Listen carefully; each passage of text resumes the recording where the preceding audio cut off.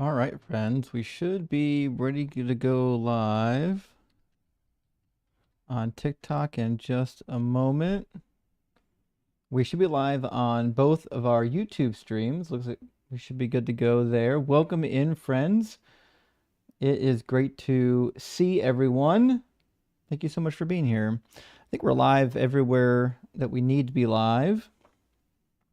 We're going to have a fun night tonight. We're going to be doing debates tonight. I'm also at the same time running a fundraiser for our good friend Chaos Engine.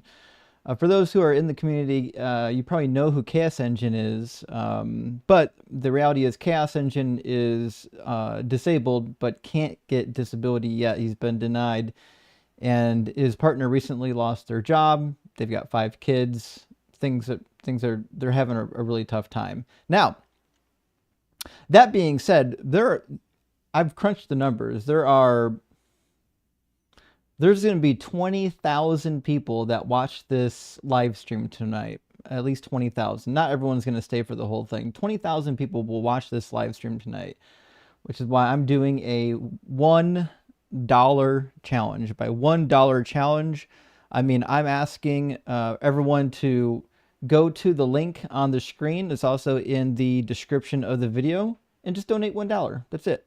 That's all we have to do. If everybody who comes to this live stream donates just $1, goal gets crushed. It gets absolutely annihilated. Even better than that, I've got something to sweeten the pot. Give me just 1 second, and I will show you. Come in, Dalton.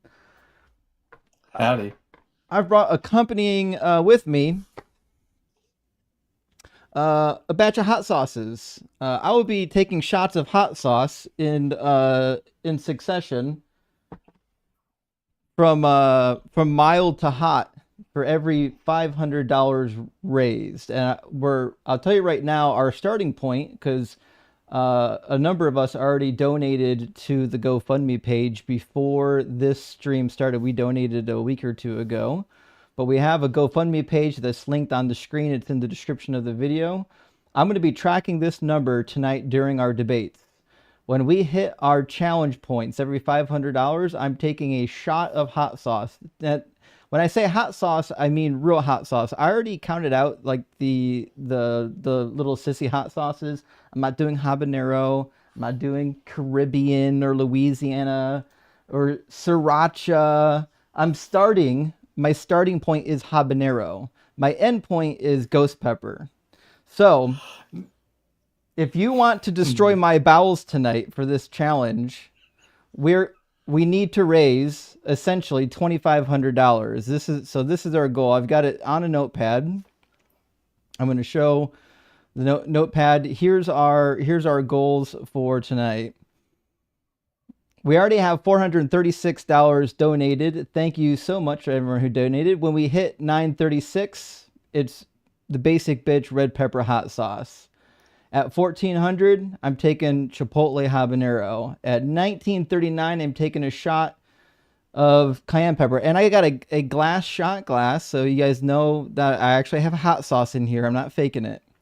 And then $24.36, we're taking Scotch Bonnet, baby, which is a double habanero hot sauce. And then finally, if we survive and get this GoFundMe all the way up past 2,900, it's ghost pepper time. Now, keep in mind, friends, I've actually had ghost pepper before, and I know it sucks balls, which means if you get me to ghost pepper tonight, you will in fact make me happy but ruin my entire Saturday, and I'm okay with it. I didn't plan anything for tomorrow. You can completely destroy me. I'm okay with it. This is for a good cause. This is for our good friend Chaos Engine. So please, friends, help out as much as you possibly can and donate. Keep in mind when you donate through the link provided, you actually can get you can take that for your taxes. So like when you donate at the link on the screen at the GoFundMe, you can actually take that receipt and say, hey, tax man, I donated.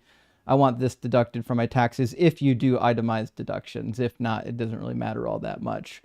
That being said, the GoFundMe is linked on the screen, and I'm hoping we're going to have a great night of debates, and we're going to be having some hot sauces down. It should be a good time.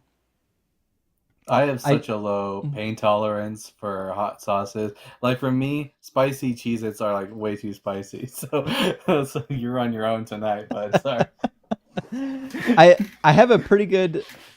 Oh, they said that your thing's echoing again, probably because your camera's on. God damn it. I'll take care of that. What a weird TikTok glitch. I have no idea why it would do that. That is crazy. Why in the You world is changed it something about your echoing? settings? I did not, but after this live stream, I'll double check tomorrow when we get free time. I'll double check tomorrow and make sure one of the settings didn't get changed. Anyways, with that, let me grab a couple super chats, and then Sunny looks like is ready to get into the discussion, so we'll get Sunny in. Red Shrek, thank you so much for donating $50. I really appreciate that. And Dexter, thank you so much for sending out 5 DZ debate gifted memberships. And Red Shrek, when you say donated, are you saying you're donating through Super Chat? Because if that's what you're saying, I have to document this somewhere, because this is the point of the GoFundMe, so I don't have to keep a spreadsheet while I'm talking. Bertram, thank you for the dinosaur. I appreciate that. I appreciate that, but I'm going to write it down just in case. Thank you, Red Trek. That's very generous, my friend. And Helping Mega, thank you for the super chat, says, do we have a new screen for the dead air time we will experience tonight? Praise Doug and Sharon. Well, if Dalton's up here, he's going to have to talk for me while I'm chugging the hot sauce. It'll be okay. It'll be You okay. got some milk on hand? I've got bread. There you go. I meant to bring my yogurt, Greek yogurt. Greek yogurt helps. I forgot to bring it up, so I guess today it's just bread. That's it. It's just me says, hello, yeah, puff, puff, pass. Indeed, I do agree.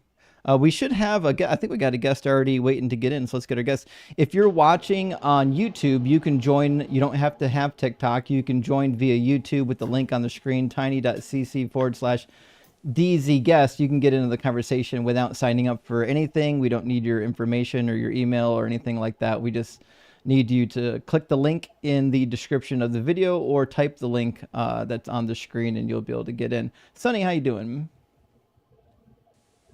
Doing well. What's up, everybody? Not too much. Sonny, are you at least 18, and do you believe in some kind of a god? Yes, I'm over 18. And yeah, I do believe in a God. I was just curious. Do you believe just God in itself, just God, the sense, the essence, the being, is imaginary?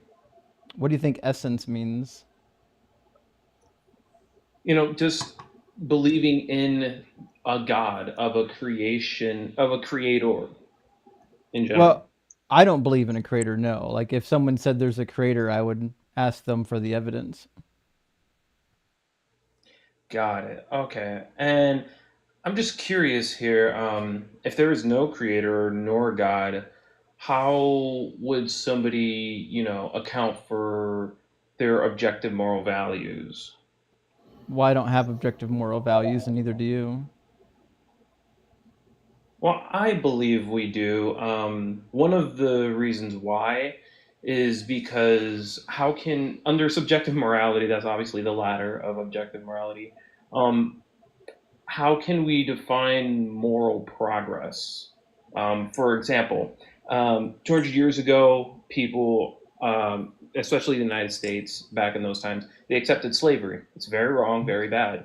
Today, we reject it. Now, if morality was subjective, this wouldn't be considered progress. It would just be considered change, similar to like changing fashion trends. Well, Objective morality actually. we would consider it Go ahead. progress. You keep trying to put it onto an objective scale. We don't have an objective scale.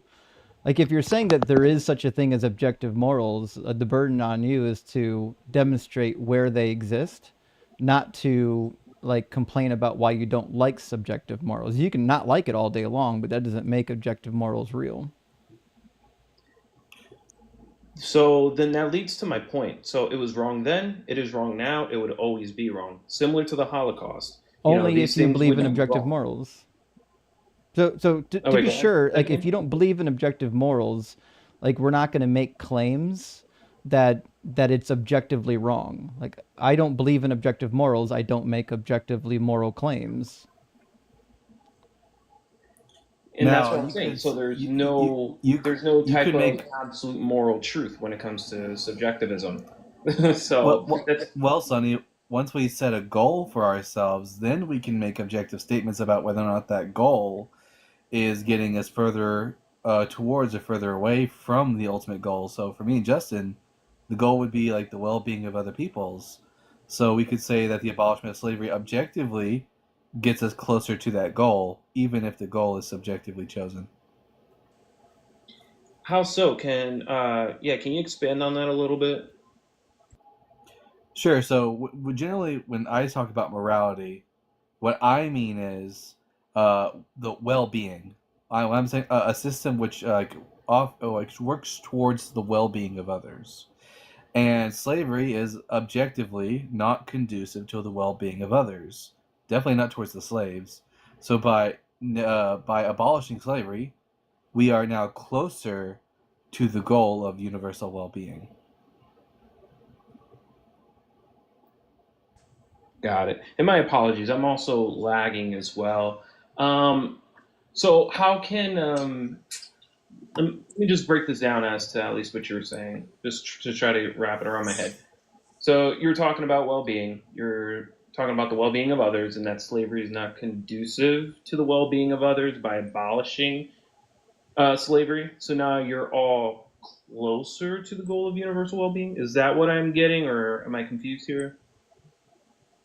No, you're right. That's correct. I mean, by abolishing slavery, we are closer to reaching the goal of universal well-being, and so it's like think of it like a chess. The rules of chess are completely made up, right? But once we come to an agreement about what the rules of chess are, we can make like objective statements about whether or not one particular move or another would be legal in chess or illegal. In the same way, even though the grounding of our mine and Justin's morals are subjective, once we come to an agreement about what those that goal is, which for us would be Hmm. well-being, then we can make objective statements about whether or not something is conducive or non-conducive to that goal. Got it. Okay, that makes sense. So, in essence, with that, how can you deem something to be truly wrong without human opinion? Wrong is just a shorthand for something which is not conducive to the goal. Again, it's subjective. Mm. All right, all right.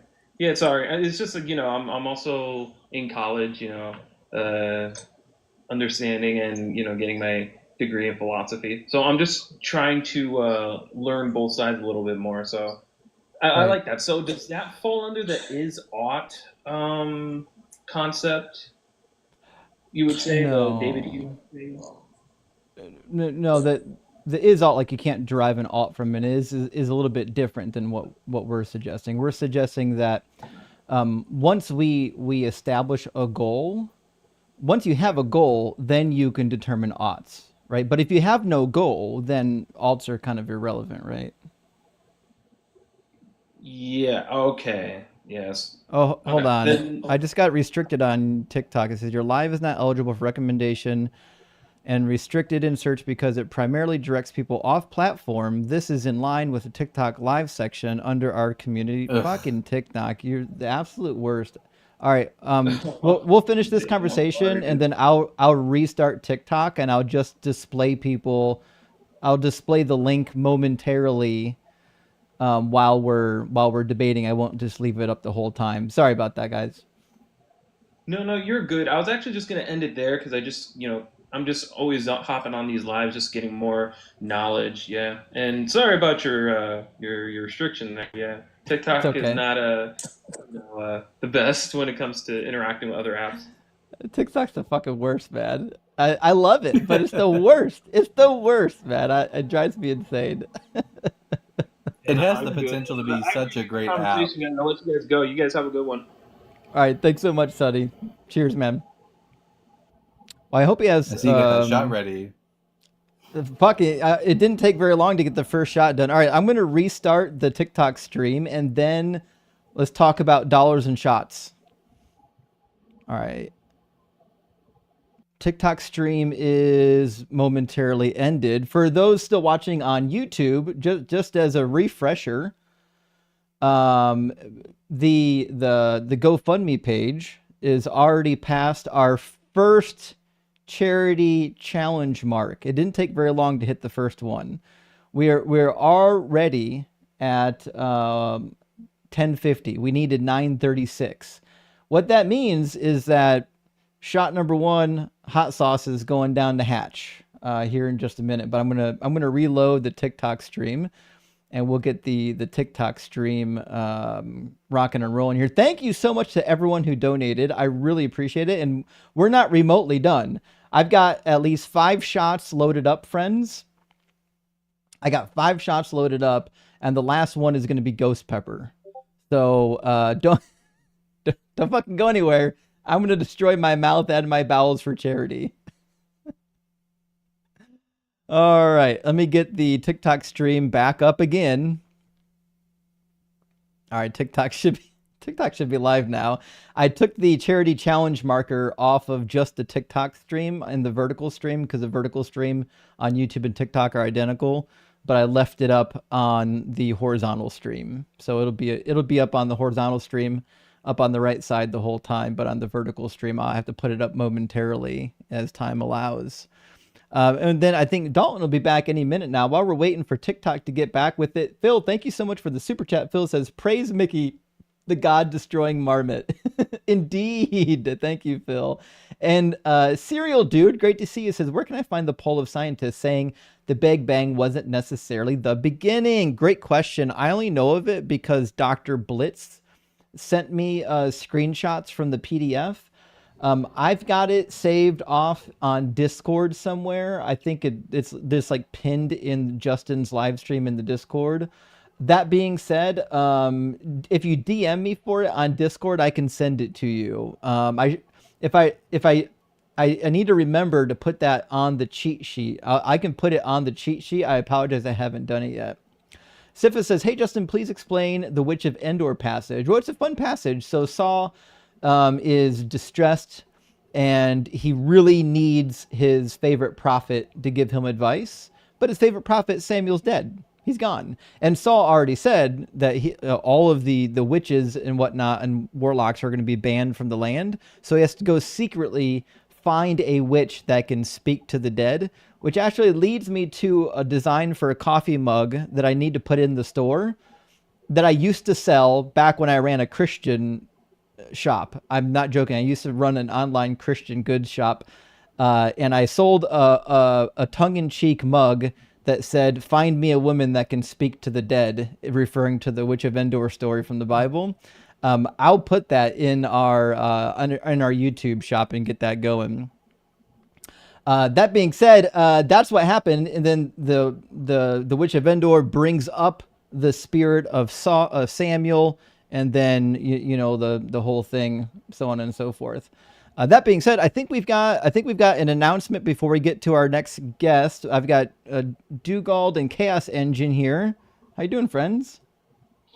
Hey, how are you? Good. How are you? Good. I came up to tell you a couple warnings because I've seen a few get shut down today. If you mention other apps, they will get you. So be careful, just like telling people to send you messages on like where the deconstruction junction is housed, for example. Sure. Because I did that. I gave an announcement on Christina's live, and they restricted her. She didn't get banana, but she got restricted, so she had to restart and all that kind of stuff. So just giving you a fair warning, friend. I appreciate that. Big W. Thank you, Dugald. Good.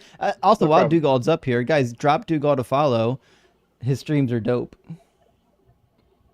Will do. Speaking of, Chaos Engine in the house. How you doing, Chaos? I'm all right. I figured I'd just hop up here. I sent you a message on DC, but I don't know if you saw it or not. I was letting you know you can actually maybe screenshot and display my profile every once in a while, because the information is there too, and it might keep you from getting restricted. For sure. Well, I do have links to your stuff in the description of the YouTube video. And Okay. if people are on TikTok, they already know who you are. They already know where to find Chaos Engine. But right now, I think we've got a pretty good drive running. I think steering people to one location just to the GoFundMe is going to be a good streamlined method, I think. Okay. But I just figured if you for wanted those to do curious, that, he has a Cash App. Chaos has a Cash App. It's in his profile. I do. It's not a business profile, so it's not a clickable link, so you have to copy it. And so I'm going to go ahead and hop down because I got to get inside and start working on supper and feeding the chaos minions. I get it. Take care of the 5 kids, man. Cherish them. Right. Thank you. Thank you. Cheers, buddy. So Chaos, for those who don't know, is what we're doing the $1 challenge tonight for. There's a link in the description of the YouTube video. And you can also just look up Chaos Engine on TikTok if you need more information. Chaos is disabled. His partner lost their job. They've got 5 kids. They're like on the edge of losing their sole vehicle in possibly their living quarters. So we're steering everybody we can to the GoFundMe page that was set up. And I am going to be chugging hot sauce for every $500 donated to the GoFundMe page. Link is in the description. And so it's going to be a lot of fun, friends. We're going to be doing this while we debate. And we already hit our first goal, which means before we move any further, by the way, if you want to debate me, the lines are open, by the way. If there's any Christians out there that want to debate, there's nobody in line. Now is your time. And with that, here comes, what is Hell this? yeah. Red pepper sauce. So do you just hate your stomach? Is that what happens? Is that Yeah. it? Yeah, tomorrow's going to suck. Oh, I have acid reflux, and this would absolutely destroy me. Oh my God, I'd be dead already. Okay, so next in line is habanero chipotle. And that one is hot. By the way, that one's gonna hurt. Yeah, Jim is saying, what about da bomb? I've had da bomb. I enjoy the da bomb. I don't know if da bomb is right for a chug challenge because it's concentrated, but it's good stuff. Well, let me grab a couple. Funny. I signed my dad up for a hot sauce of the month club once for Father's Day. He got it for a whole year. He still has like 8 bottles left, but it's a good deal actually. I recommend it if you all are hot sauce enthusiasts. Oh, absolutely. Get a sampler. Let me grab a couple super chats while we wait for the theists to line up. Harry, thank you for the $20 super chat. I really appreciate that. Harry says, Justin, what is the apologetic for why everyone went back to their work a day lives and didn't build an encampment around Jesus' tomb after he was sealed up?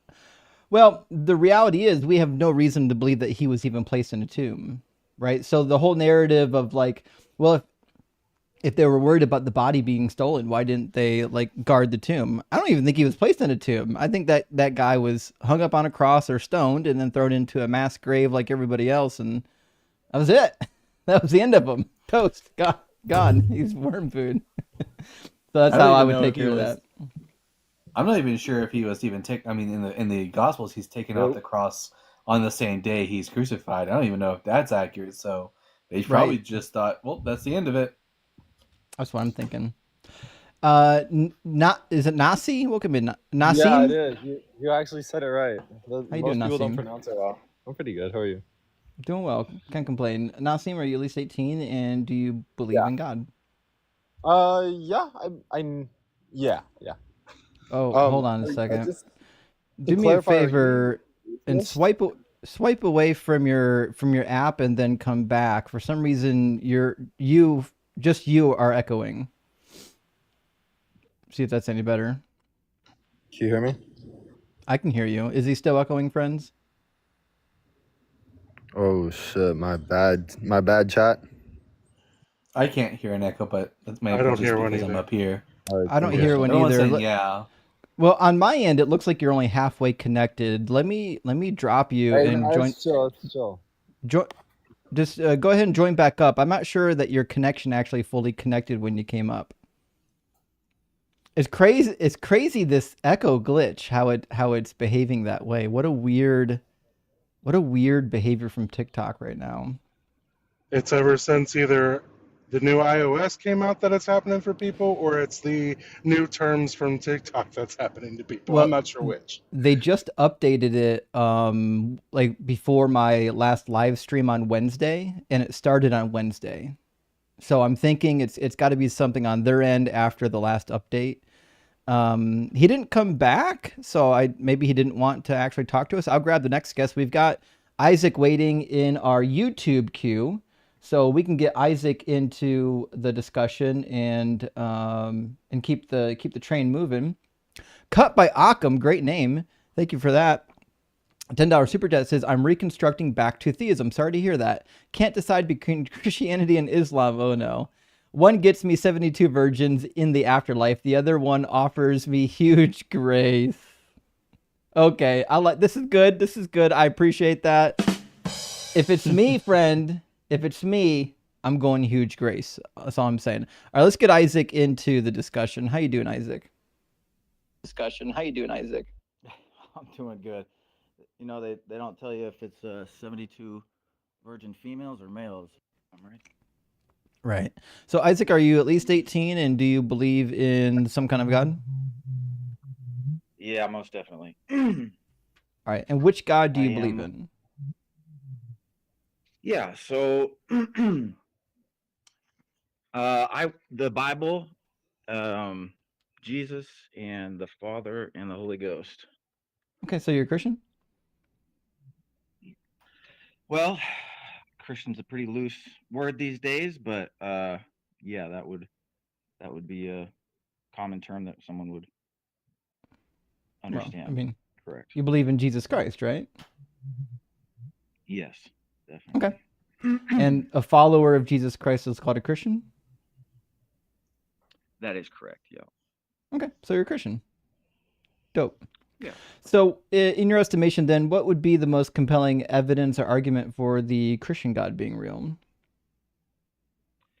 Yeah. So, in the Gospels, Jesus Christ says that, well, one, he says that those who believe on him would be able to do the same works that he does and greater. Oh, And shit. then Jesus also said, Are you healing What's people? correct, yes, yep. Oh, shit. Can you do it now? Yeah, most definitely. Damn. Dalton? I have bad Dugald? I have bad eyesight. I have bad Dalton, eyesight. I I need have glasses. I have a herniated disc. Okay. We have need. Awesome. Yeah, heck yeah. Yeah, and so Jesus also said, where two or more gathered, that there he is in the midst. And he also said that he would reveal himself unto his followers, not unto the world, but unto those who believe in him and are obedient. So Why would he only said, reveal himself to those who already believe? I'm not the one who wrote the details. Someone did just point out that Isaac does also wear glasses.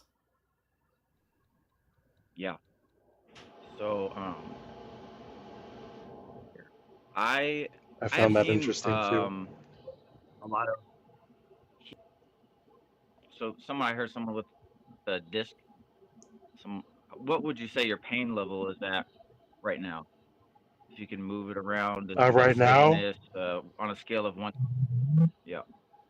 Oh, my herniated disc is usually on a 5 every day. Right now, it's on about a 7. On a 7. Okay. And basically, Jesus told his disciples, he sent them out. He said, "Let people know that the kingdom of heaven is at hand." And then he said, "Heal the sick, cast out devils, and raise the dead." Right.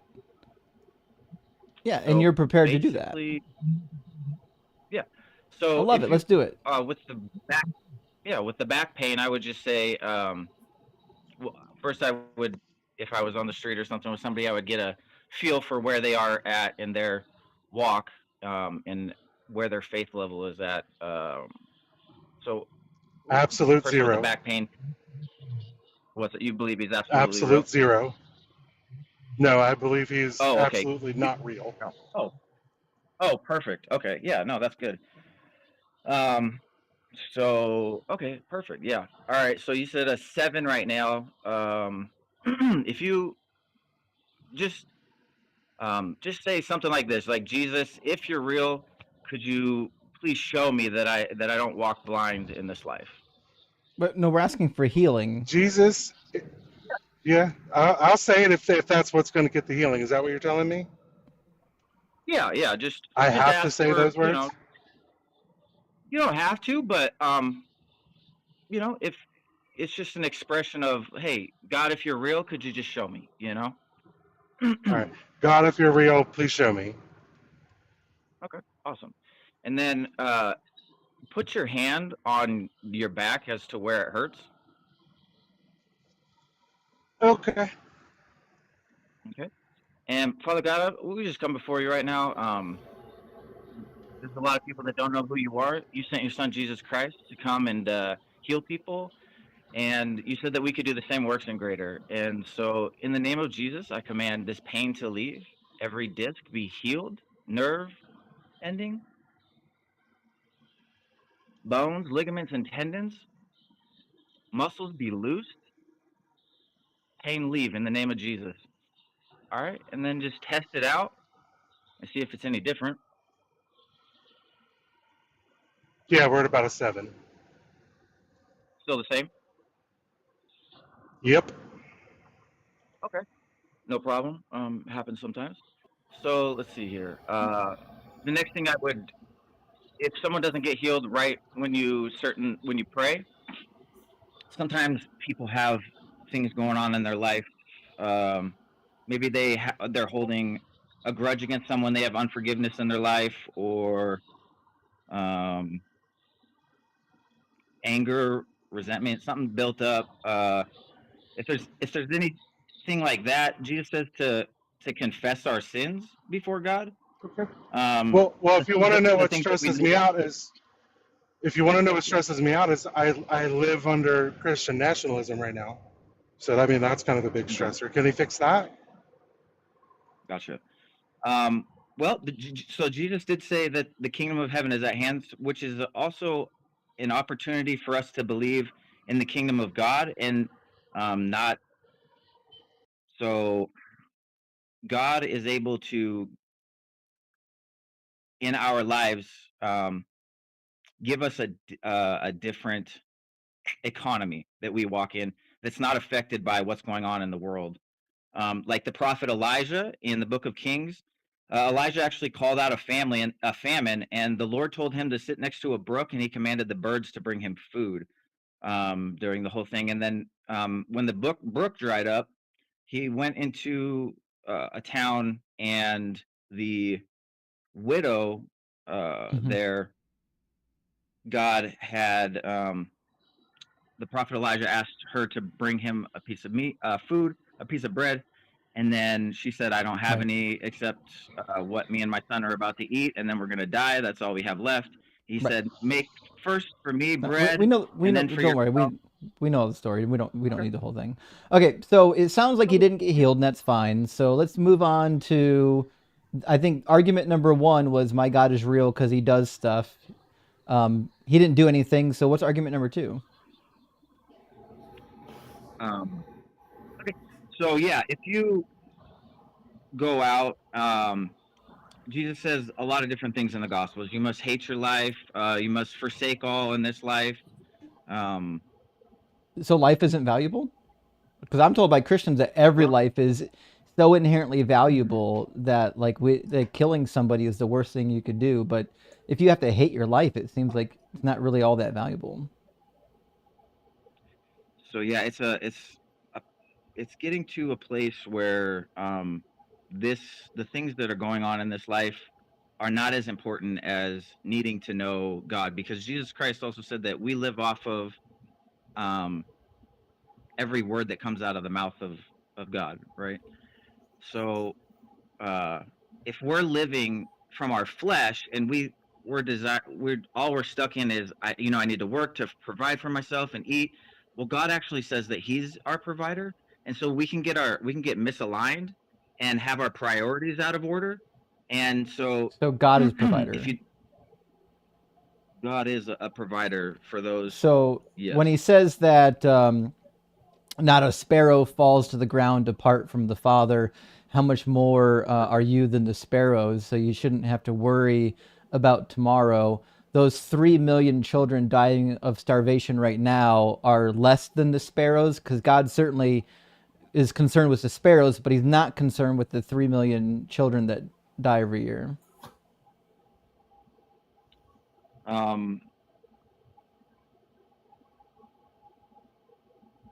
Well, I would also say this: this world is not the. This is not the. This is not the prize. This earth is not the prize. This is more like the testing ground, and this is like the test before all of eternity, right? So we're going to heaven or hell. If you die in this life, yeah, we look at it that's miserable and sucks. We don't know how much God has actually gone through to provide for these kids even to let them die and to enter into heaven. Really, have you ever seen some of these malnourished children in Africa, skin on the bone with like literally flies on them? Like, in what way is God providing for them? Well, I mean, they're alive thus far, but I'm not saying that I have all the answers, but there's tough questions out there. That's definitely one of those tough questions. Like, why is there so much suffering if there's a God? But why is there a all-powerful deity up in heaven that's looking down on this poor child saying, "Oh, that's too bad. I know you won't live for another 6 weeks, but let's let you suffer in the most imaginable pain and agony." Imagine the pain the parents going through. Like if my child so much as stubs his toe, I'm having the worst night of my life. That's how much I love my child.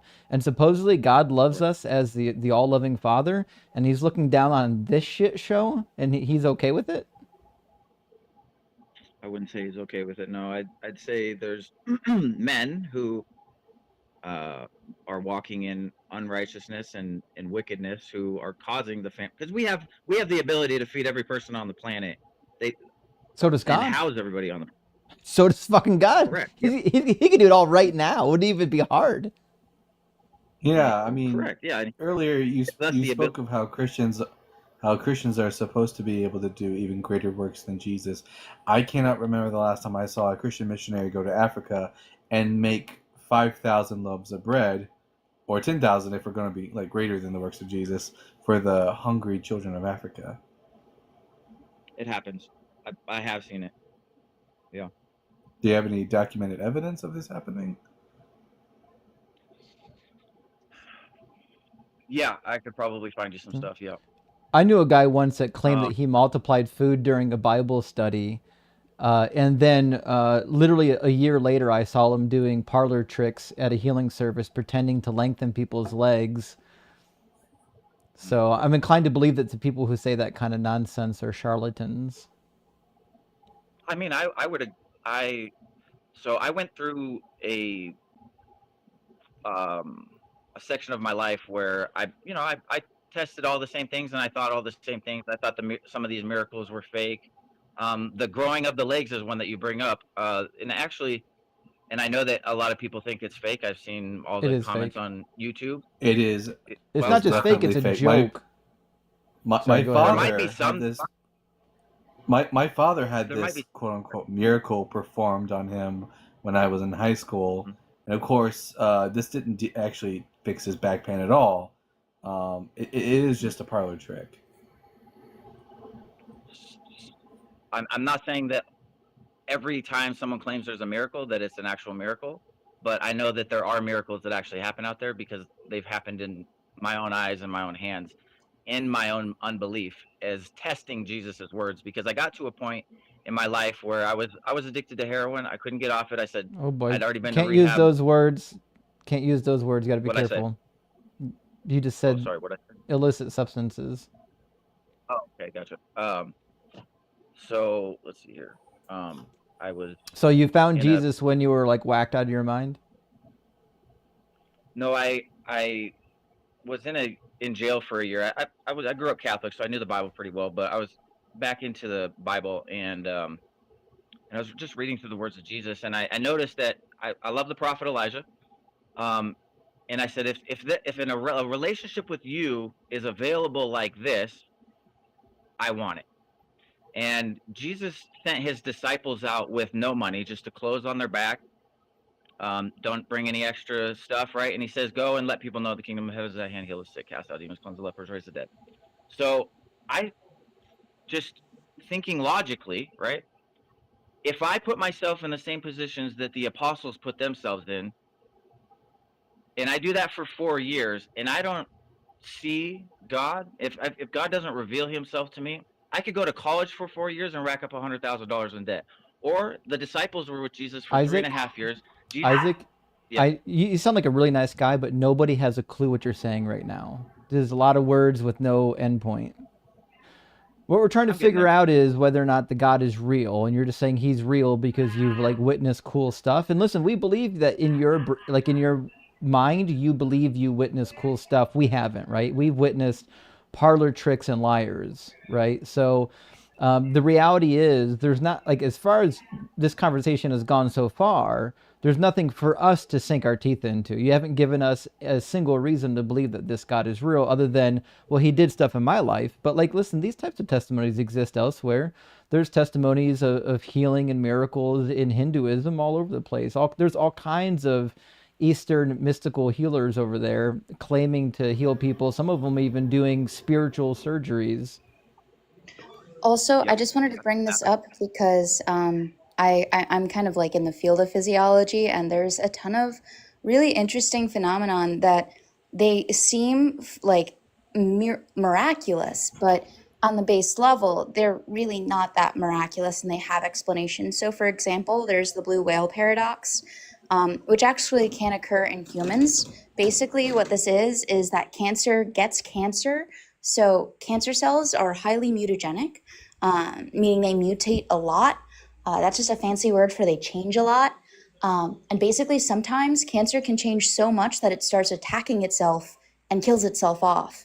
And this is why some people will spontaneously like reverse their cancer. This like similar things can also happen with like healing peripheral nerve injuries. So somebody who may not be able to walk, if it was just peripheral nerves that got damaged, then it's very possible that those nerves could heal over a long period of time. And one day enough of those neurons heal, those brain cells heal to the point where they can walk, and it's almost like a spontaneous healing. So there's plenty of these spontaneous healing like instances that seem miraculous, but on base level are not. Gotcha. Yeah. Well, So Christian nationalism is still a problem, and my back still hurts. So praise Jesus, I guess. yeah. So I would just say that Jesus says if you seek and you knock and you ask, you're gonna find. And in the Well, that's book of not Acts, true. it says that the Holy Ghost came in like a mighty rushing wind and tongues of fire. And that's when God's Spirit comes and you come face to face with the Creator of heaven and earth. It's something that God has to draw you into, and it's something that you mostly got to seek for, and you got to. So God is preventing us from finding him. He has hidden himself. Yeah, the proverb says that. Why? So Jesus himself wants everyone to follow him. God himself says he desires that none would perish. God himself also says, I'm fucking hide and seek, baby. Try to find me. I'm immaterial. You'll never find me. Seek ye and ye shall find, but only sometimes. If you seek with all your heart and you seek righteousness, not wickedness, yeah, you're gonna find God. Oh, that's a lie. So heart. Isaac, that's a lie. That's a lie. There are millions of people that seek God with all their heart and they never find their God. There are a billion Muslims right now of which a great majority of them are seeking God with all of their heart, and they will never convert to Christianity.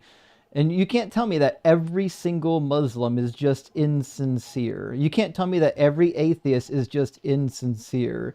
This is the type of like lying to yourself that you have to do to believe this doctrine. I was a reluctant atheist, Isaac. I did not like want to be an atheist and not want to be a non-believer. I was, and the same as Justin, we were both very, very devout, but we like were very studious in studying the Bible, and that's what led to our current circumstances. Also, what about for children who they're not old enough and their brain isn't developed to the point where they're able to actually believe in something? Any child with like childhood cancer before the age of 4 who dies physically does not have the capable to believe in a religion. So are they all just damned? No, Jesus Christ says that no one shall enter into the kingdom of heaven except like a child, and you must enter into the kingdom of heaven like a child. So children are exempt. God knows what you know. God knows what you've denied when he's tried to talk to you and when he's tried to lead you in righteousness. And he said, don't go to the strip club. You go to the strip club. Don't smoke. You smoke.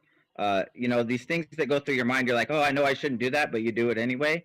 And then okay, so Christians don't sin.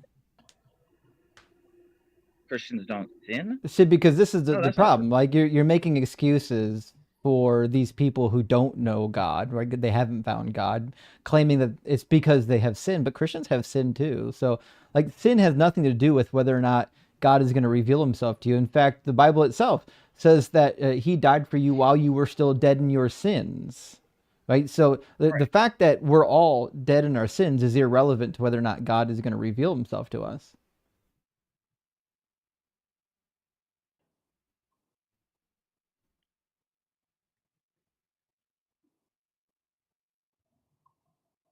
I mean, correct. He,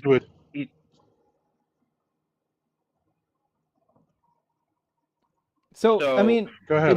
Go ahead. It just seems like the Bible is full of things that aren't true. Like even Jesus's own predictions of his second coming didn't come true. Like how many times does Jesus have to say things that are not true before we just be like, oh, either people are making stuff up and making Jesus say it, or Jesus is just a goof.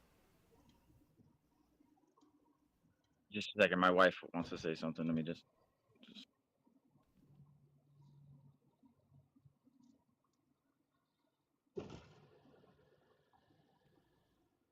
All right. Hey, Justin, don't you love how you have to become like a child in order to enter the kingdom of heaven? But also, we should put away the childish things. I know, right? It's time to put away the milk and have the meat, it says in the epistles to the Hebrews. Yet Jesus is like, no, bring me the ones that are still on the milk. Those are the ones I want. Sorry, Isaac, go ahead.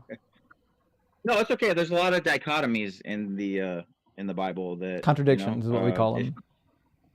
Yeah, things that that seem to contradict each other, but well, there's a bunch, but it's from a fleshly and carnal mind that they're actually.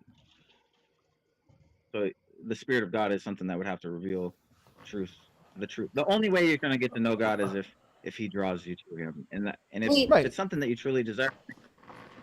I mean, how many times have you been on your face crying, saying, "Lord, would you please reveal yourself to me?" I'm probably 100 several times. Yeah. Okay. To be clear, I'm an ex-Christian. So is Dalton. I don't know about scientific snitch, but I spent 2 decades in the faith. So I am too, and I also just wanted to say one more thing. If all children go to heaven, then should you just eliminate all children of other religions who don't believe in the Christian God? Seems like abortion because they'll go to heaven? Yeah, it's the right thing to do. Thanks, Stitch. That's funny. Yeah, you guys. Isn't that the reductio of your position, though? What's that? Isn't that the reduction of your position? No, definitely not. No. Well, okay, if a child is born and you'll allow it to grow into adulthood, it runs the risk of going to hell, right? Oh, you can't smoke on stream. Sorry. This guy's bound and determined to get my stream taken down. Who's that? Did you just smoke? Me? You can't smoke on stream. No, this is a toothpick. Oh, sorry. It looked like a cigarette from here. You can't. Okay, sorry about that. Oh, no. So, if a child comes of age, and they commit even one sin, now they're liable to hellfire, aren't they? Jesus said that that all sin and blasphemy shall be forgiven the sons of men, except the blasphemy of the Holy Spirit. So, when the Holy Spirit reveals Himself to you, and He says, "Look, you've come face to face with me. I'm God. I'm your Creator," and you deny Him, then Isaac, that doesn't answer my question. My question is, are people who've only committed one sin liable to the hellfire if they don't repent? And like I said, all sin and blasphemy shall be forgiven the sons of men, except only the blasphemy of the Holy if you Spirit. ask, Isaac. Pay attention, follow along, right? I'm asking for a person who's only sinned once and they are unrepentant. Are they liable to the hellfire? An unrepentant soul that the Holy Ghost has spoken to and revealed Himself to, someone who knows God. Why do you keep adding to my statement? You know clearly what my statement is. Is either a yes or a no? Well, I'm giving you the fullness of the answer. You're not. You're dodging. Just give me a yes or no. It's not a yes or no question. It is. Jesus, all sin and blasphemy will be forgiven the sons of men. Those who walk in... Only if you ask for it. Isaac, we'll try this again. You can't get your sin forgiven until you ask for forgiveness.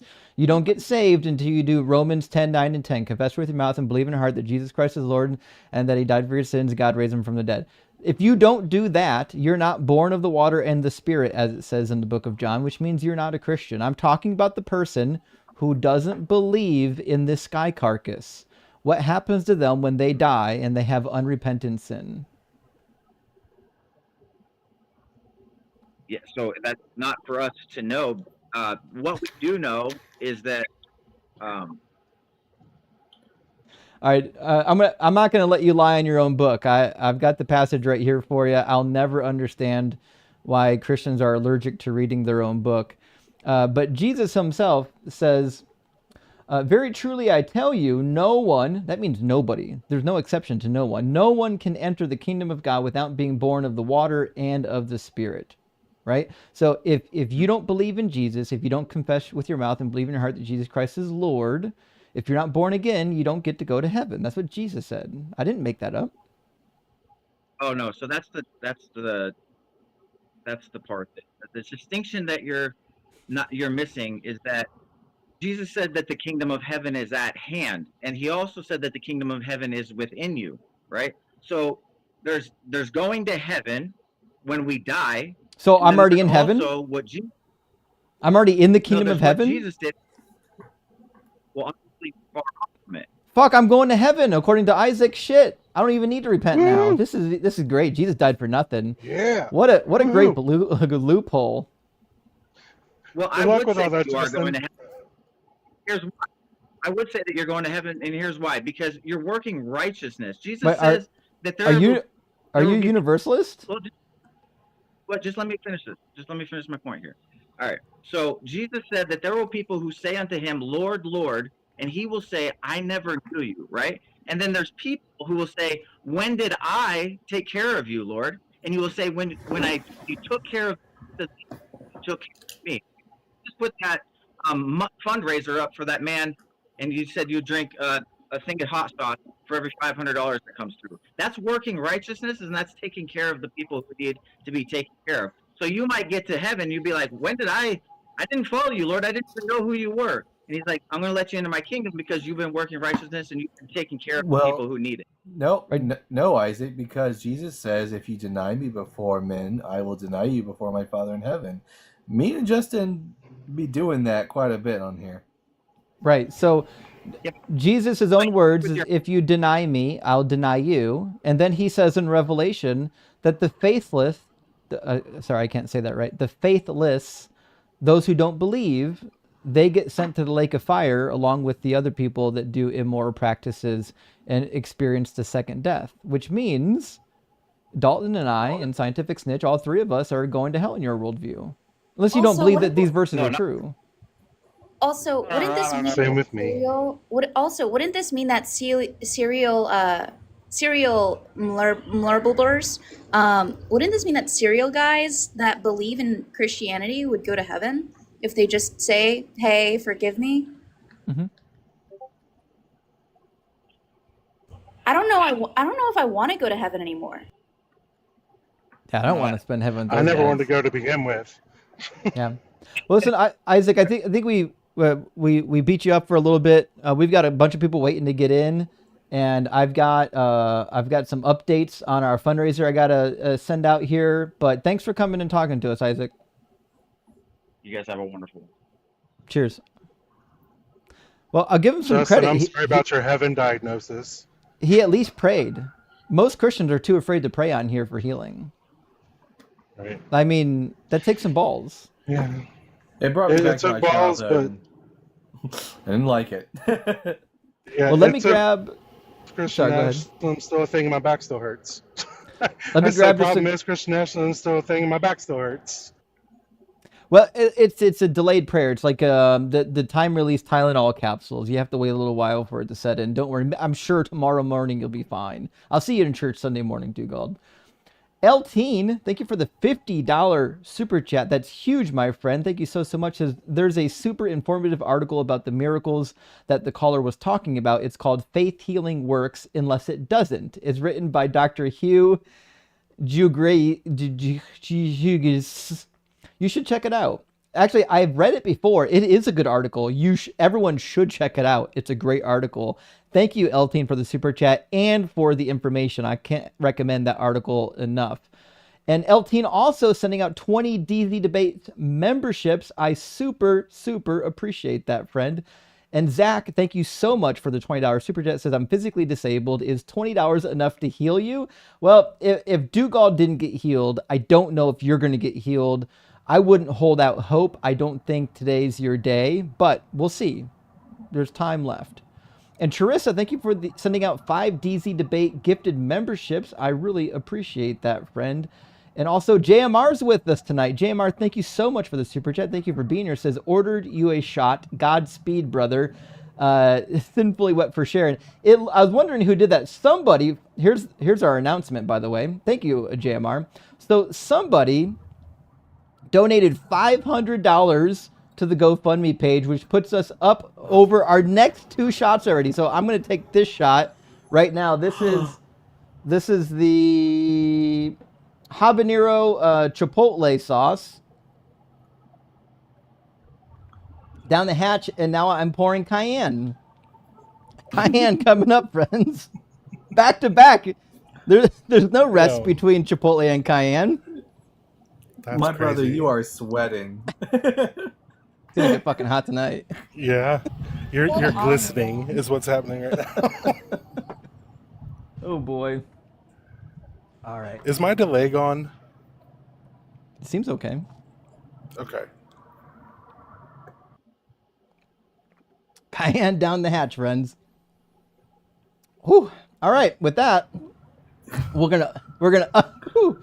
That's a good one. Justin, We're gonna update. I don't live that far from you. I'm worried about tomorrow. I'm going to be in from you. I know it's a couple hundred miles, but still. I'll let you know if I need some caretaking. I might need a diaper.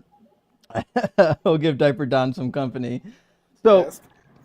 I will update the funds after our next guest and see where we're at.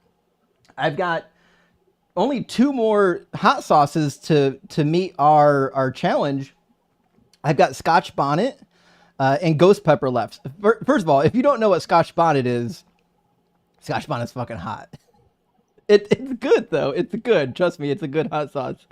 But it's gonna kick my ass. Ghost Pepper is gonna hurt. We'll see what that does. Justin, please don't die.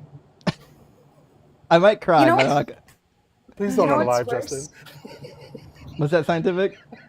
You know what's worse? I would say, like, there was one time where we were working with some capsaicin protein, which is capsaicin, which is the molecule that causes spiciness. I made a solution of it.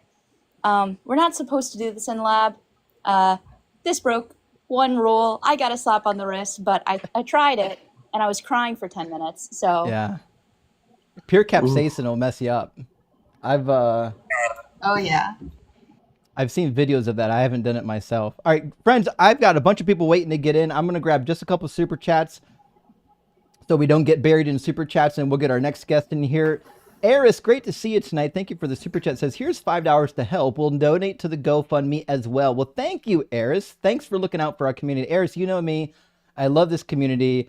And you know my motto, when someone needs help, you help. You don't ask questions. You don't make excuses. You just help.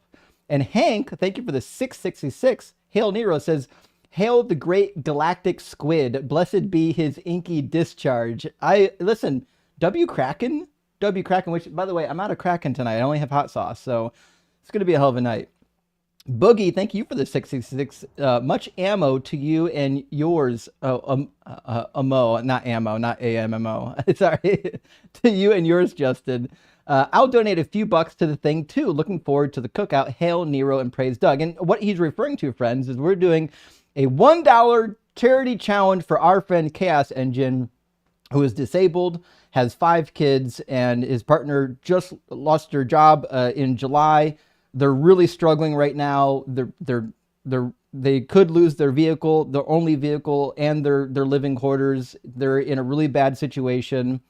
The GoFundMe is linked in the description of this video. If you're watching it on the horizontal YouTube stream, it's also on the screen. I can't put it on the vertical stream because TikTok will take it down, but it is, in fact, in the link in the vertical video that you're watching on YouTube right now. So please, please, please, I'm just asking everyone, 20,000 people or more are going to watch this stream. I need just $1. I'm asking for a single dollar from you, friends. That's it. I'm not asking anyone to donate $500. I'm not asking anyone to donate a month of coffees. I just $1 from each person. That's it. And we're going to blow this goal out of the water. John, thank you so much for the $5 super chat. It says, now you're messing with the Son of Man. Best if you sing it. John, listen, you know I can't sing or do accents. Oh, wait, Boogit says the minimum GoFundMe is $5. Is that true? I didn't know that. Is that a new thing? Interesting. I didn't know that, Boogit. I appreciate the information. If I had known that, I would have made it a $5 challenge. I am sorry, friends. I've just like Jesus, I'm now a liar. I'm asking $5. I'm asking $5 from each person. Justin, I feel like I'm watching PBS in the middle of the night. Call now for 3 easy payments of $9.99. And Trump failed says, made a post about Trump being the Antichrist joke. Dude said that the Antichrist translates to Obama. Not kidding, probably racist. Yeah, you're right. So this goes back to a racist talking point about the Hebrew word barak, which is not related to, it's not the same thing. It's a dumb talking point back in 2012. It's a dumb talking point now. Just ignore it. And last one from RW says, I donate to your charity if you don't take any hot sauce. I hate to see people hurting. Seriously, dude. RW, I get it. I hate to see people in pain as well, but don't worry. This hot sauce challenge has been carefully set up by yours truly. Just know that while it is going to be painful, I am a professional hot sauce eater. No worries, I'm not going to die. It's going to suck, but I'm not going to die. I've had a lot of hot sauce. I've noticed the redness has gone from your face, so you're good. Yeah, I think we'll be okay. All right, let's bring in JB to the discussion. JB, welcome in. JB, wow, are you driving? This is crazy. I never thought I'd actually get up here. JB, are you driving? Maybe. Sounds like you're driving. Do we have to talk about that? Yeah. Do we have to ask? Yeah, sorry, you can't. Nope. Sorry, you don't get to drive in live. It's against the TikTok terms of service. I'm not joking. I was on a live stream a number of months ago. Somebody tried to drive in live. They didn't say the truth, and they hit the curb.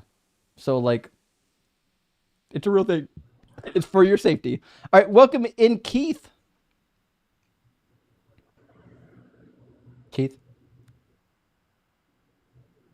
Keith? Yeah. Keith? Oh, there you are. Welcome in, Keith. How you doing? Fine. How are you? Doing well. Can't complain. Keith, are you at least 18 and do you believe in some kind of a God?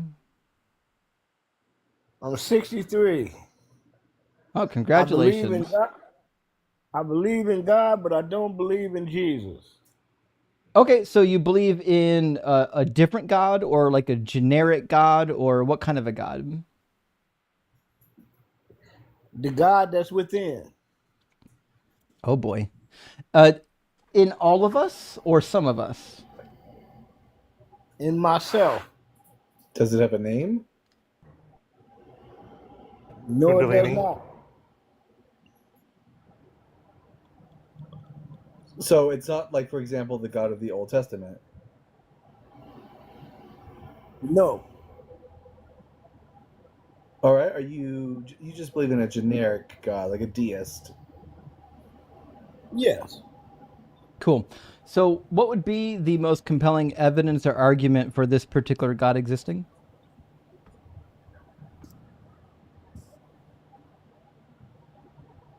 Religion. Keith, I think there might be a pretty serious delay between us. I'm going to count to 4. When I say 4, I need you to say 5. 1, 2, 3, 4. 5. Oh, okay, not that bad. We can work with that. Okay. So you think the best argument for your God existing is the fact that religions exist? Yes. Religions are man-made. I agree. Religions are man-made. Okay. But I'm not asking you about the man-made stuff. I'm asking you about the non-man-made stuff, your God, right? Why would I believe that your God is real? Why would you believe my God is real? Yep. That's a good question. Matter of fact, that's why I came up, to hear your view on that. Well, I'm Well, asking we you. don't believe in any gods. Yeah, we don't believe in your God for sure. Oh, you don't believe in the God? Nope. No. But maybe I didn't look at it that way. Maybe I was looking at it the wrong way. I apologize. Did your God create the universe? I couldn't tell you if he did or not. Oh. Okay, do you know anything about this God? No, I do not. Oh fuck. All right. Well, Keith, I don't know. I could be wrong. You might be an atheist, my friend. You know what? I'm glad I came up here to ask you guys. To have this conversation with you guys, because I've been searching for the truth. And the first thing I just found out was in the Bible, been studying the Bible, there is no one in the Bible that seen Jesus walk on the earth. There's no eyewitness that seen him walk on the earth. And if someone in the Bible that said they seen it, somebody else wrote about it. And that's what changed my mind. But in my experience, my family, my parents, grandparents, they all guided me to this God that I'm coming to realize that is not here. Right. Yeah, I mean, I think we're all in agreement with you, Keith, that if this God was in existence, first of all, the book would be completely true, and the book isn't true, not in the slightest. But second of all, the God would just be apparent. It'd be like looking up and seeing the stars. Like, there's no reason for the God to be hiding from all of his children that he claims that he wants a relationship with, right? If God really wants a relationship with his children, he would just be there whenever they called out, right? In fact, like when my child was born, the nurse impressed on us the first 6 months of life is so critical for the bonding period of parent and child that she warned us, sleep training is helpful. It's really good for a child. Eventually, you do need to sleep train your child, but you don't got to do it right away. What you need to do right away is every time your child calls for you, you need to be there. It needs to learn to trust you and to bond with you, right? If God is a good father, then when we call for him, he should be there. He shouldn't spend our entire lives sleep training us. You make all the sense in the world. Yeah. But listen, Keith, I really appreciate you being here, and we love the fact that you're thinking critically. But we got to find a believer to debate. You know. I understand, but you got me smiling because the truth is the light. Agreed. The truth will set you free. That's for sure. Free from these toxic religions. Exactly. I appreciate taking the time, even to answer my weakest question. So, thank you very much. Sure thing, Keith. Great to hear from you. W Keith and fucking W chat charity challenge. Holy shit. Well, I don't know if you guys were watching, but I had to pour the Scotch bonnet. Scotch bonnet is in the glass. Oh, Scotch no. bonnet going down the hatch. This one sucks, by the way. Scotch bonnet doesn't feel good. Here's the thing, Justin. Whenever you do the ghost Oh pepper my one, God. you gotta fill it to the brim. So I thought about the ghost pepper because the fundraiser we're still early in tonight. I'm going to do the ghost pepper like I did all the other shots.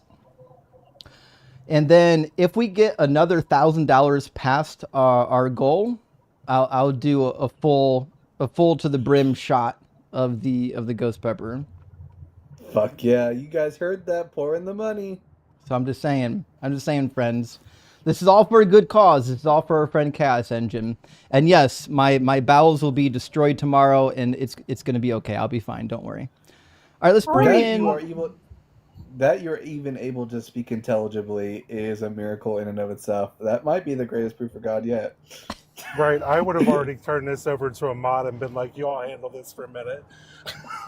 So, to be fair, I've got some expertise in hot sauce chugging, but the Scotch bonnet's hot. It's a slow burn. It's going to be hot for the next 5 minutes. Ooh. The ghost pepper. You're deconstructing those bowels. That's 100%. We're deconstructing bowels tonight. The ghost pepper burns for about a good 15 minutes.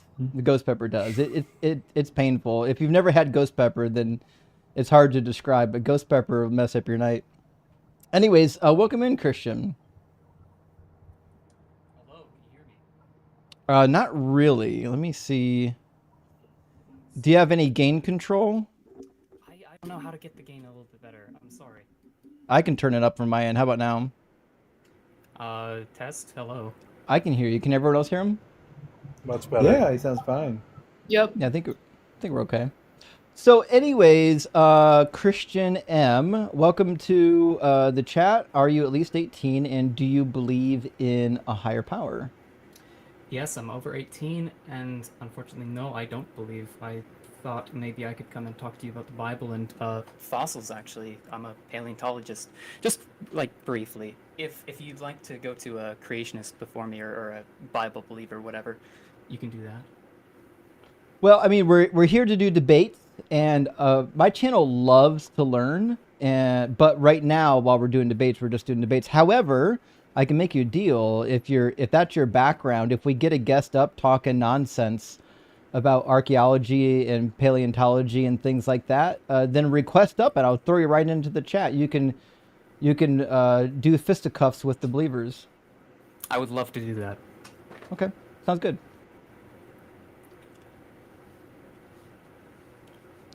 Well, it sounds like we've got another professional wanting to throw their hat in the ring, so we'll give him a shot when the opportunity arises.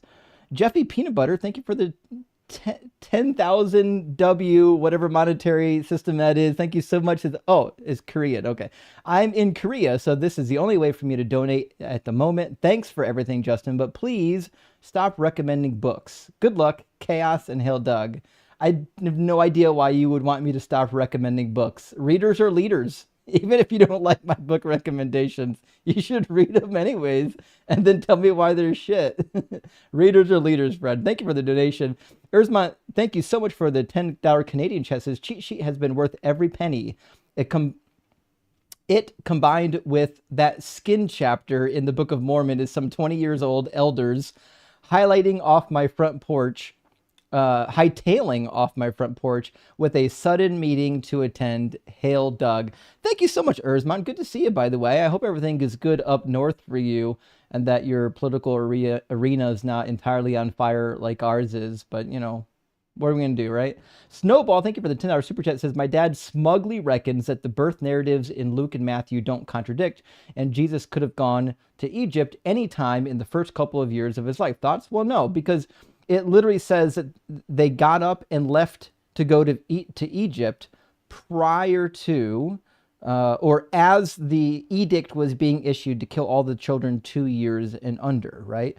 It depicts them leaving from Bethlehem to go to Egypt, which means they didn't go to Nazareth yet, right? They're still in Bethlehem. In the other narrative, it depicts them going from Bethlehem into Jerusalem and then back to Nazareth in that order. The cheat sheet does have this contradiction on it a little more clearly, I believe. Let me know if you need to work through a little more of that. I could put a timeline together if that helps. Not to mention, it uses a very specific Greek word to describe the fact that they settled in Nazareth, meaning in Gospel of Matthew, they're not from Nazareth. Right. Yeah, they're not from Nazareth. Good questions. Good to hear from you again. Says Christians donate and help Jesus. 2 pluses.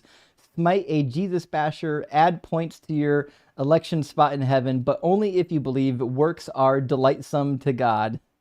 Indeed. Good question. Indeed. I wonder if we're going to get some white and delightsome guests tonight. Philo says Christians ended slavery. Yeah, we know this talking point. By ignoring their holy book. No makes perfect sense. I know. I actually, I've heard this talking point as of recently because IP has been dragging it out, and it's a bad talking point every time it comes up. Skeptical says, I just want to say I effing appreciate you, homie. You're my favorite baby-eating atheist. Thanks for barbecues. Much love. Rock hard. Sinfully soaked for Sharon. Hey, thank you, Skeptical. I really appreciate that super chat, and I really appreciate you supporting the stream. And last one for now from our friend Philo again says, Justin, I assume you're wearing asbestos skivvies. I'm not, friend. Parker, thank you for the star map. I really appreciate that. And we're going to get our next guest in here. Looks like it's going to be Default from the TikTok queue, and then we'll do JAT from the YouTube queue after that. Try to get Default into our guest box.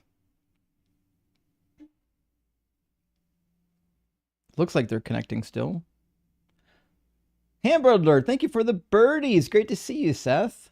Big W, Seth. Maybe they're going to connect. I think Default might be on dial-up still.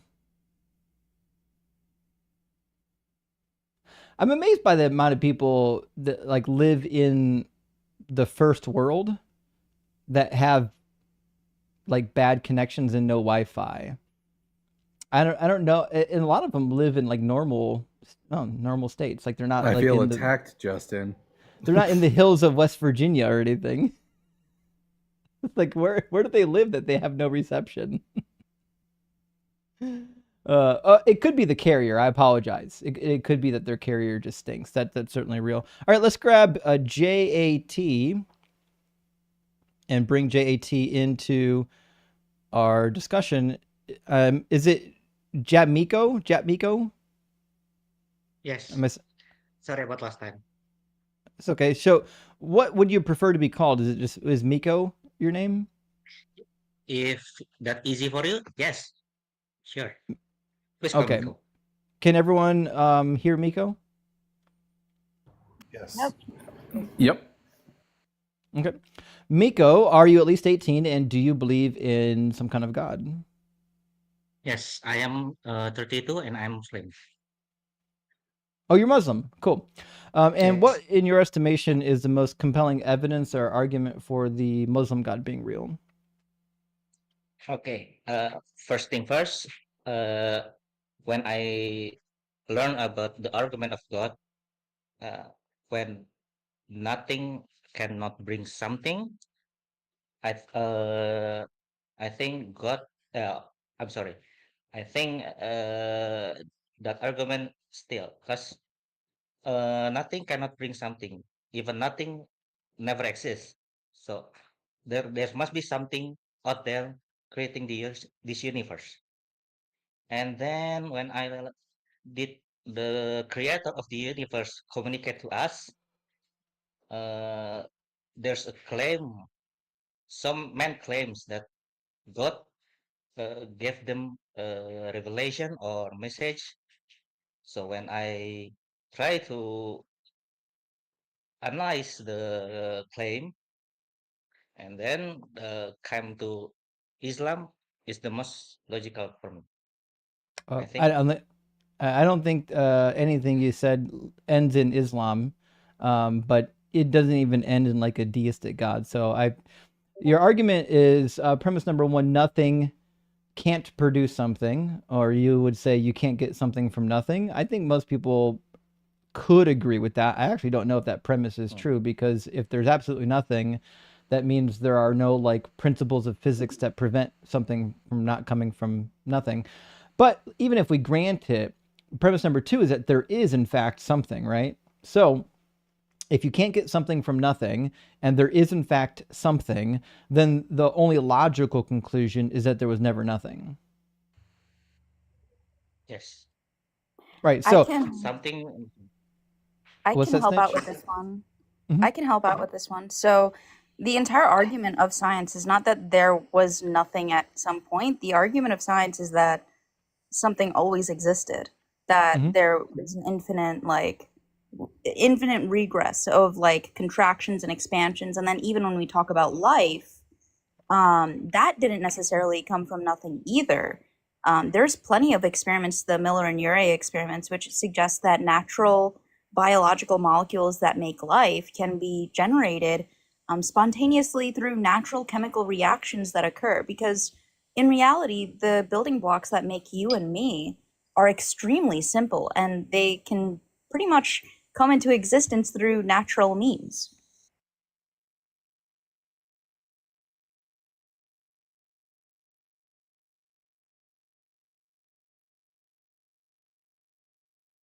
Miko? Hello.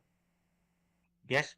Uh, that is nothing. That is not nothing. The nothing I can the definition of nothing is there's no energy, there's no power, no Right, potential.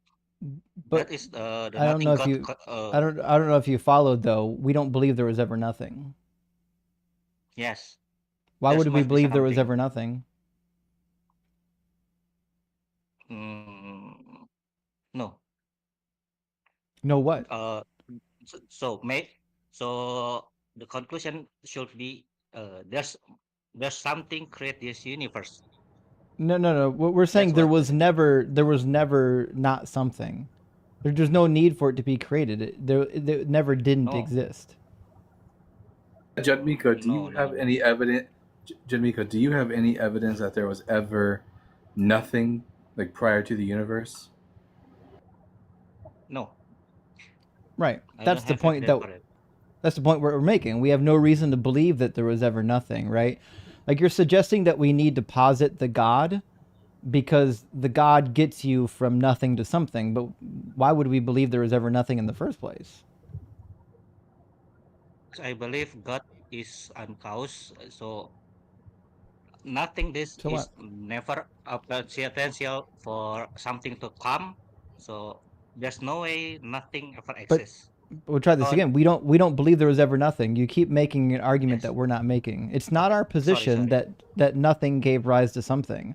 Our position is that there Yes. was always something, and that something is natural. Mm, I don't think so Why not? because What's the evidence when that I all of the universe once didn't exist? okay, when I know the argument of God is first, if there's the creator of this universe must be powerful.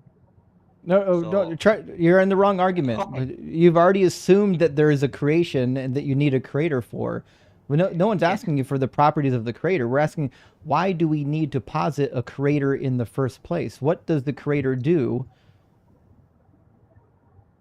Okay. One of the quality of character is a will. Just from natural world, there's no will for anything to move or create something. What, So what do you one mean by of the create. create? We don't believe that there was a creation event. Everything that is in existence has been in existence for all of eternity in some form or shape. Like even if it was just at one point a quantum field. No. If energy can't be created nor destroyed, then why would I believe that it just didn't exist at one time and that like a sky fairy who called a prophet to marry a 6-year-old poofed it into existence? Okay. For me, from Islamic perspective, I can tell you the. Okay. Oh, can you please repeat please one again? So Why? what? Can you please the argument? Repeat the argument. Yeah, you're trying to run a God of the gaps argument, and you're trying to Okay. put God in a gap that we haven't actually demonstrated existed. We don't know that that gap needs filled yet, right? So you're trying to shove God into a non-existent gap, and the God that you're positing to fill the non-existent gap is the silliest God in all of creation. He enables his prophet to do silly things like split the moon in two, but not feed starving children. And he also, for some reason, allows his prophet to diddle children, which I don't know about you. It's hard for me to imagine that there's a God out there that think it's okay to diddle children. Okay. First, from the good argument, from my human experience, there's nothing began to exist is without a cause. So maybe We again, we there don't must be believe something anything causing. began to exist. You keep going back to this idea that we believe there was a creation event. We don't believe that. We have no belief that the universe began to exist.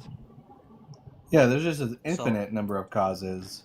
Like I know that like this like you came in with like the Kalam script. We get it. We know the Kalam yes. script, right? But the Kalam script doesn't work here until you can demonstrate Okay.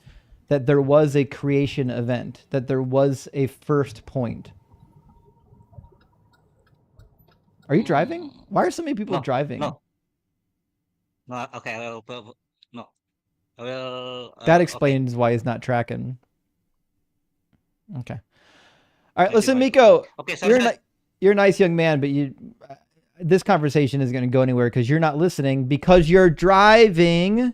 And you heard me say earlier that you don't get to drive in live. Those are the rules, my friend. But thank you for being here. Appreciate that. And friends, the dollar amount we needed to get the ghost pepper was $29.36. Last I've got loaded up, we're at $36.17 on the fundraiser. Ooh. Thank you so much for everyone who got to our first ghost pepper goal. If we get another $1,000 after the ghost pepper goal, I'll do another full shot to the brim of ghost pepper. Here it is. By the way, this sucks. I have a good tolerance for heat. Just know that even with my insane 40 years of tolerating hot food, I'm not enjoying this one.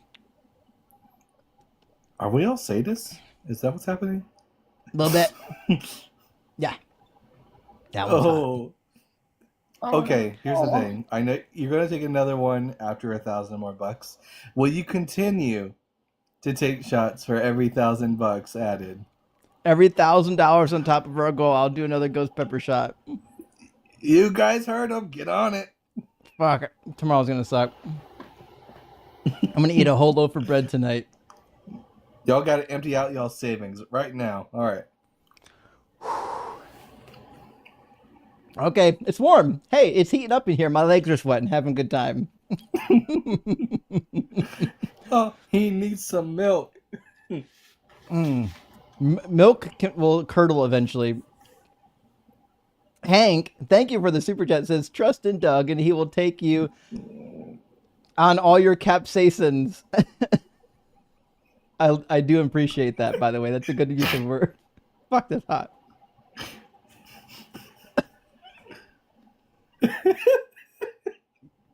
Okay, that burns.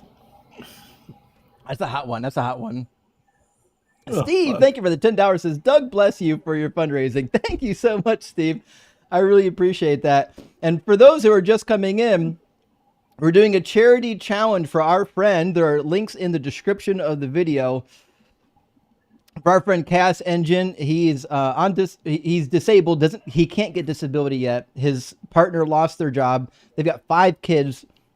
They're on the edge of losing their vehicle, their only vehicle on their house. It's a bad situation. When I heard about it, we put together a fundraiser and we're doing everything we can to help. So link in the description, also on the screen. And I'm taking hot sauce shots when we reach our milestones, and it burns. The Simon podcast says, don't miss the part where after he prayed for healing for you and it didn't work, he then proceeded to tell you why it was your fault. Typical toxic Christianity. Yes, that's the point. When it doesn't work, you have to blame the person, right? They have to degrade people when Jesus's promises don't work. That's how toxic the religion is. I cannot tell you how many times growing up in like a charismatic church, whenever I didn't receive healing or I could not speak in tongues, how I felt like for some reason I had done something wrong, which is so toxic. But that's what you have to do, right? It's like abuse victims so often blame themselves, right? Because they feel like that's their mechanism of control. The same abuse pattern happens in the church. When people get hurt or when God doesn't do what he promised, they blame themselves as a defense mechanism to maintain control. Philo says, Republican Jesus says universal health care is communism. Isn't that crazy? Jesus says, if you want to be perfect, sell all that you have and give it to the poor. And the Christians there, like, fucking poor people, let's execute them. Justin, have you seen that video?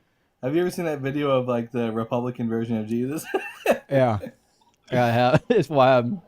Carlos, thank you so much for sending out 50 Deconstruction Zone gifted memberships. That is huge, huge, huge, my friend. I super appreciate that. And Carlos also with a 400 MX. Thank you so much. Says, hey, Justin, so brave doing the hot sauce challenge. Get some boneless wings to enjoy. Salute. Listen, here's what I contemplated doing some boneless wings. And here's what I can tell you, though.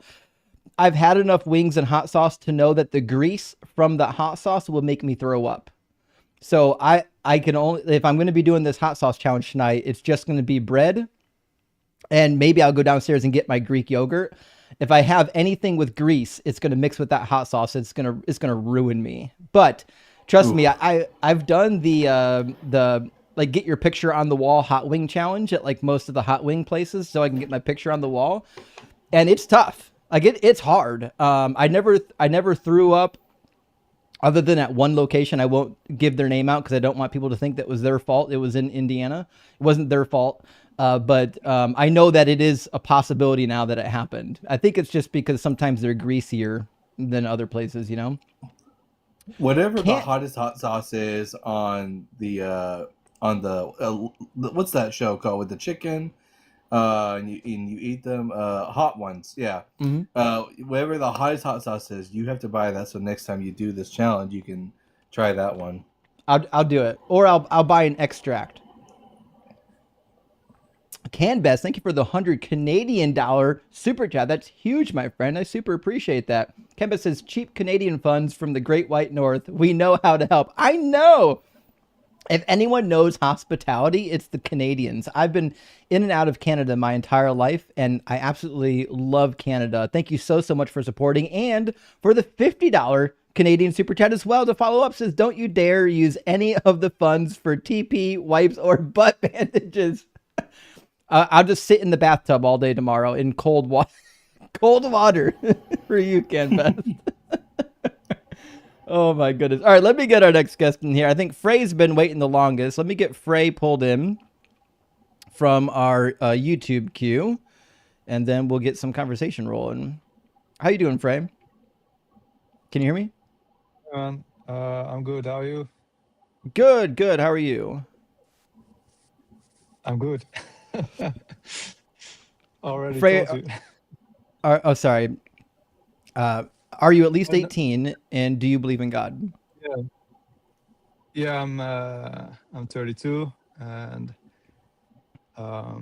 yeah, it's hard to define God to start with, but yeah, I guess I believe in God. Okay. And is it a particular God, like a Christian God or a Muslim God or Hindu gods? No, it's not. It's not like bound to concepts like that. It's not a conceptual God like that. But by the way, friends, I'm gonna slam the whole bottle of ghost pepper tonight. So you believe in maybe a deistic God? A what? A deistic God? Deistic. I don't know what that means. English is not my native language. Well, Well, we'll try a different route then. Can you give me a description of your God? What's your God like? um, I like the words in the Bible where God is described as the I am that I am. But you don't believe in the Bible God? No, because there are also many descriptions there that don't make sense to me. But yeah, there are some useful descriptions in the Bible. Okay. So does your God have a name? No. Do you know anything about this God?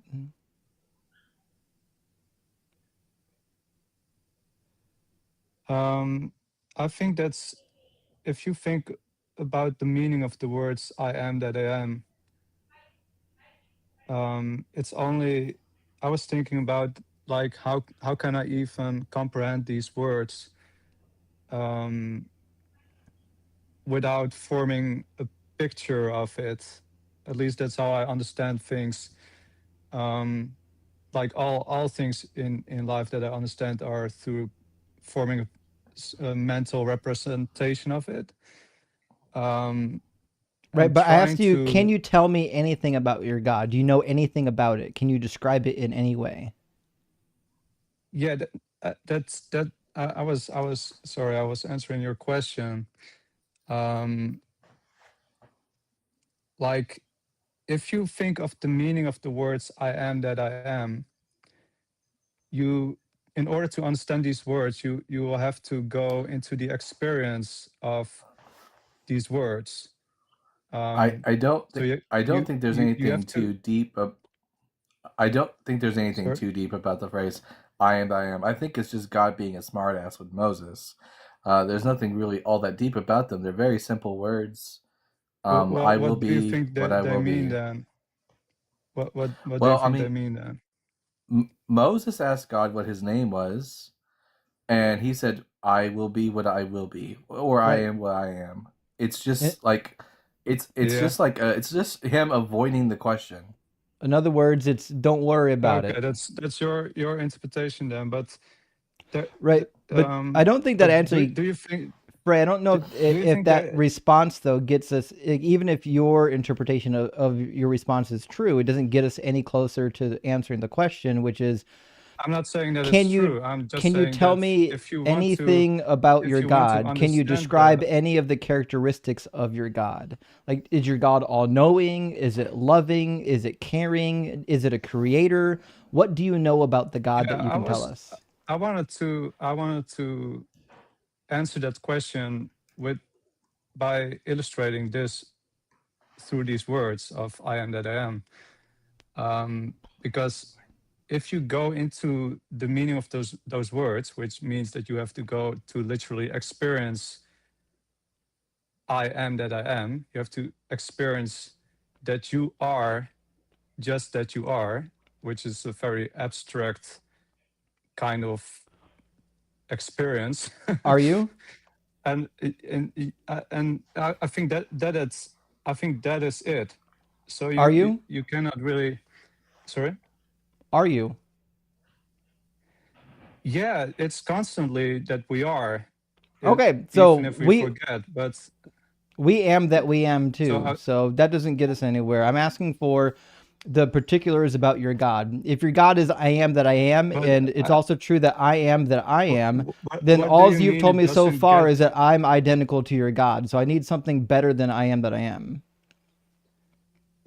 You are identical to my God, but not Oh, for as fuck's sake.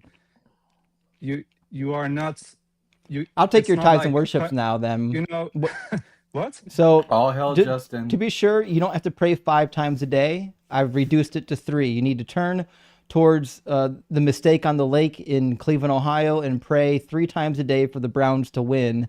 That is proper worship in my cult. Not the mistake on the lake. What's your point with saying this? My point is You you said your haven't. God was identical to Justin. Right. Yeah, but how do you define yourself? If you define yourself in that same abstract way as I am that I am, like not an identification with your circumstances or your physical body even, In the beginning, it's then quite simple. Right, it's quite simple. It's in the beginning was Justin, and Justin was with Doug, and Doug was Justin. Mm-hmm. Yeah, but when you say Justin, you have a concept in your mind of what that means. You think of all his, I don't know, his aspects is that you think of a body that has been born and will die at a certain age, and that's not what I think. That's not what I mean when I say that Justin is God. I don't think that of God as like I started this explanation. I don't think of it as a concept. Okay, so I Fred, it think, sounds but like you're an atheist. I don't think it's Just abstract. I think it's you sometimes can. being honest with yourself is the first step to recovery, right? So just with your own lips, just say, I don't believe in a God that created all things. Why? Because if I'm identical to your God and I didn't create all things, it means you don't believe in a God that created all things. So we'll start from there. Say, I, Frey, repent of the goofy idea that there's a God that created all things. I don't see the point in that, and I don't see how. I know. If I don't say that, Listen, how I Frey, am I think you're contradicting myself. confused. If your God is identical to me and I'm not God, you don't have a God. That's the point of the argument. I'm sure that speaking to somebody in your second language is difficult, which is why this conversation is so painful. And I'm sure you're delightful at Thanksgiving dinner, but I've got to move on to somebody else, okay? I don't think you. That guy does not believe in God. At best, some goofy collective consciousness. Scientific, what were you trying to say there? I was just about to say, like, does he want us to like talk about like what cells were made out of or something? Like, what was his point? I don't think he had a point. I think he was on the woo-woo train, if I had to guess. It sounded like that, right? His point is what his point is. Right. Very existential. All right, let me grab just a couple of Yep. Mm-hmm. I only came back up because I lost signal before, but I also want to say thank you for letting me hang out. I unfortunately have to go, but I do appreciate you all so very much. I love you, Dougal. Thanks for coming and hanging out with us. Appreciate you, buddy. Love you too. See you, buddy. W. Dugald, make sure you're following my friends. Make sure, I'm going to read a couple of super chats. Make sure while I'm doing that, you're following Dalton and Scientific Snitch. And we'll get our next guest loaded up here after I take a giant shot full of ghost pepper hot sauce. I did not think you were going to say shot. House 70 says, whoa, this DZ episode is getting hot. Indeed. Indeed it is. Thank you for that. I appreciate that. And Phil O again with the super chat says, Justin, you dial 91 and then when you pass out, I'll dial 1. Hey, I appreciate that. That's like the footsteps in the sand, but 911 edition. That's so sweet. I appreciate that. And BK says liar. Well, BK, I appreciate the $9.99, but I don't know who the liar is that you're referring to. This is where in the English language antecedents are important, right? Because if you don't provide the antecedent, it's hard for us to know what you're referring to. But we love you anyways. And Steve, thank you for the super chat. Says favorite hot sauce name is Satan's Blood. It's not bad. I've had that. I also enjoy Satan's Crotch. That was another good satanic hot sauce. It's real. You can buy it. That one's pretty good. There's a bunch of good hot sauces on the market. I don't know. It's hard to keep track. And Martin, thank you. Was that Sorry, scientific? I just wanted to ask, have you ever gone to like a hot sauce tasting? You're talking about it like wine. Yeah, I've had a lot of hot Right. sauces. I've had You a can lot. really taste the oakiness to the hot sauce. I will say this though, like, the hot sauce compared to the raw pepper are not the same thing. So for example, I've had like real ghost pepper, and it's always hotter than ghost pepper sauce. That being said, the only thing that came close to consuming real ghost pepper that wasn't real ghost pepper was the ghost pepper chip challenge. That was pretty close to consuming a real ghost pepper. That was hard. I ate half the chip, and then I was like, you know what? I don't want it that bad. Like, I didn't have the motivation. I'm like, I don't think I'm going to finish the whole chip. So I only had half of it. But if I was doing this challenge and I had the chip, I would have found the power of Doug within myself for the community to finish the chip. But I got to tell you, that chip is hotter than this hot sauce that I'm consuming right now. Martin, thank you for the super chat. Big W says God couldn't be bothered to explain the basics about the universe, but he happily gave shitty advice on skin disease treatment. That's the best evidence that the book has written by clueless people and is not the word of God. I know. And the fact that he didn't warn us about germs? What an asshole. How could you have not told us about germs? That's crazy. That's crazy. All right, I'm going to read one more super chat from our friend Tally, and then I'm going to down this glass of hot sauce and eat some more bread. Tally, thank you so much for the $50 super chat, my friend. I really appreciate that. It says, Justin, buddy, no. You're going to hurt yourself. Your followers will still give even if you don't blow an O-ring. You're right, they would, because these are the best people on the planet. I'm here for a show. Tally, I really appreciate that. Are you not entertained, friends? All right, let me grab Tom from our queue. And while Tom's loading, here's the full shot. Fuck me. Okay. Fuck, that's hot. Burns in the back. I just wanted to bring this up because you just talked about germs. There's also a 240 million year old osteosarcoma bone, which is basically a bone cancer from a turtle. Yeah, and there's turtles and dinosaurs, right? Yep, turtles, dinosaurs, and there's even evidence of cancer in trees. Fuck. Cancer's a son of a bitch, isn't it? Yep. The craziest apologetics I've ever heard to try to explain that away is that when Adam sinned and God cursed him, that curse rippled like forwards and backwards in time retroactively. How does that work? I don't know. God magic. God, man, that ghost pepper burns in the back of the throat. Okay, let's get that guest dropped out. We're gonna get critic. 1 second. Woo, damn. Ah, man. Okay. The tongue, man. The tongue is on fire right now. Welcome in, critic. Critic? I think I got these more bread. Or is it Sitrit? Oh, yeah, you're right. Oh my gosh, I thought you guys were talking about somebody else. I didn't realize. Hi. You're in Sit. It's Citrit. It's just like a play on like citrus, I suppose. Not really anything else. Fair enough. Give me 1 second to turn your microphone up because you're really, really quiet. Oh. Okay, let's see if that's better. Can you guys hear Sit now? Hello. Yep, I can hear him. I can hear. Nice. Yeah, my Yeah. nose is starting to run. Whew. All right, Citrit, are you at least 18 and do you believe in God? Yes, I'm above 18 and I am a deist. You're a deist. Fantastic. Do you believe that your God existed among all things or created all things? If I could, can I like give my small preamble? I promise it'll be short. Yeah, but you've got to find a way to get closer to the microphone. We can barely hear you. Yes. Okay. I'll try to like speak louder. Right. Okay. So here's like the preamble I've sort of prepared. In no uncertain terms, I believe in an omniscient, omnipotent, and omnibenevolent God.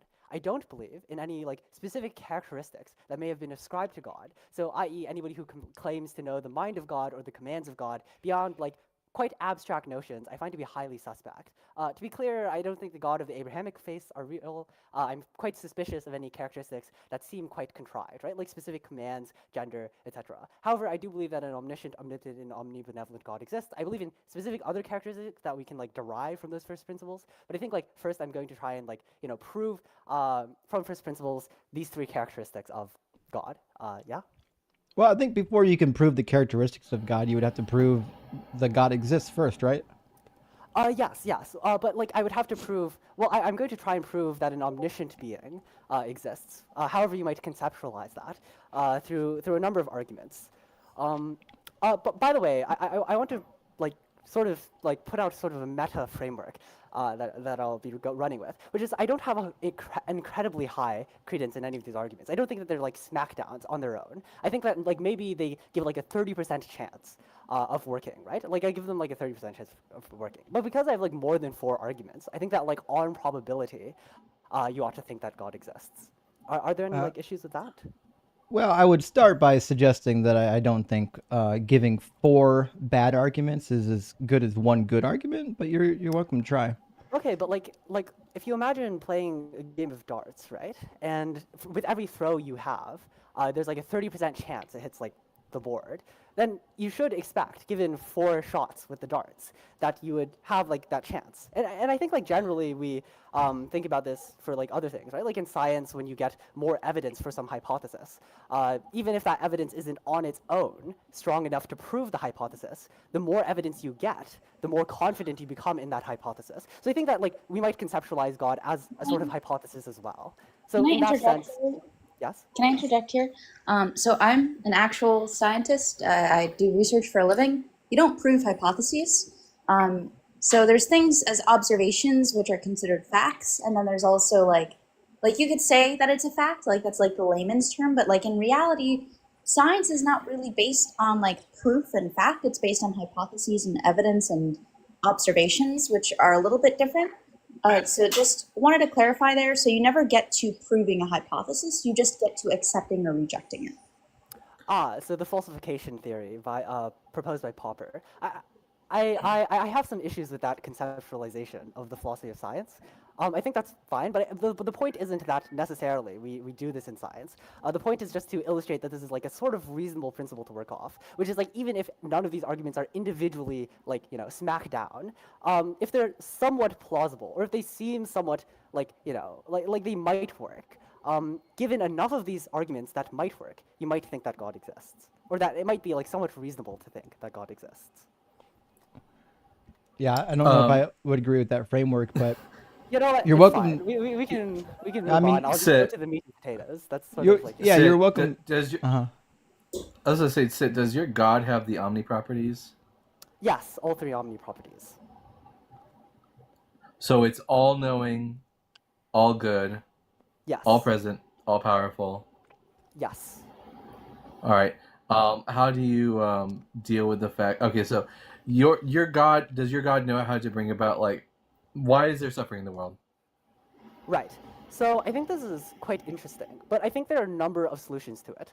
I'm probably going to propose some quite crackpot theories that might sound like to the average layman, but because Yeah, the let's just start reason these with might one. sound quite crazy. Also, before we get too far into it, because of the many demands of our audience, I have a Philbro argument timer. The reason why I'm doing this is because the philosophy friends out here that join the live stream like to use a bunch of insider jargon, and then we have to bog down the chat. I'll try not to. I'll try So, to like. well, my only point is this. You're welcome to use whatever insider jargon you think helps you, but every time I stop you to explain it, because it's like jargon that normal people wouldn't know, you're just losing time on the clock for your argument. Right. I won't do that. Okay. I guess we'll just go straight into it then. Maybe like no more preamble. First argument. I'm going to go straight into it. So you should think that your existence is more likely if there exist more people in the world. An illustrative example is you're more likely to be born in India than you are to be born as like Taylor Swift. So like another like example of this might be, you know, like let's say somebody flips a coin, right? And it lands. If it lands on heads, you're put to sleep in this hypothetical. If it lands on heads, you'll get woken up 3 times. If it lands on tails, you'll get woken up once. If you get woken up, you should think that it is more likely than not that the coin landed on heads, because you'll get waken up 3 times if it does land on heads, but only once if it lands on tails. You should also also one more thing, like, you know, you'll lose your memory each time after you wake up, just like for the sake of the hypothetical. But the point is, your own existence is more likely if there exists more people in the world. I mean, based on birth rates, that is just like trivially true. The more people that exist, the more people are going to get produced.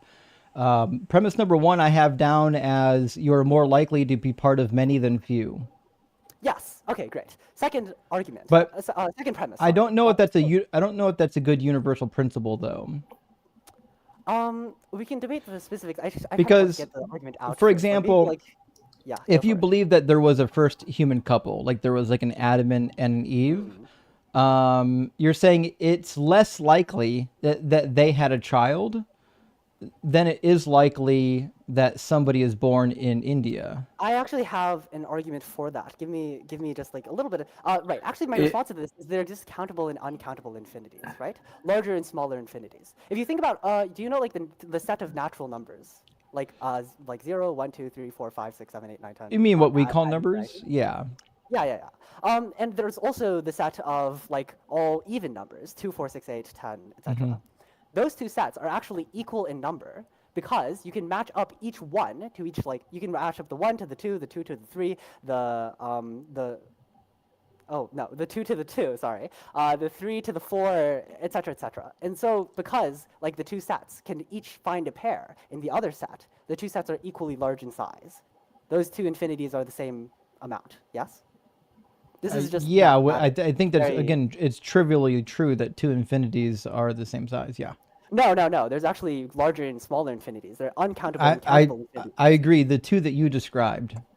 Yes. The 2 that I described are equally the same size. Even though it might seem as though the other one is like larger, right? Because like 2, 4, 6, 8. That's like, you know, all of them are, yeah. Like it seems like it's larger or it's smaller, but they're actually the same size. So too, if you think that, like, for example, there's another universe, right? Or that there are infinite universes, and in each of those universes there was like an Adam and Eve.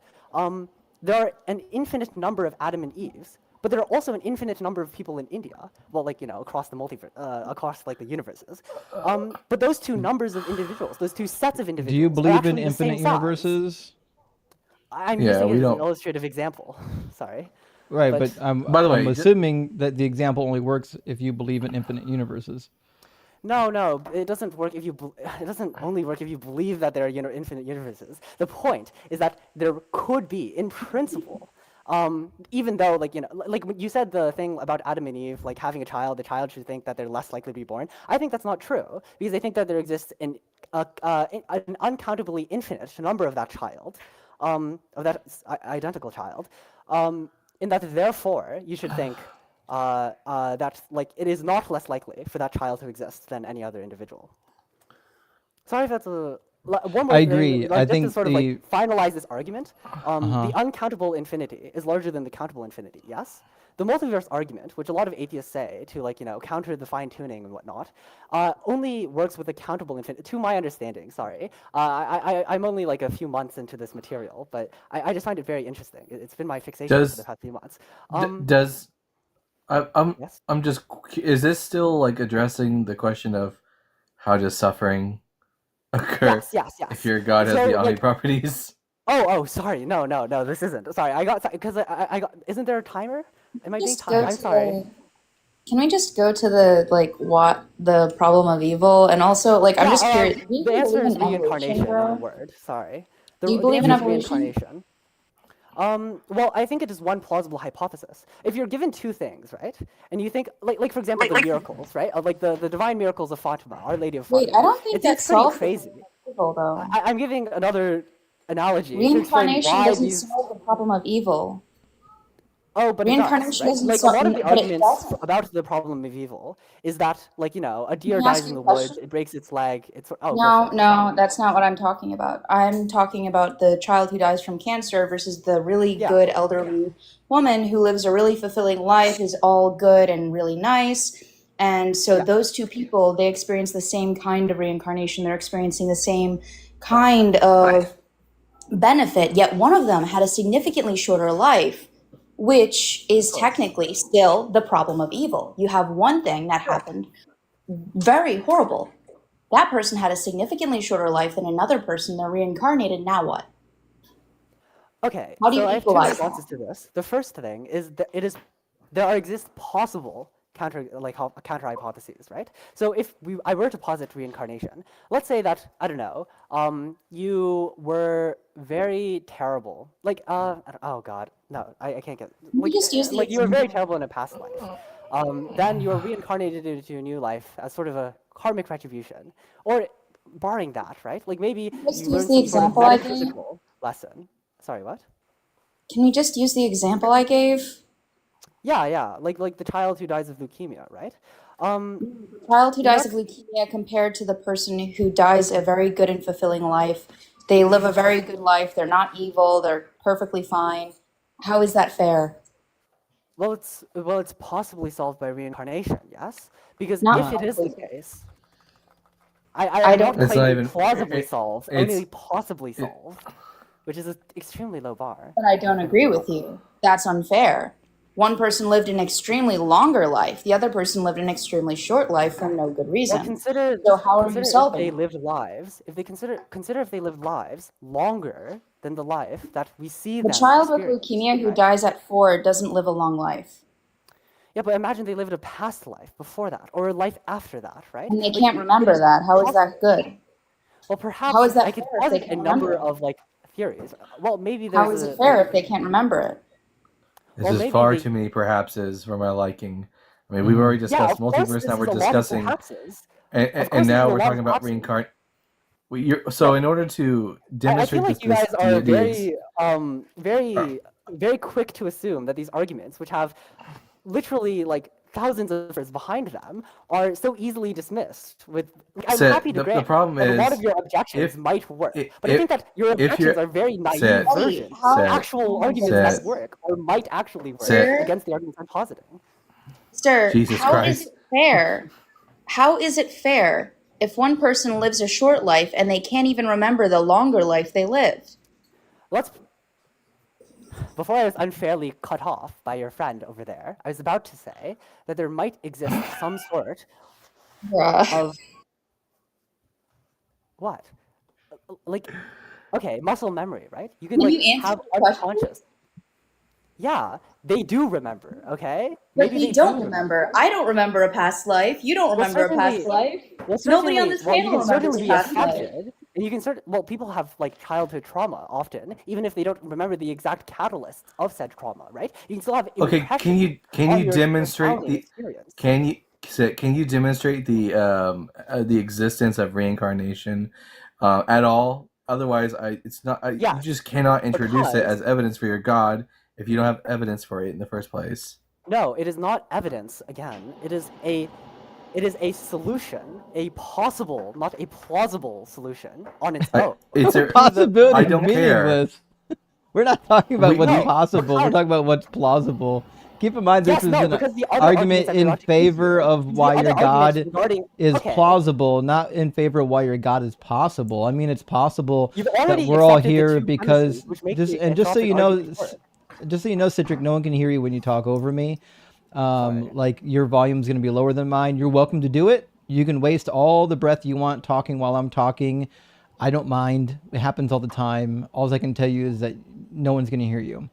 So we're here trying to figure out what would be the plausibility of your God, not the possibility. Because, like, theoretically, in an infinite universe, anything is possible. It's possible that we're only here because of the life-granting unicorn, right?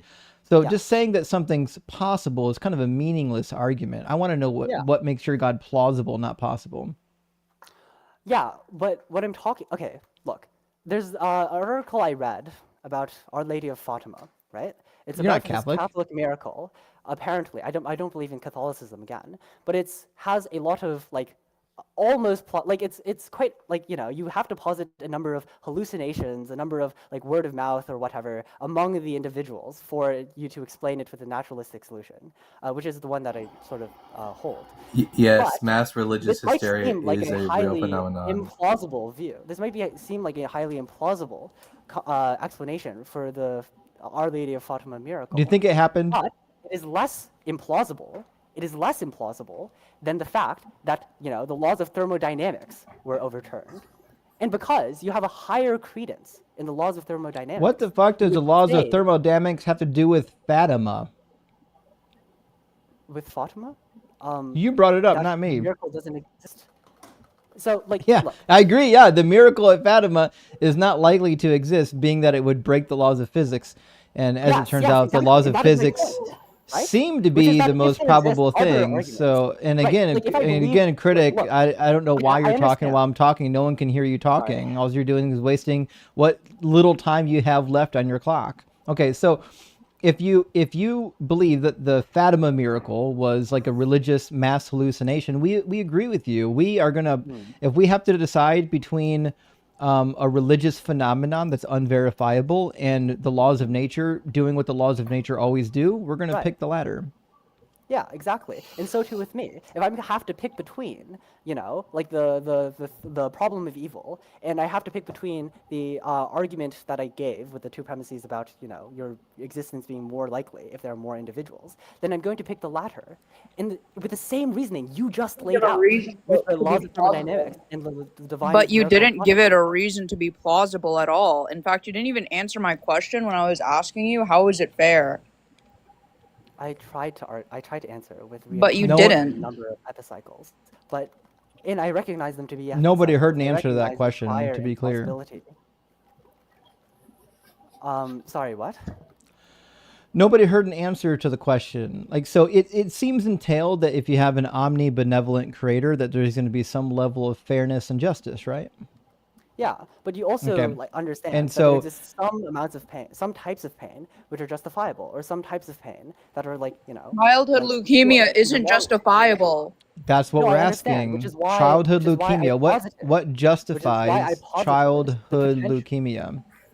What about I'm trying to answer, Huntington's, but where you the keep cutting me child off. literally paralyzes? Yes, I know about these things, and I keep trying to answer, and you keep cutting me off, and I keep trying to So answer you think with the Huntington's is possibility of justifiable? reincarnation, and so too. No, oh my God. Okay, the point is, right, that even with the like Fatima thing, right, because there's these two competing things, contradictory things, and both of which are highly implausible. Well, like one of which is quite plausible, and like one answer.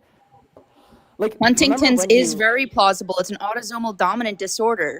Yes, I understand. I took grade 11 biology as well. I understand sex-linked autosomal. Anyways. So you know what Huntington's is? Yes, it's the one where like. All right. So then, highly what's your inheritable- justification for it?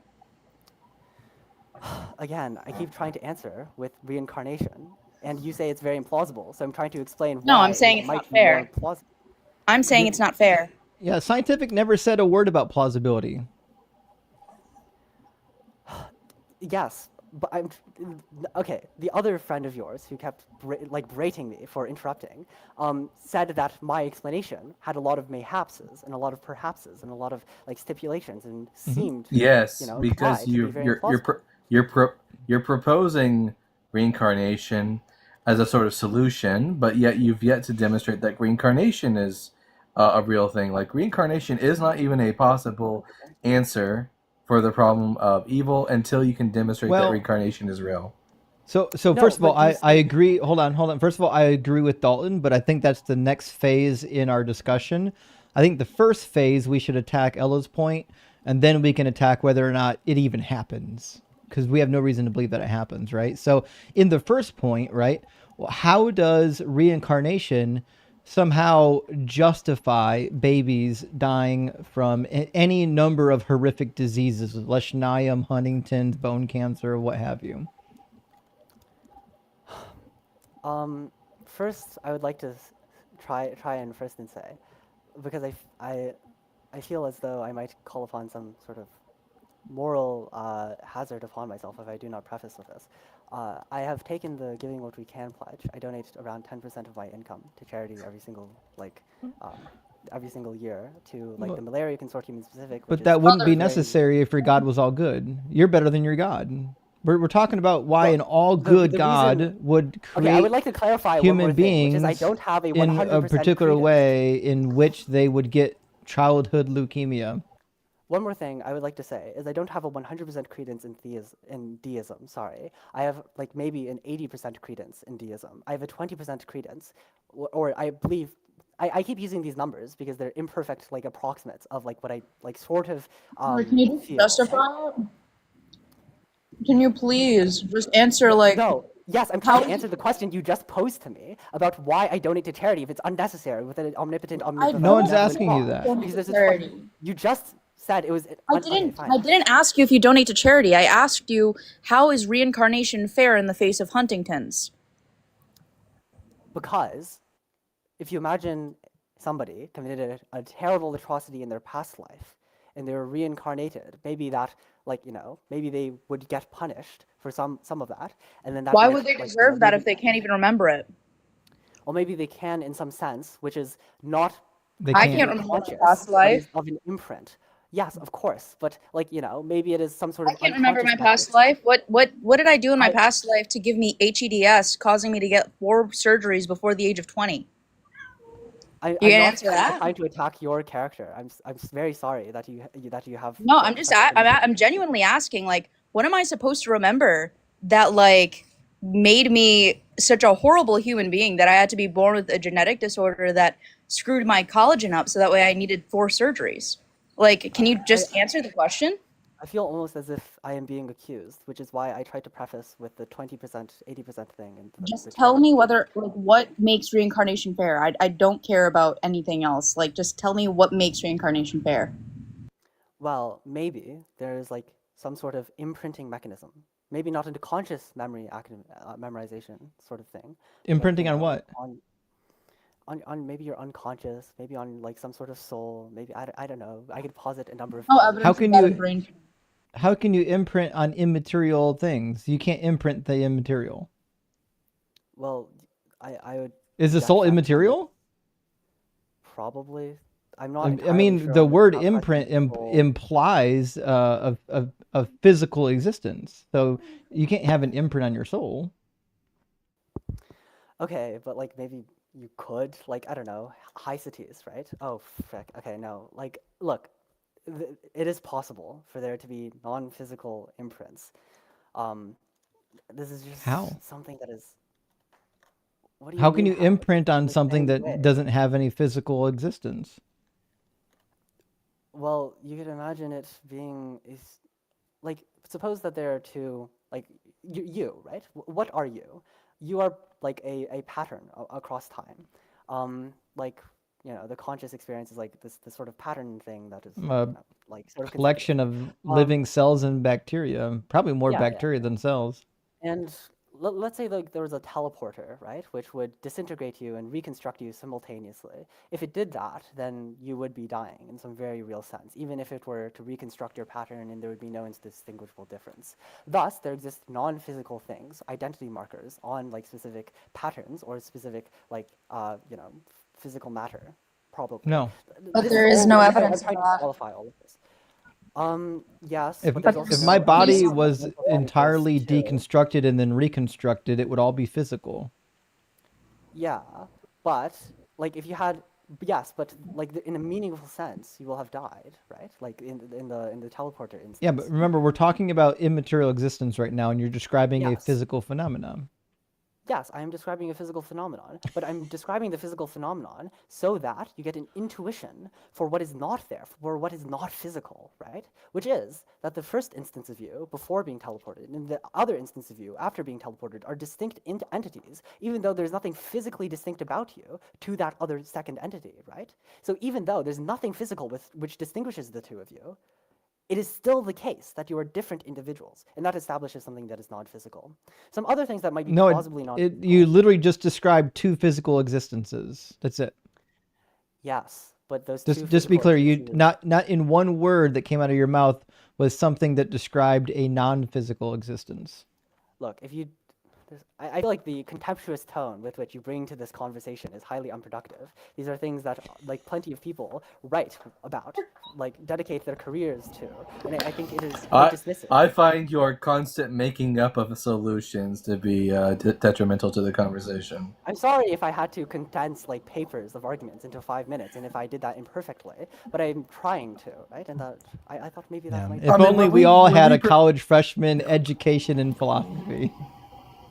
It's kind of pointless when we propose to you a problem with your worldview, and you just seemingly make up an answer that solves your problem. The reason why I made up the answer to the problem is because I have stronger evidence for the hypothesis, and in order to make that hypothesis, But you didn't give any of that evidence.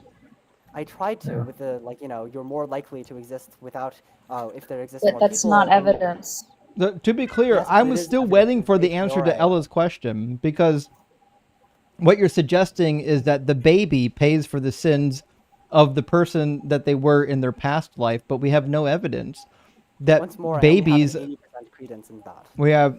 It doesn't matter what your credence is. We're talking about the logicalness of the argument. The argument is either rational or it's not, right? If the argument's not valid, it's not valid. If it's not sound, it's not sound, right? So what I'm asking is, if it's true that you were a wicked person in your past life, and you're saying the reincarnation is a system of justice whereby in your next life you'll have some level of suffering to pay for your sins in the past life, I don't think this rings true, because that would mean that even the babies that die in utero would have to have some level of suffering that they're paying for, given what they did in their past life. Certainly they're not cognizant or aware of that suffering. Or we can even talk about the children that are born with leukemia and they're gone in week 6. There's no consciousness or awareness really there that's going to really pay for their sins. This is not a sensible system of justice by punishing people in their least cognitive state possible. Well, I'm pretty sure that oh no, not week 6. Sorry, but.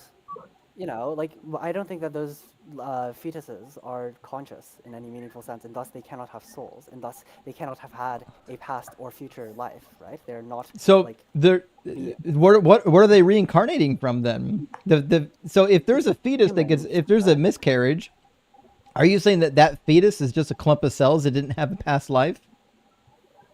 Yeah, it's just a clump of cells. I don't know. So how does your omni god, how does your 80% tri-omni god decide which fetus is going to get life and which one isn't? I don't know, dude. But I have other evidence. I know. Listen, Citric, we got 3 minutes left on the clock. I don't think you've got 3 minutes left of rationality left in you. No, wait. Can I get those 3 minutes just to speak a little bit on the Fatima and why you yourselves would accept my reasoning? All right, I'll give you the 325 uninterrupted. Go. Great. Okay. So the divine mirror. All right, and moving on. Well, that was fun. Thank God. My dumbass muted up because I believed you. Dude, I was so sobbing, dude. I don't know why you think I was gonna let him do that. I was like, wow, Justin's so generous. Jesus. All right, friends, I'm going to grab a couple super chats and we're going to get Ren into the discussion. Guys, our fundraising campaign is going swimmingly. We're now at, we need another $200 to hit our next ghost pepper plunge, right? So We're almost there. We're like at the precipice of doing it. This is the last of it, by the way. I've emptied the ghost pepper. And I haven't thrown up yet. My stomach is full of ghost pepper at this point. I really appreciate everyone who's donated to the fundraiser. This is for our friend Chaos Engine. If you're in the TikTok community, you know Chaos Engine already, but he's got a family of 7. He's got 5 kids. He's trying to get disability. He was denied. His partner lost their job. They're really in the straits right now. They really need our help. So the GoFundMe page that's linked in the description of both YouTube streams, and it's on the screen on the horizontal stream right now. And just for a brief second, I'll put it on the stream for the vertical. You can take a screenshot, and then I got to take it off because TikTok will ban me. Please, by all means, reach out and do anything you can. You know, $5 goes a long way when there are 3,000 or 4,000 people willing to donate. And I super appreciate the community coming together to help out. And so I've got one more shot of hot sauce that I've got to get down my throat. And so I'm going to need y'all to pump this number up, get us past our next threshold. Randy, thank you so much for sending out 10 Deconstruction Zone gifted memberships. I appreciate that. And Cryptic Peptide, thank you so much for the $10 super chat. It says, since you're open to professionals in the audience contributing, I'm an immunology postdoc research fellow.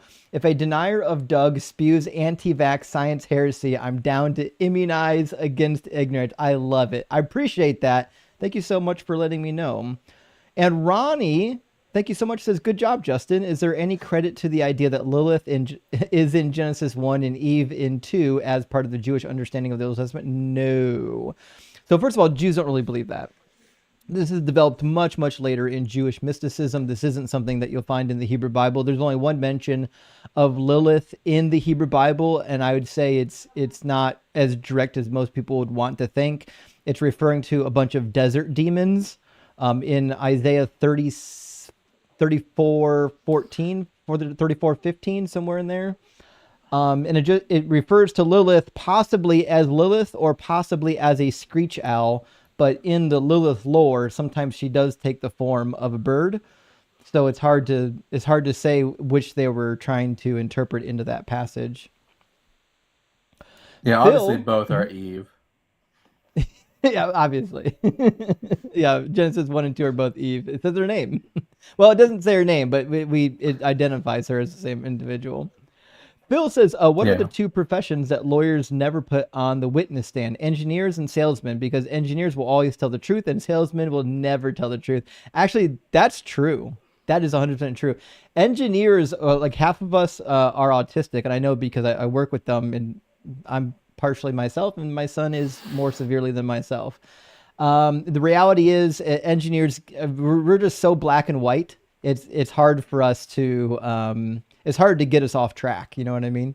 Viking Chef, thank you for the $10 Euro chat, says, really enjoying the Dalton double up lately. I know, me too. Such a good and calm tag team. And Scientific Snitch is here.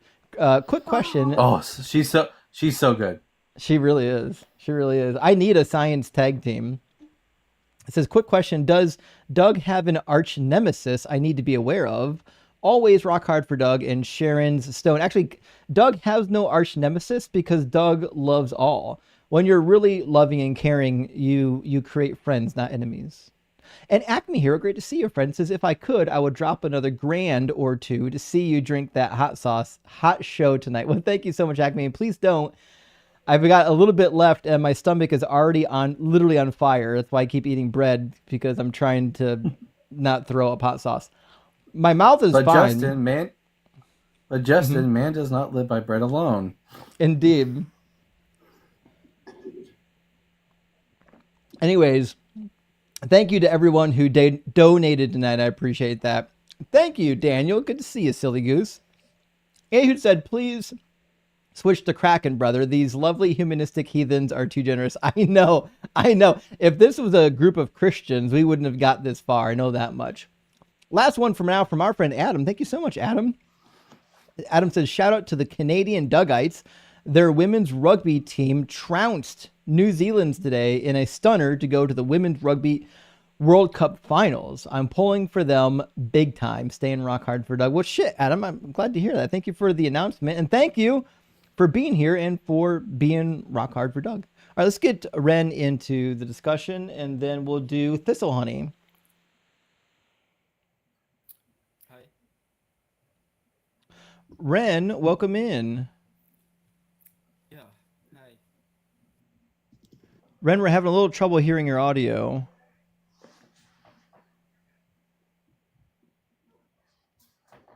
Can you hear me? Okay, you can hear me, but I can't hear you yet. Can you try Check, speaking check. for us?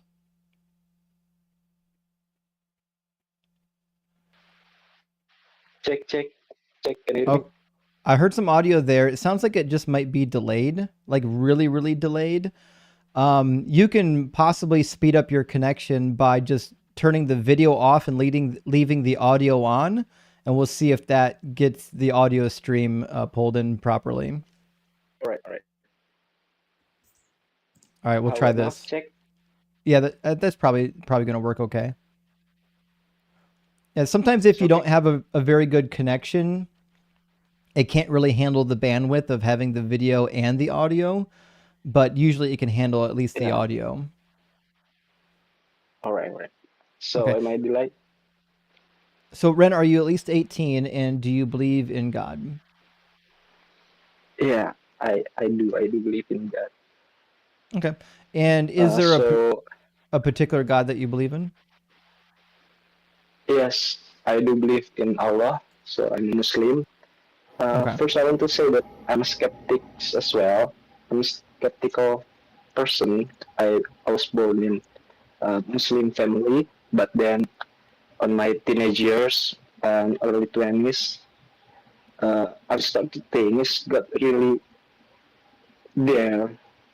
Is there's really God? So I try to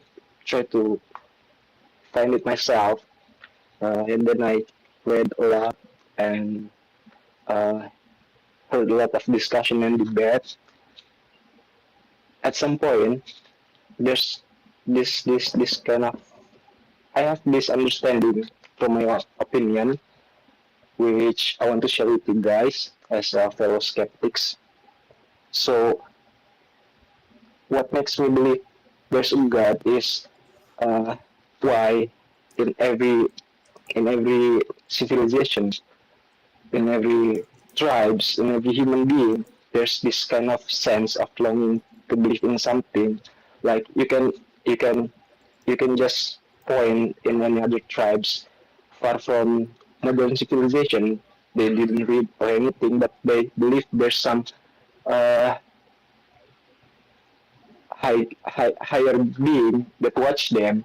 They believe in spirit and other things, but they have faith on something, which made me believe maybe it was printed by God. It was printed by God So Ren, I'm in not our sure DNA, I'm in not our sure I'm instinct. following the conversation. I don't think anybody in the audience is following the conversation either. We're just asking you, what is the best evidence for the Muslim God existing? Well, because it's the most logical things when you cannot explain That's what what we're asking, happened right? at the time. So I think it's the Yeah, most yeah, yeah. logical I thing know. that the I'm just Islamic God doesn't exist, right? So what I'm looking for is like an argument or a piece of evidence that would point towards the Muslim God. uh, I'm just gonna give you my opinion first. Why I believe in Muslim. We get to that. But like it's from my understanding, yeah. So I'm not using any jargon that you've heard. It's just I'm sharing my opinion. You can debate that. You can argue with that later. But it will come to why I believe Muslim. So yeah, like I said, when everyone, every human beings, like yeah, they believe in something. They believe in something. They don't know about I Allah, mean, about Jesus, or anything, but they believe there's something do you watching believe them, that higher that being. it's okay So I was, for yeah. adults to marry children? So you got to that. Well, this. So I'm just gonna ask. At that time, is it okay to sell your own mother to kill babies they was born. I didn't hear It's a not word you right. just said, but I assume it didn't answer my question. My question is, do you believe that it's okay for adult men to marry children? Nowadays, it's not. Okay, it's not. Is it ever No, okay?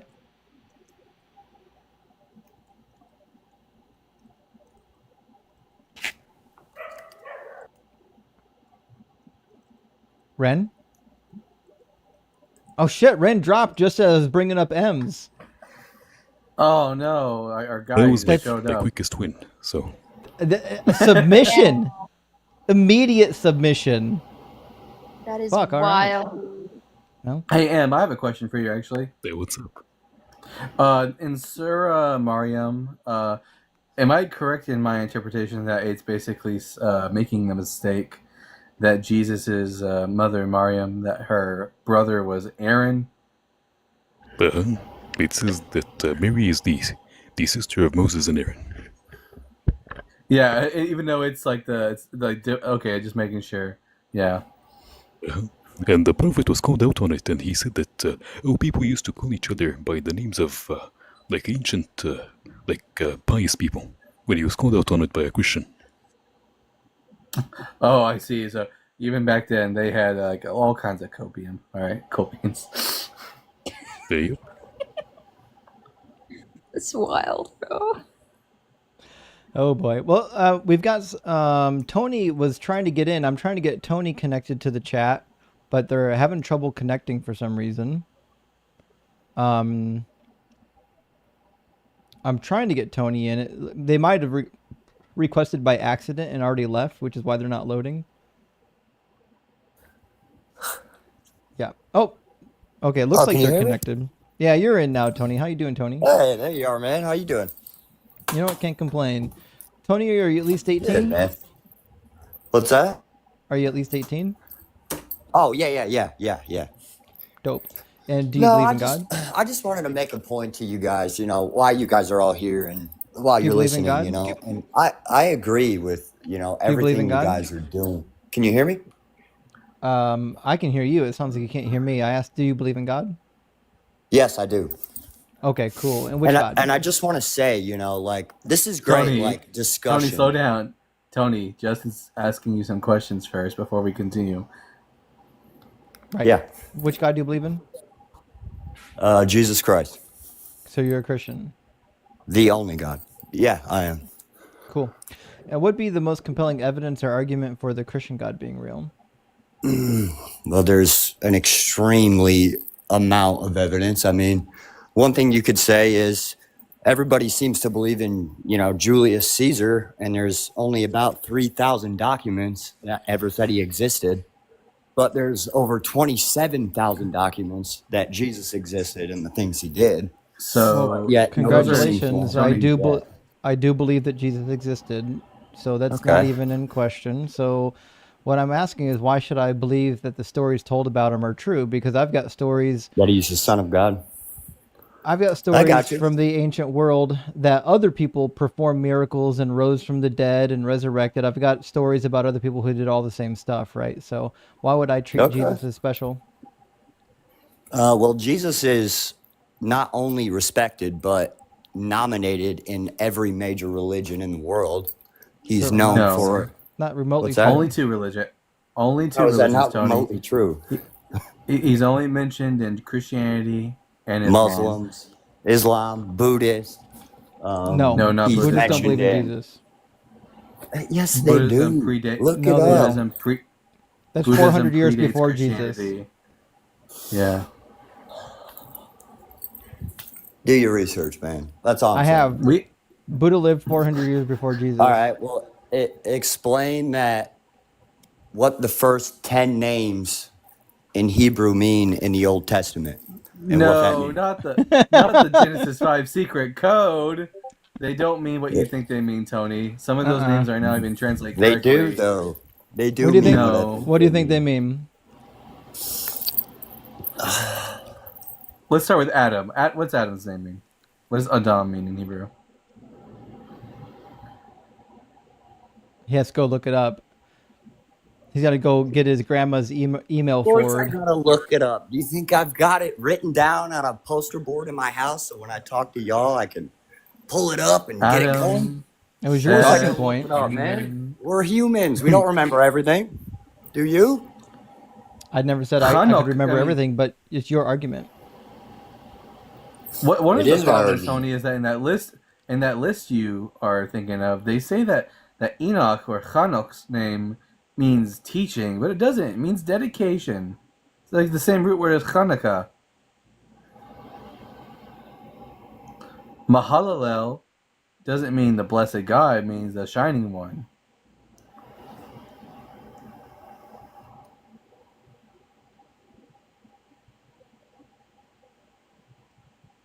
I'll never understand how this talking point has staying power. I can only assume it's because Christians can't look anything up. Was it Chuck Missler who came up with this? I forget who came up with it, but it was somebody who didn't actually have any real credentials. Chuck Missler, if I remember correctly, was an engineer by trade. Wasn't that the case? So definitely not a Hebrew expert. No. I'm pretty sure Chuck Missler was an engineer. I'll double check.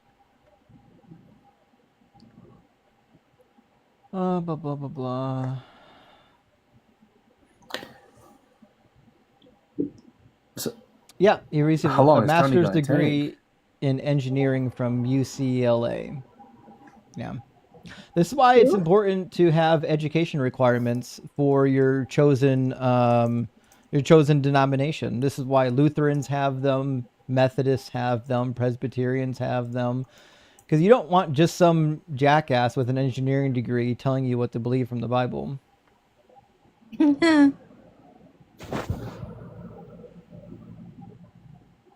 Like, scientific snitch, could you imagine if you like went to a doctor and the doctor was like, yeah, I didn't finish med school. I've got like I started my pre-med degree and then I just finished my BA and that was it. I didn't do my master's or med school. I mean, I think how that is called a likely? chiropractor. I think I would be terrified, bro. I'd be terrified. You're right. That is a chiropractor. Oh, fantastic.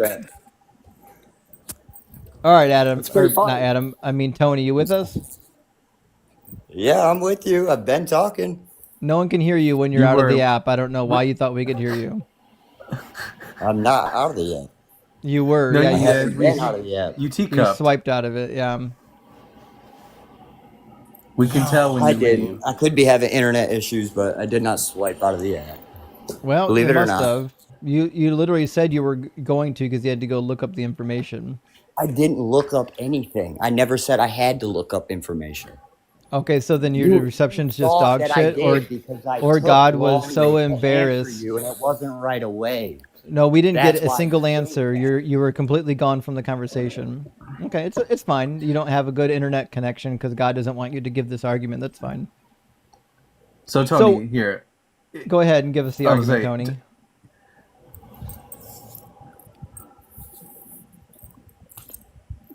So what I started off by saying before you rudely interrupted me in this live was that I think it's great what you guys are doing. I think that you're opening the line for debate to have people talk. I think that's very good. I think we need so much more of that in this world. I really do think we do.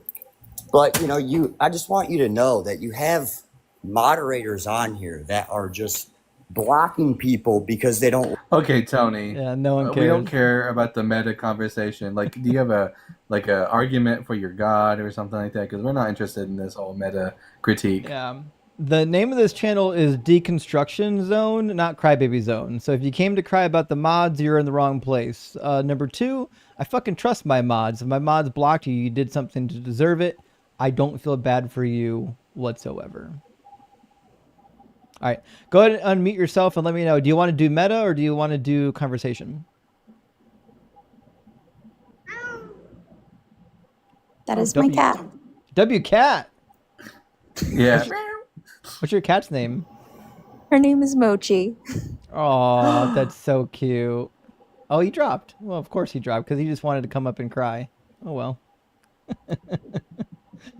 well. W is such a good cat name, actually. She's very Yeah. cute. Listen, It was all crazy cats are when I cute. was a little baby Christian and I first read Chuck Missler's little Genesis 5 secret code thing. I was astonished. And then the craziest thing happened. I started learning Hebrew. You learned Hebrew, yeah. Oh, wow. It's crazy how quickly these arguments fall apart once you learn basic knowledge. Oh my goodness. Let me grab a couple super chats, friends, and we'll get our next guest up in here. Cassander Pan, thank you so much for the super chat. It says, Christians, wouldn't you rather have free will than be a robot to avoid eternal hell? Yes, I'd rather be a robot than risk eternal torment. What the fuck? Am I crazy to think that? No. You can take the free will. I don't really care for it all that much. It seems like it's not really necessary for anything. Plus, in Revelation 21, there's no more pain, no more sorrow, no more death in heaven. I assume that they still have free will. So whatever God's doing there, he could have just done the whole time. Jerissa says, objective morals, please. Christians don't budge until society drags them by the ear. Then suddenly it was biblical all along. 45,000 denominations later. You'd think they'd be sick of interpreting, and I couldn't have said it better myself. They have constantly been the force holding society back. And then the minute society has finally moved on from that mess, they're like, oh, fucking Christians did that. The fuck you did? We drug you kicking and screaming the whole way. Zen, thank you for the $19 super chat. Super appreciate that. It says, so glad to see the Philbro timer. Hope you don't get sick from the sauces. Well, I don't know if I'm going to get sick, but I'll tell you one thing. I'm going to be up late tonight. You can't go to bed on a stomach full of hot sauce. Fancy, thank you for the super chat. Says, hey, Justin, I had a question about Isaiah 43:7. Isn't the implication everything is for his glory? So it's false when a theist appeals to mystery, then defending why God does or allows bad things. Isaiah 43:7 isn't usually the verse that people are using. I think you wanted Isaiah 45, but we can check Isaiah 43 to see, because maybe I'm misremembering what's in the passage. It says, everyone who is called by my name, whom I created for my glory, whom I formed, I made. I can see what you're saying. Yeah, God created mankind for his glory. I see what you're saying. So the question is then, isn't the implication everything... Oh, well, yeah. I mean, listen, God explicitly tells you that he does things for his glory. Like even like the babies that were murdered in Egypt, all the firstborn, literally states that he's doing it so that they will know I am Yahweh, so that he can manifest or multiply his power and glory. So yeah, I mean, if God's willing to kill babies for his glory, then certainly it seems like he created human beings just to, be a narcissist, right? Shadow Slaves, thank you for the $10 super chat. Says, you drowned puppies in a past life, so now you have cancer. I'm glad reincarnation could teach you so much from this. And it's funny too, because like theoretically, like I think reincarnation is supposed to be solved because you're like soul building from one life to the next. But if you don't remember the past life, you don't learn from those fucking mistakes. It's just starting from scratch every time. Like you don't actually get anywhere. It's like Groundhog Day. I guess the reason God offs all those babies is because like they're the ones that remember their last life, and we can't have that. That's what also, I just want to bring up, there are some pretty okay, I have a list of diseases because I literally learned this stuff for like my thing. It's like, I have a list of diseases I would never want to get. One of those is called Stone Man disease, where every single injury you get, the healing scar tissue turns to bone. And your body slowly turns into bone over time. It's probably the most terrifying disease I've ever read about in my life. And like the fact somebody could have that and like you're trying to justify that from a past, that sounds like ALS too. Like there's so many Let me just Thank you for the could you look nightmare up Harley Quinn disease? Oh yeah, Harley Quinn disease is rough. Give me 1 second to. There are some diseases that are so grotesque that they just make you just wanna genuinely just die. Like they won't make you wanna leave this earth from how horrible they are. And apparently this is an all-loving God. Wait, let me get the picture on the screen. 1 second. Okay, so this is what Harley Quinn disease looks like, friends. Where the skin basically cracks and separates. You guys are giving me all kinds of new like nightmares. You should look up stone man disease. That is my like worst nightmare, and it can spontaneously happen to some people. I think Celine Dion's got some of that, doesn't she? I think so. If she has like something called stone man disease, then yeah. Yeah, it's pretty scary. It's everything that happens to you turns to stone. Oh, basically, it's literally you're turning to bone. Mm-hmm. Oh my god. Yeah, it's terrifying. Look it up, friends.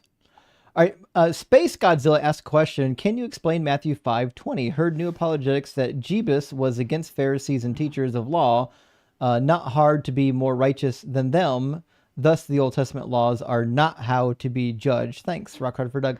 Well, I think what you're suggesting, because at the end of Jesus saying that you need to follow the laws forever until heaven and earth pass away, and that if you want to be great in the kingdom of God, you'll follow the laws and tell others to do the law.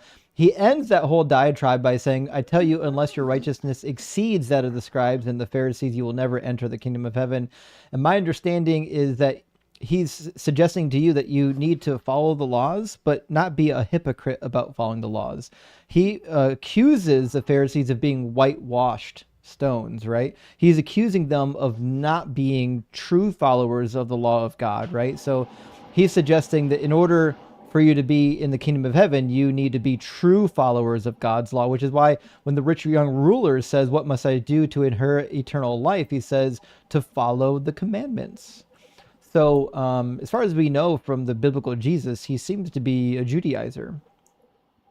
Yeah, I mean, there's like a false narrative out there that Jesus was super anti-Pharisaic law. No, he was just like anti-hypocritical Pharisees. In fact, he explicitly commands his disciples in Matthew 23 verses 1-2 to follow the teachings of the Pharisees, just to not be as hypocritical as them. Right. I've got 3 more super chats, friends, and we're going to get tailor-made into the guest box. Matt, thank you for the super chat. It says possibility must be demonstrated. Even infinite universes do not necessitate all things are possible. The guest seems to be free associating ad hoc rationalizations. I agree. Like, he learned a thing in Philosophy 101 and just ran with it and didn't think about what was happening in his own argument. But, I mean, we were all young and full of that kind of energy once, right? Tucson says, fundraising. Thank you so much, Tucson. I really appreciate the 6666. That's huge, my friend. And last one from our friend JMR. Thank you so much, JMR. JMR says, imagine the thoughts and prayers level GoFundMe would be at in Christian lives. In a Christian live. John 3:16 and Jesus is King. Accepted as payment nowhere still, right? Sharon would side eye so hard. Mortal form reveal. I actually have her on my shelf behind me, but she's behind my green screen, so I can't bring her out. Maybe at the end of the show, I'll bring out Sharon for you. But the emoji is a picture of Sharon, if you can see the emoji. Sinfully wet for Sharon. You're right. Sharon will never offer you thoughts and prayers. Sharon needs you to actually help people. Help people when they need help. All right, we'll get tailor-made into our discussion. What's up, my boy? It's been a while. How you doing? It's been a minute. I've been doing well. How about you? I'm doing good. So, just a few questions for you. So, you used to be Taylor, a Christian, right? If I remember correctly, you are... so your connection is boinked when you came in and it's causing you to echo. Can you drop and come back? It's not loading properly. Yeah, I was, because it didn't load on my screen either. It showed that it was only halfway loaded. Seems like when they don't load all the way through, it does that. Maybe because it doesn't load the camera feature, and the camera feature is fucking up the echo for some reason. What a weird glitch. I'm gonna TikTok's gotta get their shit together. Dude, TikTok Studio is a nightmare. It's so bad. It's so bad. TikTok, the app on the phone, is usually pretty well vetted. but TikTok Studio for PC always has problems. I'm at a point where like I feel like I should, once it's working, I should disable all updates. I will try to get TaylorMade back in here.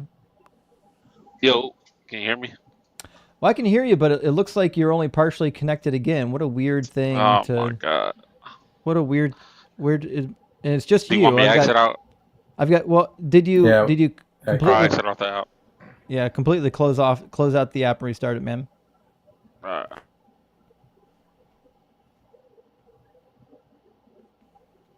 I've talked Anyways, to I'm thinking TaylorMade, about but it's been a starting. while.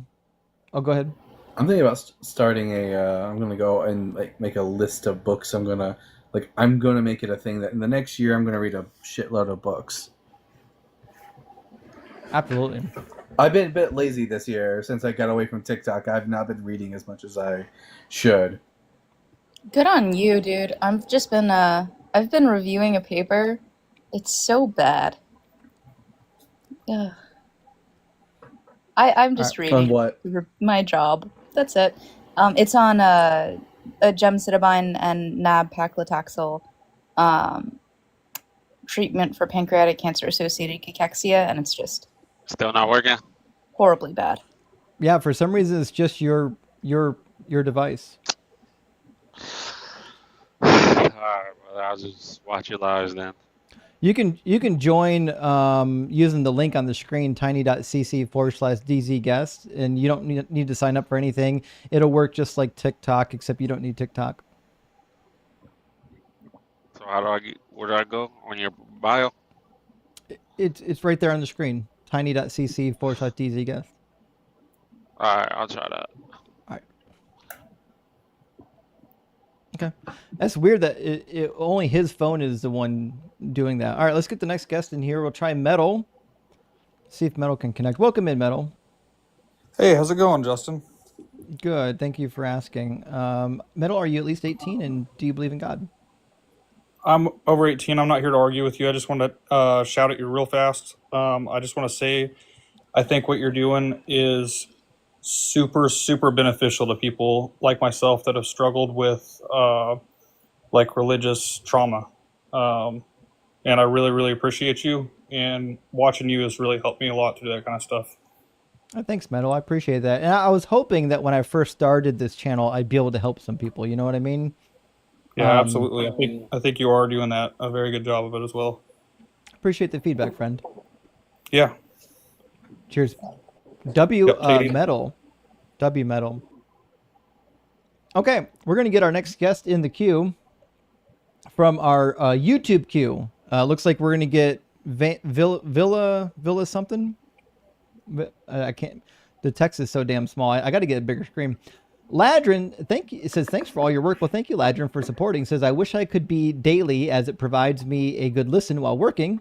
Packers fan, and it will be interesting to see the upcoming game. Hope it's not too bad on the Browns. Well, it's going to be rough, Landry. I appreciate you watching and supporting the stream, and I don't mind the Packers. I kind of like rooting for some of the Midwest teams because even though they're not like the home team, I kind of like rooting for the neighbors. So like, oh, the guest that I was going to bring up dropped. Okay. Well, all right. Well, I guess we'll bring in God. Whoa. How you doing, God? God? Yes. Typical. They never answer. Oh. That's a wild username. God, are you at least 18? I heard my name.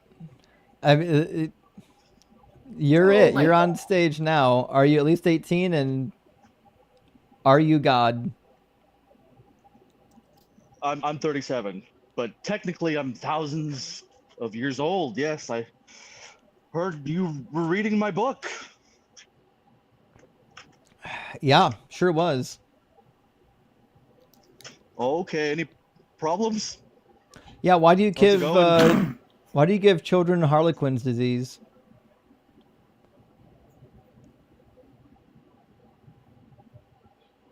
Oh, yeah, they're gone. God has no answer. I think he's trolling. He'll make a second coming. It's all good.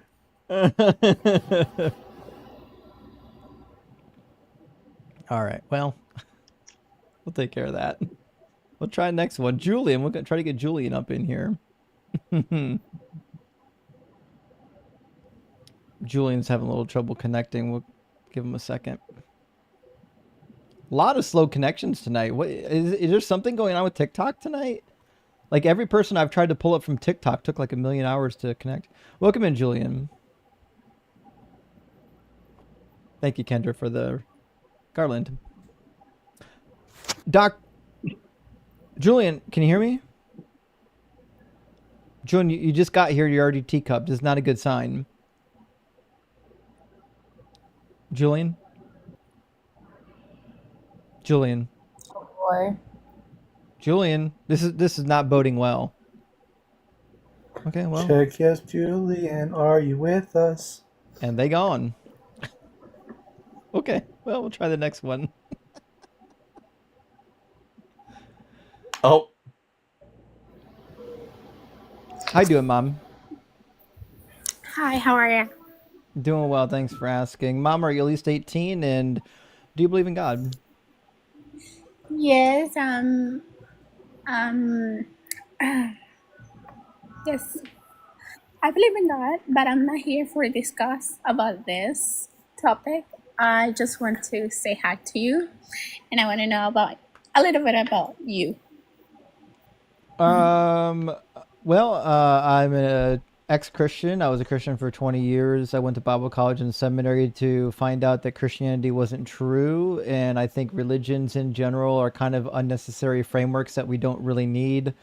And I do deconstruction live streams where we discuss the merits and the proof or lack of proof for these religions being real. Oh, okay. Okay, I have a question. I have a crush on you because I always listen to you when I can. Look, don't let your children grow up to be cowboys, Mom. Don't do it. I appreciate you listening, though. So that's why I said I'm gonna ask him if he's married or he is single. Well, I'm not married, but I'm also happily not married. Not looking to change that. I appreciate you watching and being a fan of the channel, but I'm happily not married, and I'm not going to be changing that. Thank you, though. Okay, that's it. That's I wanted to say hi. I really Bye. appreciate you being here. Have a great one. Yes. Bye. Why am I blushing? Jesus. I mean, give her some props. That's a ballsy thing to do. That's not something that most people would have the courage to do. So it's kind of like Sadie Hawkins dance when you was in high school, if you remember that. I'm gonna grab one super chat. We'll get our next. Ladies, y'all can't have Justin. He's mine. Just saying. I'm taking. Ben Hooks, thank you for the $20 super chat, friend. Ben says, "My Lord Justin, was it false prophecy when you predicted that the minimum donation was $1?" You know what? That was just an error on my part. That was not a revelation from Doug. I apologize for that. That was my error. It says, happily donated more because I don't believe in your false prophecy. For Doug's sake, drink some milk, man. I will, Ben. I promise. Thank you so much. I appreciate you donating. And guys, with that, I'm checking the fundraiser amount right now, and we finally got past the last threshold to for me to chug the rest of this hot sauce. The threshold we needed is $4,936, and we're at $525.9 right now, which means towards between now and the next hour, I've got to down this last bit of hot sauce. By the way, just so people are watching or tuning in, I will have consumed the entire bottle of ghost pepper hot sauce. It's going to be a rough day tomorrow. It's going to be a tough one, friends. But thank you for everyone who showed up and donated to the cause. I mean, I can't thank you enough. The community can't thank you enough. This is why community is so important, because when one of our members is down, we can pick them up. All right, we've got Rhetorical Joker in the chat. How you doing, Joker? Hey man, I just heard that you weren't looking for a wife, but maybe you were looking for a boyfriend. Bruh. I can show you God in ways you never ever imagined. Oh, Joker. I'm No, sorry. Oh my seriously, god, have a good night. Have a good deconstruction. one, too. Bye-bye. Thank you, Got Joker. some thirsty people, bro. Oh boy, I did not know hot sauce was going to bring out the thirst trap. Oh well, what are you gonna do? You know, it's funny. I think I probably would have tithed more in church if the pastor would have like consumed hot sauce for every bit of money. Would have made the sermons a little bit more interesting. It's funny because I was in young adult ministry for a long time. I did a lot of fundraisers in my day, and sometimes you need a motivator. You need a cause for people to unify around. Like I let people style my hair once, or I was forced to wear nothing but a mustache for an entire month. Sometimes these types of fundraiser gimmicks are really helpful, and you do what you can for the community. You know what I mean? All right, Ren came back. We're going to see if Ren's connection is any better than it was the last time. I'm hoping that it is. Give me 1 second, and we will get you pulled in here, Ren. Welcome back, Ren. Ren? Connection's still not good. That's a shame. Oh, well. Well, you tried. You gave it your all, Ren. Sorry we couldn't get you in the conversation. We'll get Brian perhaps in the conversation now. Let's see if Brian's available. A lot of duds tonight. Welcome in, Brian. How you doing? Deconstruction, that's your name? Well, my name's Justin, and my channel is Deconstruction Zone, but you can call me Justin or Deconstruction. I presume your name is Brian? It's Byron. Oh, I'm so sorry. It's Byron. I apologize. My screen is so... one day I'm either going to get a magnifying glass or a bigger screen. It's Byron. I apologize. Byron, are you at least 18, and do you believe in God? Yes, I'm 37 years old, and I definitely believe in God. I was scrolling through TikTok. I was swiping, and I saw your title says your God is imaginary, and I just wanted to ask, what God are you talking about? Yours. Because my God is real. Yeah, sure. What's the evidence that your God's real? He actually came through me, sent the Holy Spirit through me. I could not control my mouth, my tongue, nothing. I believe and that. I knew for a fact, I really felt like the most amazing feeling in the world. You can't even describe it. Yeah, I've met Christian women. I know this testimony is true. They cannot control their. Anyways, so I know people mock it. I know people mock it, and they try to. And I watch a lot of people mock it, and I watch a lot of people act like they're speaking in tongues, which I understand how it could trigger people to make people not believe, but it happened to me at 16 years old, and I still remember it like it was yesterday, man. Yeah. Oh yeah, I can speak in tongues. Shit about a Hyundai, but about a Toyota. No, not talking about that. Byron, That's can you not speak in tongues? You have to be filled with the Holy Spirit to speak in Are tongues. you filled with the Holy Spirit? I am. So you should be able to speak in tongues. Maybe you can convert some of us tonight. You have to be manifesting in the Holy Spirit. You have to be worshiping and praising God, and God will send the Holy Spirit towards you. Oh, sorry, we got time. Wait. The Holy Spirit's not already in you? It has to be sent to you? You have to be hungry for God. That's why he gives us a free will. No, I'm asking about you. Is the Holy Spirit in you right now?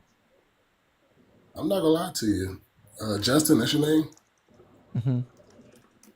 I'm a backslider, man. I'm not going to lie to you, but I'll never forget. I enjoy a little bit of backsliding myself. I'll never forget what that feeling done to me and done for me. And lifted a neither. huge burden off me. Mm-hmm. Yeah, well, that's all I wanted to say, man. Transferring that load really...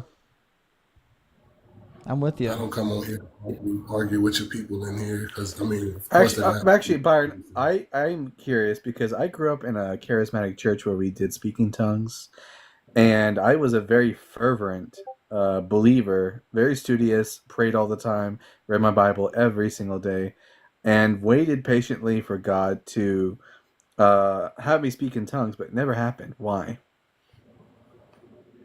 I can speak for you. I can only speak for myself. I grew up in a Pentecostal church, and I used to be afraid of the feeling while I was praying and worshiping, so I always rejected it. Well, right before I went to military school, this man by the name of Doug Schmidt said, Brother B, I need you to go repent for every sin that you could think of. I went up there, I repented. When I was done, he said, put your hands in the air and tell Jesus how much you love him. And I kid you not, bro, I kept saying, I love you, Jesus. I love you, Jesus. I worship you. I magnify you. I glorify your name. I promise you, my right hand to God right now, when I say something took control of me, my mouth started moving so fast. My tongue was so uncontrollable. Sure, but Byron, are you aware that the phenomenon you're describing, which is formally called glossolalia, is not unique to Christianity? There are people outside of Christianity and other religions who experience the same exact phenomenon you are describing. In fact, like for example, in ancient Greece, at the Oracle of Delphi, the Pythia would often engage in speaking in tongues, and she wasn't Christian nor even Jewish. Well, I don't know about Greece or ancient Greece, but I know in the book of Acts in chapter 2, verse 2, they were all in one place in one accord, and suddenly a mighty sound from heaven rushed in as of a mighty wind, and it filled the whole house where they were sitting in tongues. You don't believe in it. I understand that. I'm not here to make you believe in it at all. You believe in what you believe in. I just know at the end of the day, when it hits the fan, you're going to be like, okay. Yeah, we ain't worried about that. Are you worried about going to the Muslim hell? Oh, hey, man. Oh, he just came in to give the threat and run away. I'm so scared now. Are you guys scared? Did you just convert to Christianity right now? Nope. I'm terrified. It's almost like the threats don't do anything. What's wrong with these people? Why do they think threatening anyone is going to be an effective means of getting them into religion? Oh, I'm glad my I get goodness. to show off my tongue speaking skills. You know what? I haven't heard a good speaking in tongues in at least a year. I think we're overdue to get a Christian in here speaking in tongues. It needs to happen.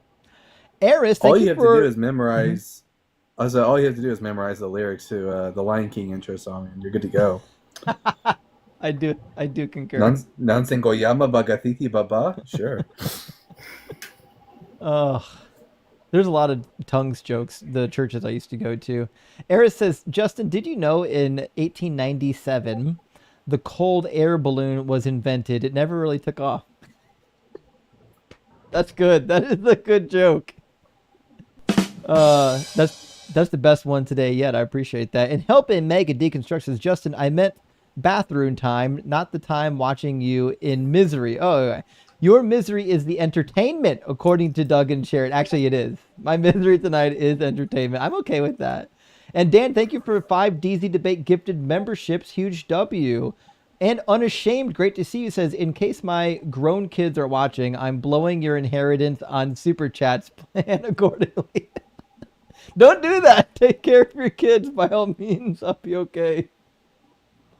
And Shalom, thank you for the super chat. Says, hi, Justin. I have about a 6-hour drive tomorrow, so I'm forcing myself to save tonight's stream to get me through that. Hope it's a great night. Rock hard for Doug and Sinfully Wet for Sharon. Hey, I appreciate that, and thank you so much for stopping by, even though you're going to be watching it tomorrow. Big W. Thank you for watching, and for people who watch on podcasts now, I do have almost all of 2025 up on the podcast platforms. I've got like 2 more months of audio to upload. I'll be doing most of that in the next week. And then after that, every time I go live, I'll make sure that it's uploaded promptly to the podcast platforms in the next day or 2. So we should be able to have that rocking and rolling. Mike Bones says, my faith healing didn't work. Ah, well, time to move to victim blaming. That's the only option you have, right? Or you can be honest. But they're not going to be honest. And Herbie, thank you for the super chat. Says, Justin, for giggles, look up the Devil's. Oh, no. There's a Devil's chili. Right. You'll see why the devil is so evil. Poor Mr. Devil. Donated 10 if you need recorded. It's recorded. Thank you so much. And, well, now we have a new... I mean, listen, I love a good hot chili, to be honest. It's chili season where I live. There's no way. This thing looks way too much like a... I'm looking at it right now. It's You can't show. I don't know if you can show that on the live. There's no. You certainly can't show this on the live stream. But I appreciate the sentiment. Meg says, I had a customer who had a traumatic spine injury but could still walk. She couldn't feel her legs anymore, but she could walk. That's interesting. I've heard such cases before, but it would make you wonder why is the body so susceptible to these types of injuries, right? It's almost like the God that created it wanted it to get destroyed. Jimmy says these people have never been bored. Imagine being stuck. That we wouldn't like that. I certainly don't want to be up there singing for all of eternity. Let me grab 2 more super chats. BK says my back is still effed up as well. Disappointing. I know so many people were hoping to get healed tonight, and they're not going to get it. It's not going to happen. Shadow Slave says I'm sure God is busy. He can't be everywhere at once. Oh wait. Well, I guess he can rely on science in the meantime. I know. Isn't it weird how the omnipotent, omnipresent God is so incapable of like doing anything? It's weird. It's almost like it's just fiction. He's lazy. Well, that could be it. He's really tired. I mean, El in the Canaanite pantheon was a very sleepy dude. So there's your answer. Especially when he was drinking that wine. How you doing, Corio? Hey there. Just want to say that the channel is awesome, and well, I'm not a believer, but just one question: when people get to tell you lots of things, the one thing I do is just get them to Leviticus 13. No, sorry, 14, where it says that the walls of a house can get leprosy or skin disease, and that the way to solve it is unaliving a little bird and dipping a live bird inside and sprinkle blood, and that'll take the problem away. And they usually tend to run away and go, and they don't want to talk to me anymore. But I mean, that's the easiest one. Just if it were to come from a god, why is it that he didn't know that mold is not leprosy, and that by there's no way you can get rid of it just by sprinkling blood on it. Right. That's all I wanted to say. Yeah. We don't bring up the blood magic too often, but you're right. It's actually a really powerful talking point. I was talking to the Apostate Sisters about this because we had a conversation on the Apostate Sisters channel, and I was talking about one of the steps in my deconstruction was realizing that the Old Testament was full of ancient Near Eastern blood magic. And the reality is, it's what it is. If you compare it to the text of the time period, we've got a bunch of blood magic from Assyria, from Babylon, from the Hurrians and the Hittites. They all believe that in this blood magic stuff. Nowadays, we know better, right? Yeah, I mean, it's kind of crazy. I used to be a believer just for 30 years of my life, but one day I decided to read the book, and damn, it's crazy. That'll do it. Yeah, reading the book. Yeah, and actually, now that I'm an atheist for, let's say, 2 years now, every time I read it, I find even more ludicrous things. And yeah, I actually don't know how could I believe in those things before. And sorry about my English, it's not like my first language. And you're doing great. Yeah, just wanted to say thank you for the job you're doing, and everything you do is awesome. Hey, thank you so much, Corey. I appreciate the kind words. See you, bro. Cheers, friend. Well, W. Corio, and I mean, he's got a good point. I think the blood magic in the Old Testament is such a good piece of evidence against what in the world were these people thinking? All right, we've got William in the queue. Let me grab William from our YouTube queue. William, you're on deck. I'm just checking your audio real quick. And you should be up. William, how you doing? I'm doing good. How are you? Doing good. Thank you for asking. William, are you at least 18 and do you believe in God? I no longer believe in God. can you get a little closer to the microphone? It's really hard to hear you. Let me try a different source.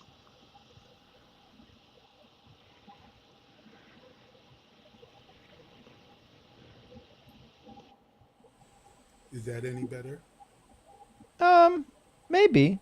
We'll give it a shot. I can hear you. Can everyone else hear him? Yep, I can hear him. Yeah, I think we can hear you. Yeah. So, William, you said you no longer believe in God? That's correct. Okay.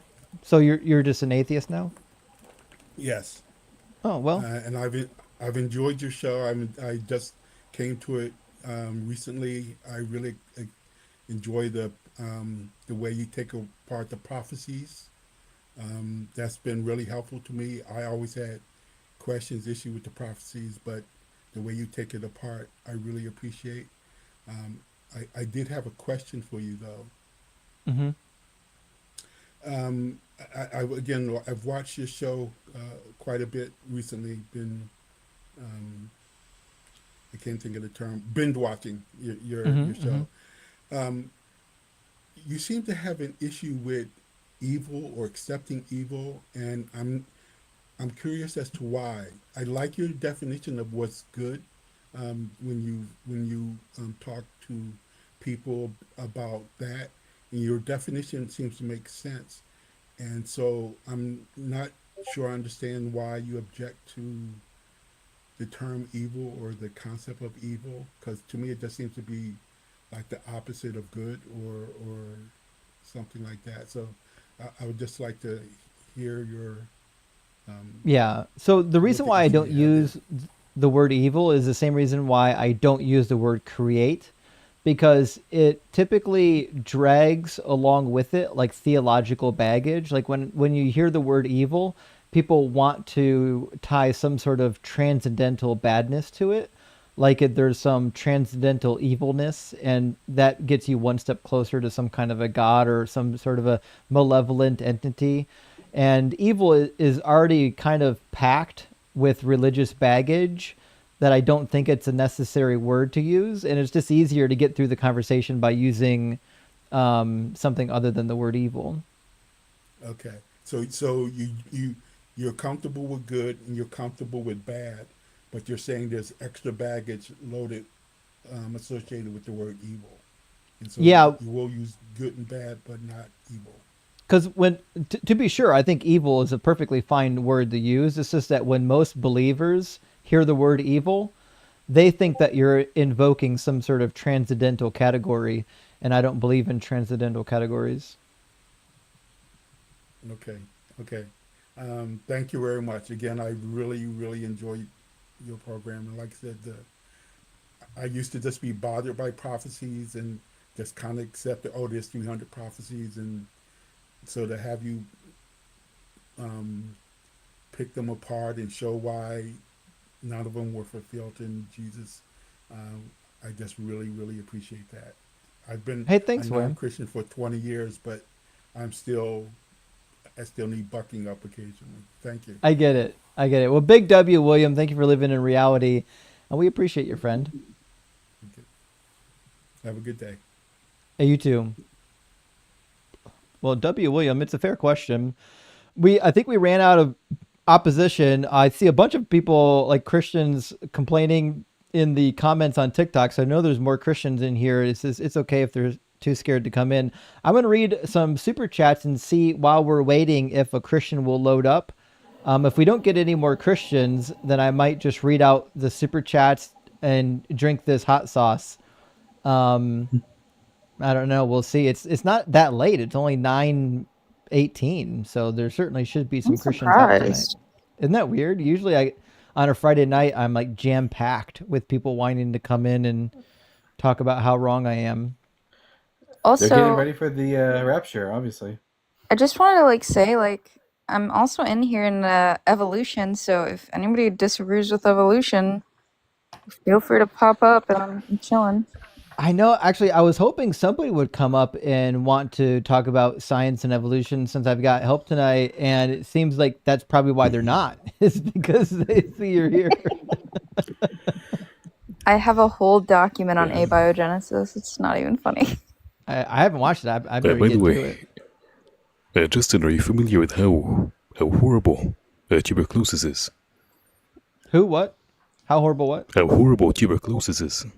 What's Tuberculosis that? is horrible. Oh, tuberculosis. I don't know anything about it. TB. It is one of the most infectious diseases on Earth, and the bacteria attacks every single organ in your body.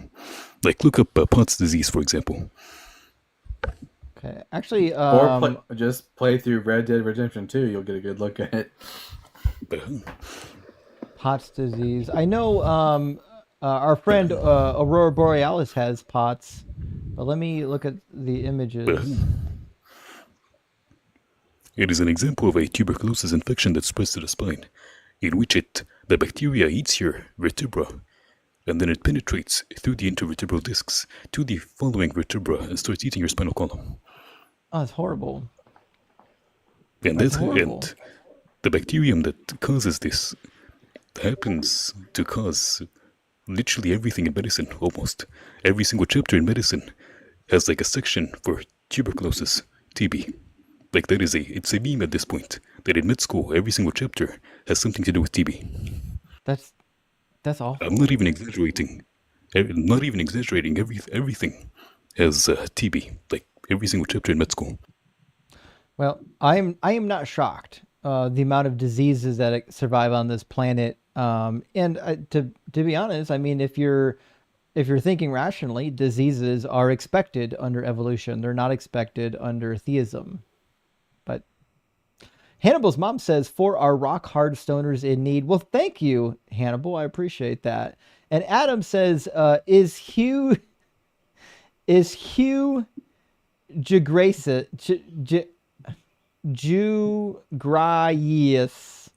a sly allusion to Huge Grace? See, that was my thought, actually, Adam. I thought this was a joke on Huge Grace. Yeah. Lord, show me the truth. We don't know yet. We don't know. But Brad, thank you for the $5 super chat. Brad says, hope this helps, and it does. Space Lord, thank you for the $5 super chat. Says, and lo, tomorrow the lake of fire shall be Justin's toilet. Doug 407. You're not wrong. You are not wrong, Space Lord. We're going to read some super chats. We're waiting for Christians to load up. It's okay if you're scared. You don't have to be scared. We're not going to bite you. It's going to be okay. John says, Lisa, the rainbow giraffe blesses this barbecue. Leafs be upon it. Morehead. Oh, big W. Big W. Giraffes alone are proof of evolution, not creation. What a crazy idea that the laryngeal nerve is going to go like all the way from here down to here, all the way just back up to here where it was supposed to go to in the first place. Specifically the left recurrent, because the right one doesn't do that. Yeah, what a crazy nonsensical design. Esoteric, thank you for the $5 super chat. It says, hey Justin, can you please help me understand how life begun and evolution? Thanks for all you do. Where's M? He's here. Hope he comes on today. He's here. Wish granted. Oh, no. Although I don't know.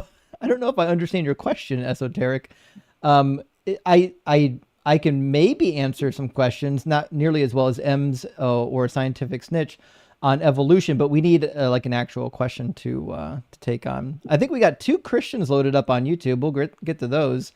Rev says, Jesus crucified at 9, taken down for trial, and put back up at noon. Reused the same nails and handholds. Is this how to harmonize the story? I think it is.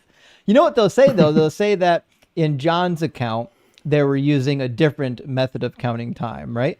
But if that was the case, then we would expect that it wouldn't be, if they were counting from midnight, we would expect that in Roman counting, we would find that sometimes there's like a 10th, 11th, 12th, 13th, 14th, 15th hour that's referenced in literature, but we never find it. I think the latest hour we ever get in Roman literature is something like the 8th or the 9th hour referring to of the day, because they weren't counting in units of 12. They weren't counting from 12 to 12 to 12 to 12. They were counting from sunup to sundown in all of the Roman literature. We have no examples of Roman counting from midnight. They wouldn't even know what midnight was. How would they tell if it was midnight? Honestly, the situation presented above sounds like a Monty Python sketch. It really does, actually. It really does. And Jeff Peanut Butter, good to see you, my friend, says, LL, don't get me wrong. The book recommendations have been amazing. I just blame you. Not really for buying too many books recently. I get that, Jeffy. I get that, Jeffy.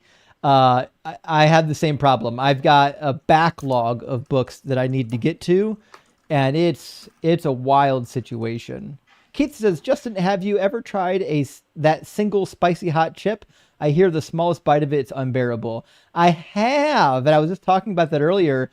When I did try the super hot chip challenge, I ate half of it, and then I was like, it's not worth it. Because I didn't really have a good motivating factor to finish the rest of it. I literally just picked one up at the gas station on my way to work, and I ate half of it on the way to work. And I was like, yeah, it's really hot. They use real ghost pepper. But if you know anything about ghost pepper, it doesn't taste good, right? So it's only fun if you're doing like a real challenge with friends. And I was just driving to work. So I was like, I'm just going to eat the half of it. It's not worth it. I'm going to go in red-faced to work for the next 30 minutes. But I think I could have tolerated it for a fundraiser. We'll see. SLJ says, hope the DZ style spreads in the EU. Our language barriers complicate things, but switching to Latin could help. Even Pope could join EU. He certainly could, but I gotta be honest, I don't know if Latin's on the menu just yet. In the future, maybe, but not at the moment. And John says, Holy Ghost Peppers, Batman. Indeed, Holy Ghost Peppers. We're about to finish it off here soon. And Good Question says, Justin is fulfilling Isaiah 53 right now. Empirical evidence of Doug. Indeed. Yes, I am the suffering servant today. And Nick Frank says, did you run the plan for this stream past the state first? I did not. I just did it. Because I don't have a God. I do what I want. And Josiah says, Justin is a Browns fan. Not sure which one is worse, being a Browns fan or a Texans fan. I am a Texans fan. Well, I get it. It's tough. They had a good tear last year and the year before, but it is. I'm with you. It's tough. Although I don't have anything against the Texans except for I don't know why you tricked us into taking your shitty perverted quarterback and making us pay $230 million for that sexual assaulter. Still not happy about that. On behalf of all Texans. Hate Deshaun Watson. And Noah's Lion says, you said not interested in marriage. How about friends with benefits? I know a fun secret with grapefruits. Oh, God. I don't know about that, Noah's. I don't know about that. But I mean, anyone who knows my backstory can probably piece together why I'm perfectly happy being single. If you don't know my backstory, now is not the time for it. But I listen. I'm pleased that you brought such a delightful suggestion. Appreciate the super chat as well. And Richard Cox, speaking of which, Richard Cox, thank you for the $20. Says, congratulations for your work. I have a devoted marriage to a beautiful man. I do see why many people are drawn to you. You happen to be very charismatic. Well, I thank you for that, Richard Cox. I really do appreciate the kind sentiment. But yeah, you know, that hot sauce is working wonders for you, Justin. Apparently that's the trick. Do I need to like cover my face in hot sauce? Like how do we really get this going? God, no. All right, let me grab our next guest. We're going to get, is this Prestige Worldwide? Are you with us? Isn't it the name of the from Step Brothers? Yeah. Prestige, I think your connection might be really bad. No one can hear you. Hello, Justin. Can you hear me? I caught a little bit of you. Yes, hello? Yeah, I can hear you. It's just kind of, the connection's kind of degraded.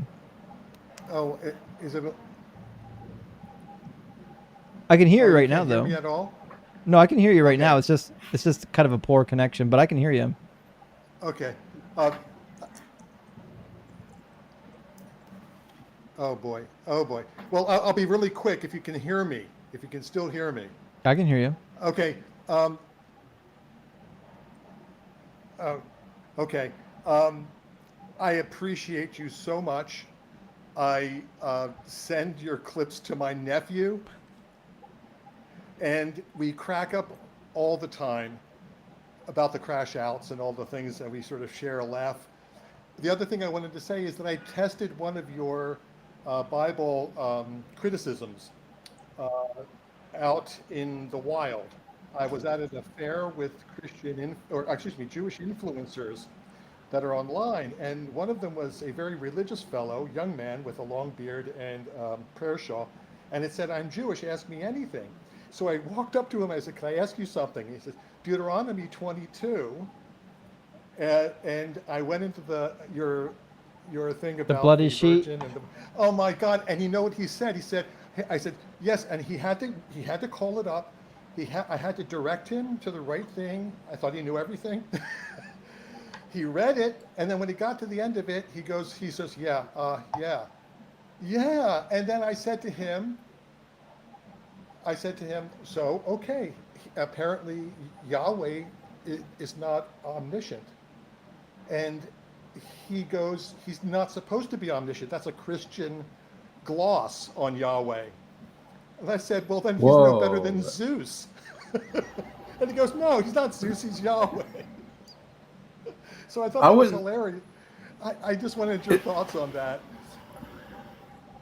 Not exactly, I could say, heretical in Judaism, as they don't formally do that kind of thing. But yeah, that's definitely not the Jewish position. At least in Orthodox Judaism, God definitely is omnipotent or omniscient. And all these, it's got all the omni properties. You would think so. I think Psalm 139 mentions something about this, doesn't it? I'm trying to remember. Yeah, but even further, I'm pretty sure Maimonides spoke profusely on the omni properties of God. Mochi. W Mochi. Well, Prestige, listen, I'm delighted to hear that it worked. I mean, that makes me so happy. It's sad that he had to reduce his God's powers to make his side more palatable. But like, to be fair, I mean, I think that's better than living in the contradiction. You can just say, "Oh, well, my God's kind of a fuck up." Yeah. Yeah, I'm getting Right? an echo. I'm sorry.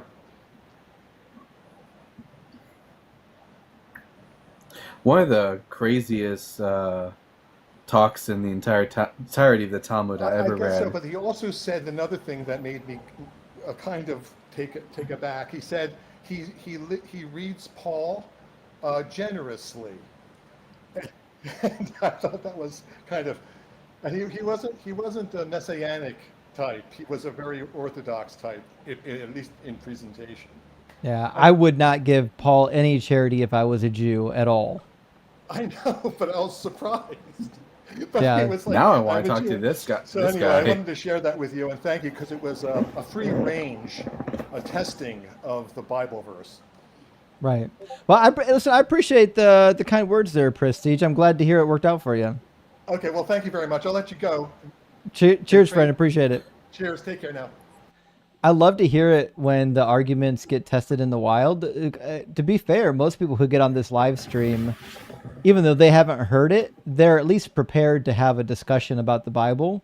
But when you catch somebody in the wild, that's real fun because they have no idea what's coming. Like they're completely oblivious to what they're about to hear. Let me grab 3 super chats. We'll get our next guest in here. Chip, thank you so much, my friend. Says already donated to the GoFundMe. Thank you. And this is for the wipes you'll need tomorrow. Good thing you work from home now. That is a good thing, actually. I appreciate that, Chip. And trust me when I tell you, I have a house loaded with wipes for my son still yet, but we never run out. I've never had to use his wipes, but tomorrow could be one of those days. And Jay says, the last live I thought I heard you suggest that water can't be in all 3 states at once. However, water's triple point is 0.01 C and 611.657 pascals. So are you suggesting that a single molecule of water can be a vapor, a gas, and a liquid all at once? Or is he referring to like a collection of water molecules? Dr. Blood said, hold up. Yeah, I don't know about this one. I think Dr. Blitz might have something to say on this one. So it says that the triple point is a unique combination of temperature and pressure at which a substance, solid, liquid, and gaseous phases can coexist. I'd love to hear more about this. Dr. Blitz, I'm learning right now possibly about triple point. Can you help me understand? Yeah, so the first thing to know is that a single water molecule can never be in a phase. A phase is what happens when you have a whole bunch of water molecules around. Okay. Like a single water molecule, a phase is about how the molecules are related to each other, right? But when you have a whole bunch of water molecules, they can be in the triple point phase, which is where all three phases coexist equally. And it's very, very weird. It's very, very weird. Yeah, this is entirely new to me. I've never heard of triple point. Yeah, in fact, so it's slightly less weird, but there's a thing called a critical point as well, where you can have gases and liquids coexist, and then you have something called a not a superfluid, that's not the right word, supercritical fluid rather. And these are very weird because they kind of diffuse like gases, but you can dissolve things in them like liquids. It's all very weird. I don't need the apologist to hear about this. I know, right? Let me ask you a question about triple point then. So say, for example, let's say you've got a collection of 10,000 molecules of water. This is an arbitrary number I picked, right? There's 10,000 of them, right? If they're at triple point, does that mean that all 10,000 of them are included in each individual state, or are some of them segregated? Like some of them will be in the gaseous state and some of them will be in the water state? It's a mixed state. So it means that all three states coexist at that temperature. So in fact, the triple point is different from the critical point. At the critical point, liquids and gases start being the same thing. At the triple point, that just means that you can have, at any temperature or at any pressure, you can always have what you might call a double point. Put ice in water, and now you have ice coexisting with liquid water, right? It's just at 0 degrees Celsius, and you have partially solid, partially liquid. The triple point is just that when you change the temperature and pressure in such a way that all three can coexist. No, I agree with you. I guess what I'm trying to ask is, would 100% of the water in container be at all three stages, or is it in parts? No. Okay, so one part is liquid, one part is gas. You'll have some of them that are like, you'll have a chunk of ice at the bottom. If this was in gravity, you'll have a chunk of ice, or you'll have some water, and then you'll have a chunk of ice floating on top of it, and there's some gas on top of it. Perfect. Okay, so then it still ends up, if we're using this as an analogy for the Trinity, it would still end up in the heresy of partialism. Yeah. We almost had a good analogy. Listen, I can't believe I've never heard of triple point. This is such a cool idea. I didn't know triple point was a thing. Shit. However, if there were not Trinitarians, but binarians? I don't know. If there were binarians, then a good analogy would be supercritical fluid. Yeah, there you go. Because supercritical fluids really are both liquids and solids at the same time, and they're just not even different things anymore. So that's right. But there is no such thing for three. So the Trinitarians are screwed again. They really are. They're never going to have a good model because their concept doesn't work. It's not logical. What are you going to do? What are you going to do? I appreciate the explanation, Blitz. Yeah, of course. Lou, it's great to see you. Thank you for the $5 super thanks. And last one from Simeon says, Justin's toilet is truly going to have some awesome experience tomorrow. And of course, I mean awesome in the biblical sense. Yeah, it's going to be bad.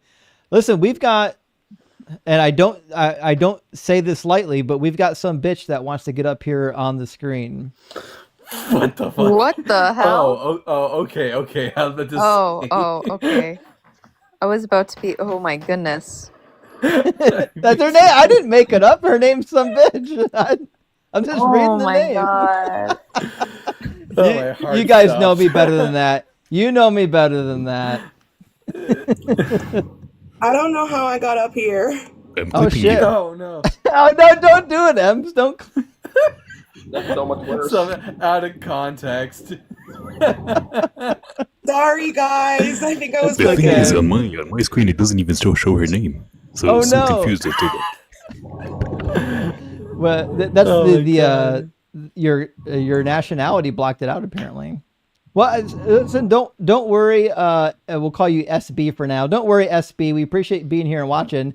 If you butt dialed, we'll just drop you back down. No worries. I appreciate you. Thank you. Cheers, friend. Look at the absolute fucking power panel happening right now. Blitz, Scientific Snitch, Ems, and Dalton. Shit. Just fucking put me out of business. I do feel the least qualified here, just saying. But I No. feel honored. You're more than qualified. We're trying to get Ben in the conversation. I think for the second time to see if I think we tried Ben and the connection was a little bit slow. We'll try Ben again. How you doing, Ben? Good. Can you hear me okay? I can hear you great, yeah. Okay, good. Yeah, no, I was on probably like 2 weeks ago when you were doing the hell one. Oh, No, right, you yeah. were doing you were doing the Satan's Not Bad one. Yeah, fucking justice for Snake. Huh? I said justice for Snake. Yeah, yeah. Yeah, so I kind of wanted to hear the abiogenesis defense, I guess, from your biologist. Well, I am a physiologist, first of all. Well, working towards my official title. Nice. That being Where said, are you going to school? I prefer not to say that online because I've gotten a few weird, like Yeah. a few Yeah, people no like problem. called my PI, and it's like really weird. But that being said, I'm a master's student in physiology. Let me pull up my lovely little giant document of evidence. Is there a way that I can see the screen, Justin? Because if Oh, I I look can at turn on my screen. Okay. So When if I look if at the you're screen through, sorry, go ahead. so yeah, if you're patient, I can make her screen bigger so that you can see it. So give me 1 second. I'm going to expand her screen. Now you can't see it just yet. You got to give me a second, and I'm going to make her screen bigger, and then you'll be able to see it here in Uno Momento. Let me make sure I got all of it. There we go. Bada bing, bada boom. You should see almost all of her screen. Give me 1 more second. There you go. That should be all of her screen. And then I'm going to do the same thing on the horizontal stream.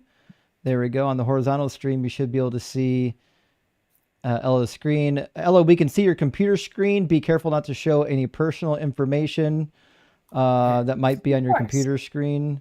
Sorry, And hang on. Is the only way that I can see it is if I go to YouTube, or can I not see it through your link? you should be able to see it right now through the... Oh, you know what? I apologize. I forgot to turn the virtual camera on for you. That's my fault. Let me turn it on. I'm sorry. When I started the session, I totally forgot to turn on the virtual camera. It's usually on by default. Okay. You should be able to see the virtual camera now. Yep. Okay, so everything's all good?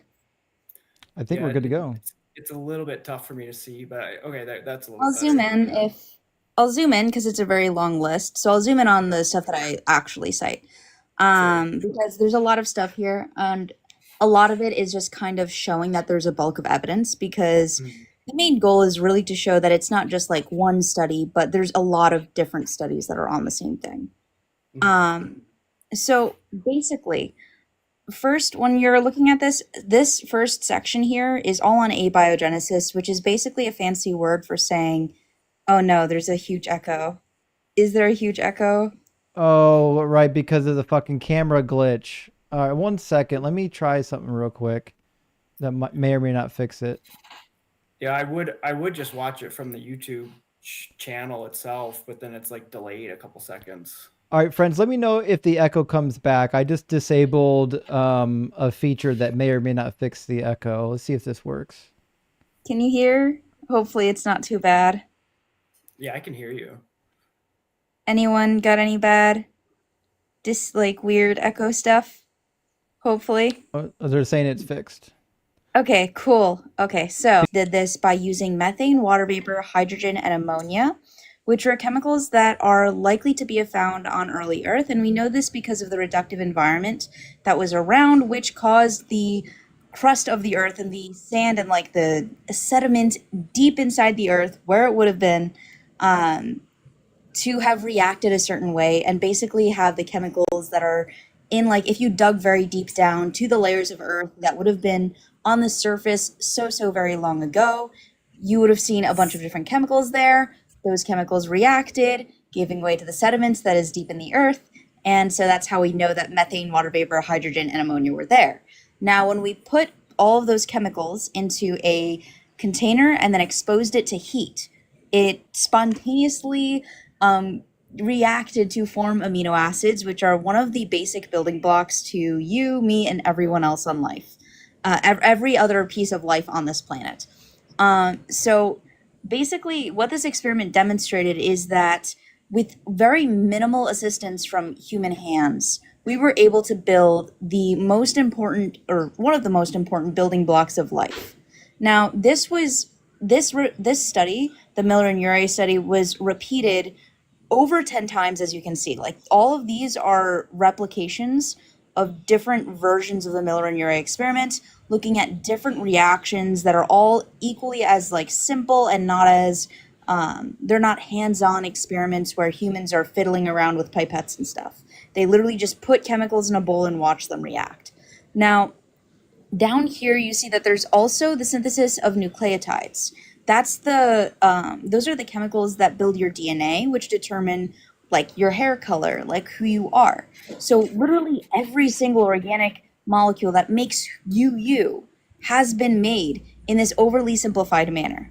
Now, there is one problem, is that there is a selectivity for how these proteins interact with your body. Your protein really likes, I believe it's the D or the L version of peptides, not necessarily the other or the or. So, like, they only like one version of it. That was solved because RNA can basically fold in on itself, kind of like a piece of paper, and turn into an enzyme that can react and synthesize molecules like, for example, proteins. So theoretically, if you trapped one of these self-folded RNA molecules into a lipid bilayer, which is what makes your cells, you get a cell. Now, that would be considered a protocell because life has different definitions. If you took, like, a biology class, you probably recognize that to be living, you need to be able to eat, you need to be able to make your own energy, and you need to be able to self-replicate. So a cell is not necessarily just something with a molecule that can replicate itself. So over time, you get more and more complicated molecules that kind of eat each other and they combine. I mean, you have this primordial soup of all of these amino acids, and that kind of that paved the way to microorganisms like bacteria, like prokaryotes, and viruses. And there's also, this kind of brings down to, like, where did all of this occur? And all of this occurred in hydrothermal vents or other hot chemically rich bodies of water, where you would find significant amounts of methane, water vapor, hydrogen, and ammonia, where that kind of all connects there. Once you have microorganisms, then you have kind of these microorganisms crunching together and combining. So there have been 3 events that have been recognized. Can I Go just ahead. pause right there? So we made a jump. We made a jump there from we were talking about RNA and the creation of RNA, and then we jumped all of a sudden to single cell organisms. No. So we jumped from RNA. So all of the components of a cell can be made abiotically. RNA can be made abiotically. A peptide strand can be made abiotically because RNA can self-fold on itself and can start, like, synthesizing proteins. Because tRNA is also just, like, folded in on itself RNA with a little attachment to an amino acid. So all of these things can be made abiotically, and that's all this evidence is up here. Every component of your cell can be made abiotically, aside from, like, the membrane. Aside from membrane-contained organelles like mitochondria, which is where I was getting to. And but as far as I understand, the studies that did that, they do demonstrate that, but they do rely on preformed material to kind of show those reactions. They don't. They don't rely So on any methane, preformed water material. vapor, hydrogen, and ammonia are not No, preformed. not those. The ones that show the RNA, like the one. There was a recent one, and I think it was 2024 that showed nucleotides self-assembling onto RNA sequences, and they used what was it? It wasn't ATP. It was another. It was like a thioester compound. No, so you're referring to the protocell study. I also have that cited here, but that's not all that has been found. So there was also spontaneous formation of RNA strands, peptidyl RNA, and cofactors, which would be those components that you see in the thioester study. This study here does talk about the formation of actual strands, and there is evidence of protein aggregation. So basically, amino acids can kind of spontaneously combine. There's a bunch of evidence of That's what I actual was like talking about, yeah. polymers talking about. But the thioester study you're talking about is down here, which is protocells by spontaneous reaction of cysteine with the short-chain thioesters. That was made with pre-existing molecules, but we have all of this evidence showing that all of those pre-existing molecules can be made abiotically. Sure. Okay. Yeah. Keep going. So yeah, but then we jumped. I mean. So once you have protocells, it really just depends on how you're defining life at that point, because you could define a virus as a protocell in a sense, Well, because it's technically. Do we define viruses as protocells though right now? I mean, it just kind of depends on what kind of virus you're talking about. Well, because if you're looking at a very, very simplified virus, there are like evidence of. So, for example, there's this one bacterium that only has DNA for one ribosome, which does not make a lot of sense when you look at other bacterium, when you look at other organisms. Similarly, you have bacteria that can participate in phagocytotic-like behavior, which is not characteristic of a bacteria. There are larger viruses that look more like actual cells, and there are simpler viruses that don't look anything like cells. So there are many different, there's a gradient of life. So when you say, do we define viruses as a protocell, that really kind of depends on how you're defining a virus, because at a certain point, you're getting closer and closer to a eukaryotic cell. Yeah, I have not heard viruses being defined as a protocell, but so I agree with what you're showing me, and I've seen that stuff too, but there is still a gap here. Well, that gap is millions of years.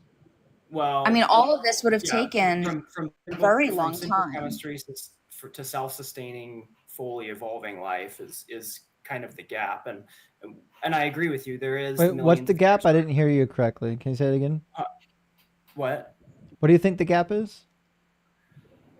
I said the gap is the millions of years argument, and well, what I'm not saying just is that the millions of years. There's also evidence inside of our own bodies that this all occurred. So, for example, inside of every single mitochondria, inside of every cell of your body, there exists alpha proteobacterium fragments. In fact, the ribosomes inside of your mitochondria resemble bacterial ribosomes, not eukaryotic ribosomes, which would make no sense if our ancestors were purely eukaryotic and had no prokaryotic background.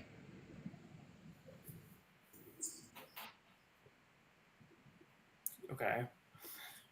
And then on top of that, we also have the majority of our DNA is viral DNA. In fact, when you look at I believe there's some DNA, there's something that's here. There's a study that actually suggests, or at least some research that suggests, that our nucleus comes from a virus called a Medusa virus, which is one of those larger viruses that I was talking about.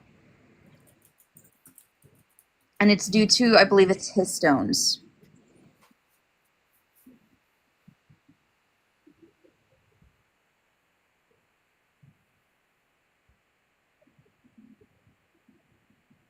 So we've got two microorganism characteristics inside of every single cell in your body that would make no sense under the guise that we were created. Well, but that's all still under the idea that all of that happened in the first place, right? Well, first of all, we've actually observed another microorganism engulfing another microorganism, forming in a symbiotic relationship very similar to that of a mitochondria. It was actually a recent nitrogen fixing organelle, which is like very strikingly similar to the mitochondria and the chloroplast.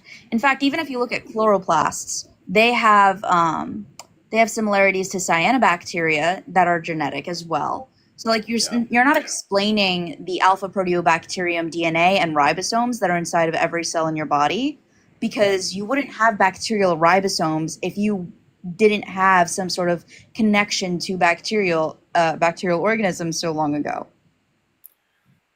You know, I mean, our body is populated by more bacterial cells than human cells. So Yeah, but mitochondria aren't bacterial cells.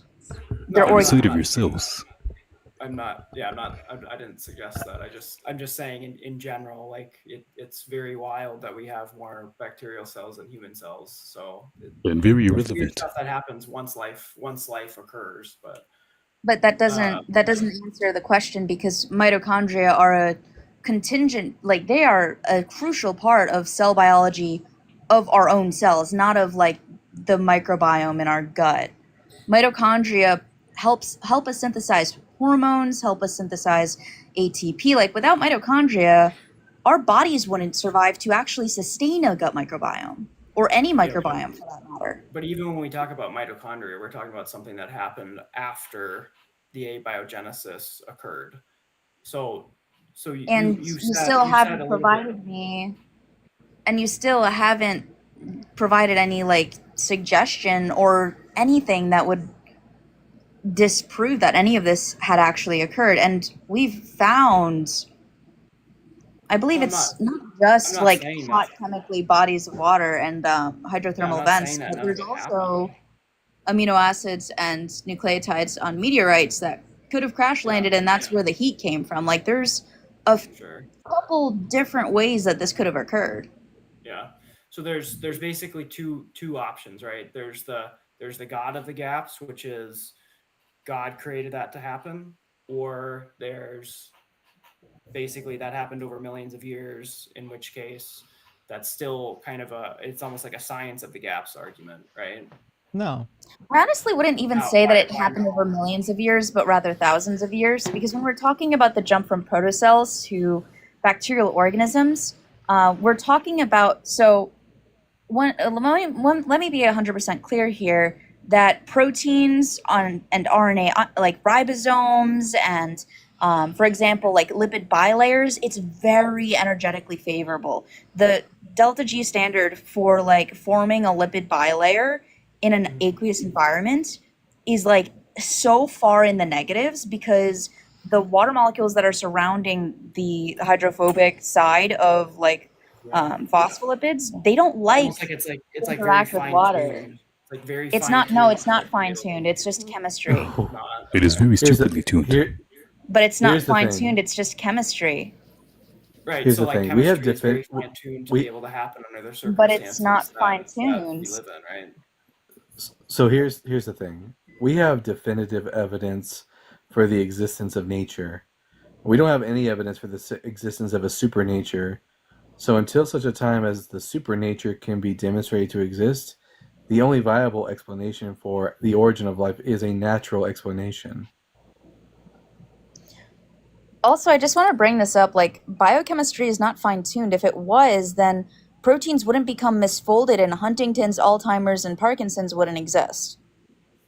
Well, there's mechanisms that explain the reason why those become unfolded. But they don't. There actually aren't any. If there were, then we would have no cured the mechanisms that disease. explain that? No, there's no clear mechanism, because otherwise we would have cured it. There's no mechanism that explains why proteins would get unfolded? Misfolded, not unfolded. Misfolded, yes. Real quick, I'm hearing from the chat that they can't hear Scientific now. Yeah. Oh no. It's because her camera's turned off, and I had the. Let me. I can fix it 1 second. Ah. Oh, that's interesting. They should be able to hear her. Can you hear Someone me? said can't hear anyone in the panel. Oh no. That's a weird. What about now? Can you hear her now? Yay! Yep.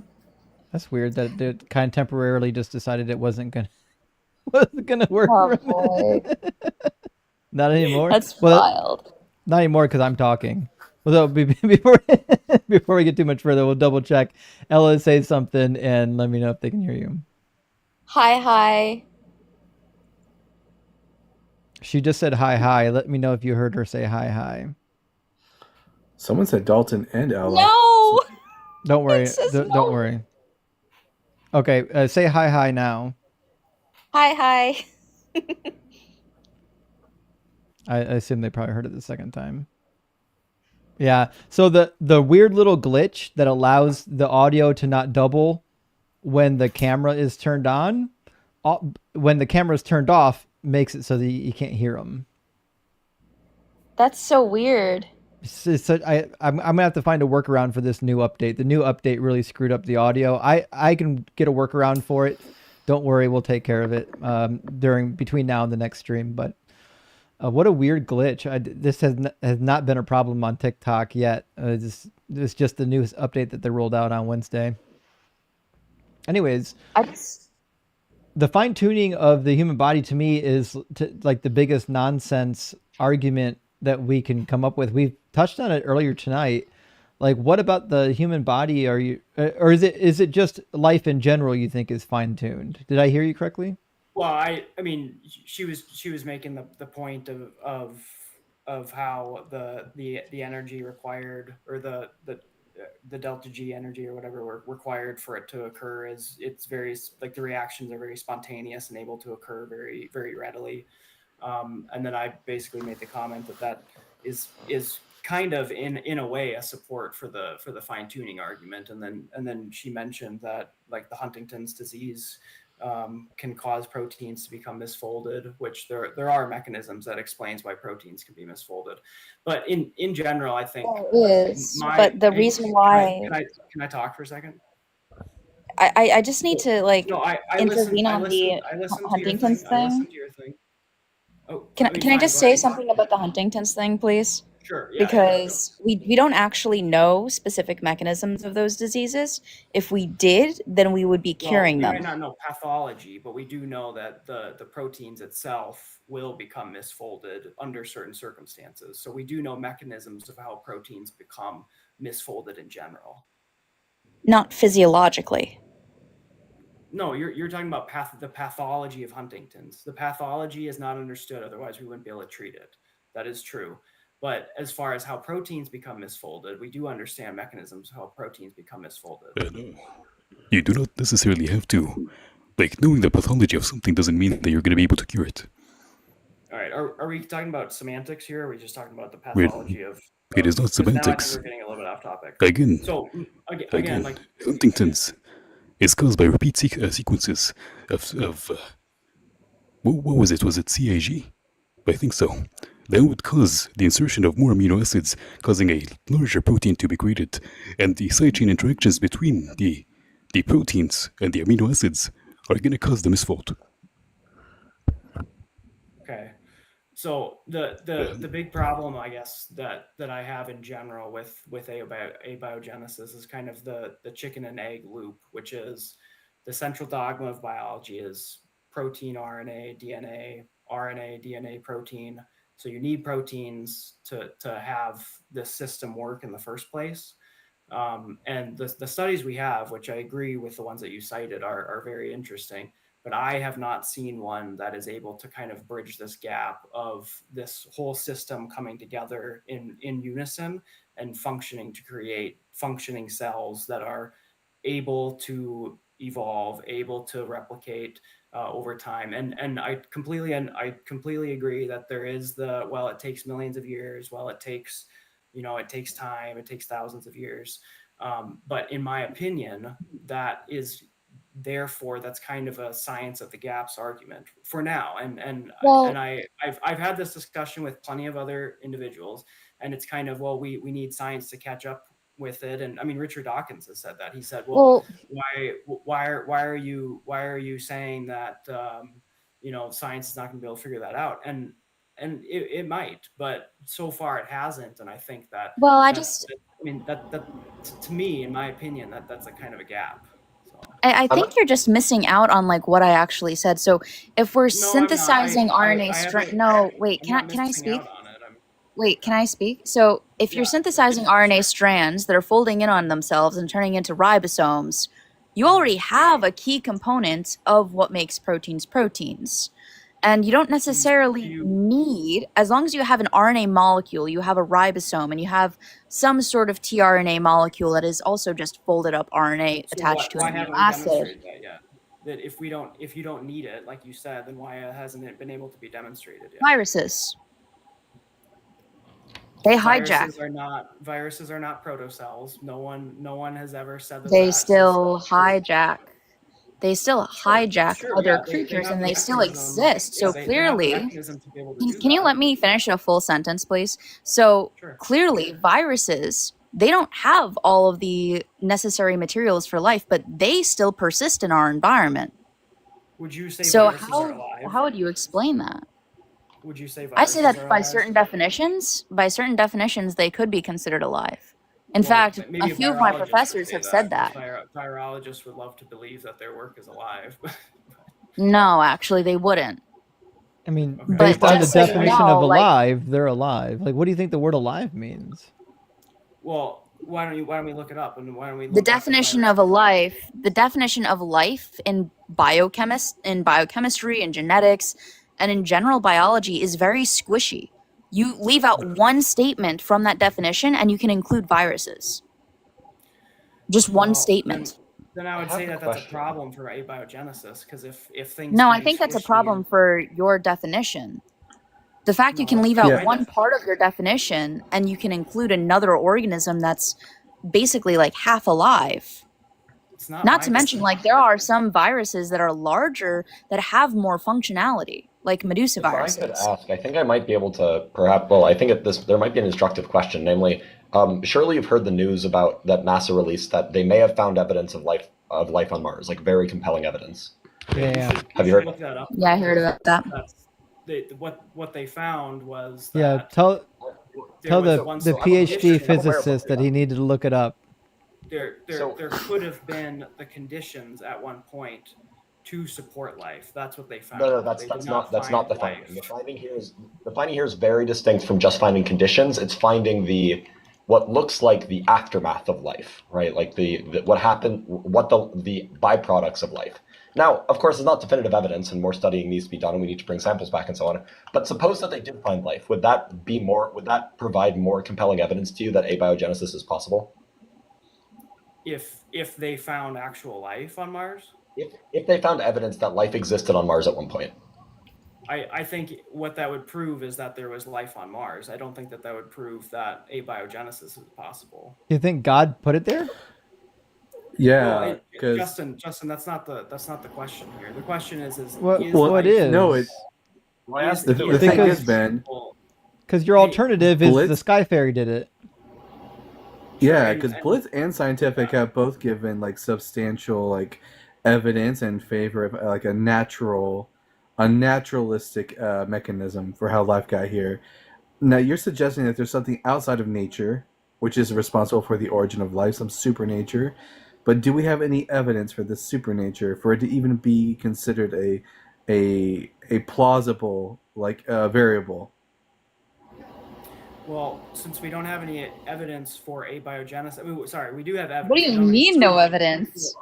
You're saying science of the gaps? You're saying you're literally using the God of the gaps argument right now. Hey, I corrected myself. Okay, I did not. I recognize that there is evidence, but I would say that there is no proof of it. There's not even science doesn't operate on proof. There's not a single piece of evidence that points towards a sky god.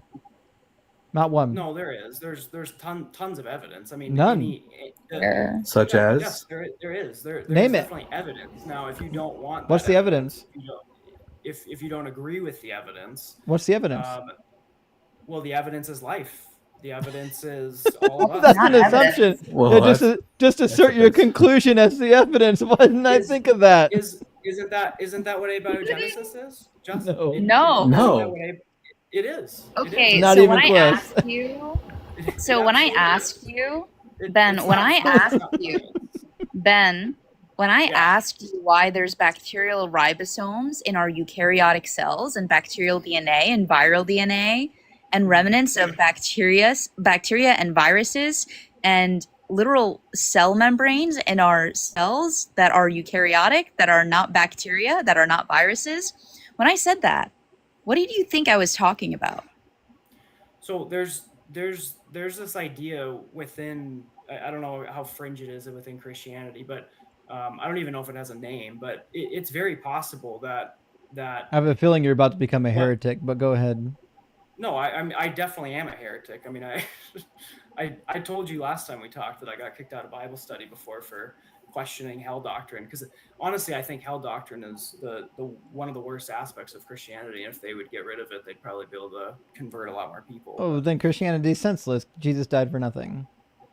No, he died to show the power and the truth of his argument. I mean, That's not it's power and almost like truth. it's That's almost like a sadistic. That's demonstration of disgusting. martyrism. It's a Huh? demonstration that somebody's got a bloodthirst and needs to go sit in the corner for about 4 billion years. Yeah. I mean, if there's no hell and we all go to heaven, then wouldn't we all just eventually see the truth of his power? Like, what would be like the Yeah. cross is completely unnecessary. Yeah, that's ridiculous. Yeah. Yeah, I mean, I don't pretend to have answers for everything. I do think that there is evidence of it. But you haven't named anything. I Do you said- mind if I I ask said my life. question? I said Your life evidence when you was personal incredulity so far. So I said life is evidence. It's not. I would maintain that Life it is evidence of How is life. it not evidence? What- Ben, do you mind if I ask you, like, why would Yeah. God make humans with pseudogenes? I love Say it again? pseudogenes. Like, for example, why would God put within us the gene responsible for coding for the enzyme that creates vitamin C, but make it unable to be transcribed? I love Because that. we live in a naturalistic world. I fully agree that we live in a naturalistic world. I Wait, fully do you believe in Did you evolution? Did you understand my question? Do you believe in evolution, Ben? Yeah, I believe in Okay, microevolution. so you no. I asked, do you believe in Whoa, evolution? whoa. No None of this freaking this way. dumb microevolution. Wait, Talking what'd about. you Do you say? believe in evolution? Yes, observable evolution is definitely true. Try this again. Do you believe that we evolved from lesser complicated life forms? Have we ever observed a change of kind over Yes. millions of years? Yes. No, we Well, haven't. kind doesn't Yes. have kind. That's an absolute lie. Define a kind. That's a meaningless word in the scientific community. That's a biblical word, and that biblical word doesn't That's have a a meaningless word in the definition. scientific community. That means that other people have used that term before. What I does can kind? What provide. does kind You guys refer use to? you guys use these like very ad hominem attack arguments. Wait, constantly. That's not an ad Like hom. that. It is. I mean, for one thing, it's 5 against 1. So I mean, An I ad get that hom I would get that it's be just for the show, but an ad hominem would be if we were to speak negatively about you without addressing your points, but we have all addressed your points now. Could you tell us, please, what is a kind? what a change in kind, meaning from one species to another. So a kind is a change in body species? plan from one Could you body define what plan a to species another. is? Because biologists are unable to define objectively what a species is. So He's stumbling over his own words to figure out what a kind is. No, it's a term. It's a real term. Well, what is it? It's not. What is a kind? A change in kind is from one species to another. Okay, so what is a it's just- species? we do observe speciation in the real world. Sure, but what is his definition of we species? do with bacteria, we can, but we don't. No, with we birds don't too. with- All kinds of animals. And rabbits. And rabbits. Birds? but Yeah. it's still a bird. It still has the same body plan. No, they're different There's- species. A bird is not a species. There are multiple species of birds. Yes, but they're still birds. Sure. That if it changes from one species of bird to another species of bird, that is a change in Still a species. bird. No, it's still a bird. A bird is not a thing. What's a bird? Yeah, it's still a bird. What's a bird? What a bird is a bird. What is it? Could you What define is a what? bird? Bird is the A bird, word. it has Is wings, a it bird has a the beak, same kind of it kind Could has you? as I legs. think. chicken is? Do birds have to I have think it would be beaks? better if he defined what species is. He said that changing kind is a change in species. So what is species? Species, they're able to reproduce with each other. They have, they're compatible. I mean, I think the definition of a species is basically that they're able to reproduce and produce viable offspring. I think that's the definition of a species. It is one So, definition of species, so yeah, and it doesn't suit how we everything. define species. When I say kind, I'm saying the transformation of an organism from, say, from a single cell into a functional multi-cell organism. That's happened.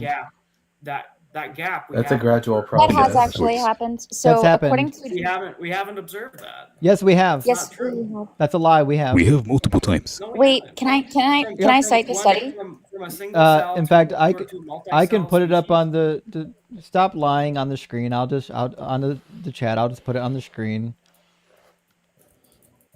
Single cells evolve into large multicellular forms in just 2 years. There's also a de novo evolution of macroscopic multicellularity. There's lots That's of studies on another this. study. And also, just so you know, there was a recent discovery of a bacterium that engulfed another bacterium and became a new organism. So there's a very immediate piece of evidence of evolution there. No, but I never said that I didn't agree with evolution. I think evolution is completely Are kiwis birds? true.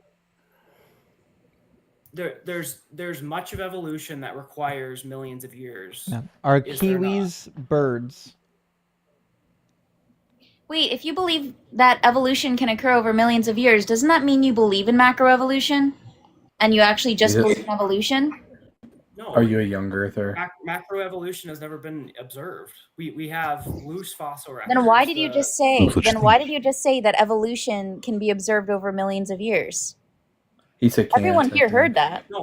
No, I'm saying that's the justification for the gap between micro to macro evolution is sort of the millions of years gap argument. But it didn't take millions of years for that organism to engulf another one and gain a new function. That's not what I'm talking about. Is what did that organism? What was that organism? What the different organism? It was still basically a microorganism. No, it couldn't fix nitrogen. Yeah, a microorganism isn't a thing. I mean, it's not a classification microorganism of. is not a thing. It's not a A classification. microorganism is not a thing. It's is not a classification of like living, like when we that's say. not a life classification. Microorganisms are definitely a classification. We'll try this again. If you stop talking long enough, Ben, you can hear me actually explain it to you. Sure, Microorganism is not a classification of living entity like we would say a bird or right. It's not a species. cat. Right. It's referring to any organism. Ben, why are you talking over me? Ben, do you want to get muted, Ben? Okay, so microorganism refers to any organism that is on the microscopic scale. It's not referring to the kind of organism. Exactly. And just so you know, in April of 2024, scientists reported the first ever example of a nitrogen-fixing organelle dubbed the nitroplast, which was found in a marine algae called I'm not going to pronounce that correctly, bigelawi. Now, this was the first time they discovered this nitroplast, which means that this organism, prior to that point, did not have nitroplasts. What does that prove? How does that prove that abiogenesis? That organism became a new organism. That is evidence of what happened to our cells millions of years ago, which is the reason why we have alpha proteobacterium in our mitochondria. It's the reason why we have bacterial ribosomes in our mitochondria. You still cannot explain that with your little weird "we were created" hypothesis. Why do we have bacterial ribosomes in our cells if we're not bacteria? Because it's created with all the same cellular material, all the same material. Okay, then why do we have two different size ribosomes? Why do we have ribosomes that exist outside of the mitochondria that are larger than the ribosomes that exist within the mitochondria? Why do we have two completely different sets of DNA? You're describing observation. You're describing like differences. But it's in not just observation, because we can map this DNA onto alpha proteobacteria that already exist in our world today. But these are just observations that you're. But it's not They're not. observation. It's is not just observations. These are. You're mapping genetics. You're just saying things. No, you're not listening. We've actually mapped, like, we know the human genome. We've mapped the human genome. Yeah. We can actually trace the the transposition of the DNA. We know that we came from earlier, simpler life forms. Like the idea that we evolved from a common ancestor with the great apes, that's not even in dispute anymore. There's no God hypothesis that can solve for the amount of junk DNA, or as Ems brought up, the pseudogenes that we got from the great apes, or we share with the great apes, or the endogenous retroviruses that we share with the great apes. None of this data, Ben, fits the God hypothesis. All of it fits the evolution hypothesis. The fact that we could have like 200 endogenous retroviruses that only exist between humans and the great ape family cannot be accounted for by anything other than shared blood. Yeah, and I'm not saying that. I'm not saying that that's not true. So do you believe we evolved from a common ancestor with the great apes? Does that explain how life started in the first place? I don't know why you keep running away to abiogenesis. We're talking about evolution right now. Do you believe that we evolved from a common ancestor with the great apes? Sure. If Okay. the evidence supposes So if you believe that, then why can't you also take those same observations that you are talking down upon and apply them to mitochondrial evolution, which is the other part of abiogenesis, which is when we were all microorganisms, pretty much. Yeah. So you mean the part that requires faith? No, it doesn't require faith, because we literally have alpha proteobacterium DNA inside of mitochondria that are not a part of our nucleus, that have literally no interaction with our nucleus. And we also have bacterial ribosomes that have the same structure and the same size as bacterial ribosomes in our mitochondria, which are different from the ribosomes that exist outside of our mitochondria. It's almost as if our mitochondria and the ribosomes in our mitochondria are encoded by mitochondrial DNA and not nuclear DNA, which is completely different. You're done. Ben, here's the problem with the topic that we're talking about, right? We have a bunch of evidence. I think the DNA evidence is my favorite evidence of all time.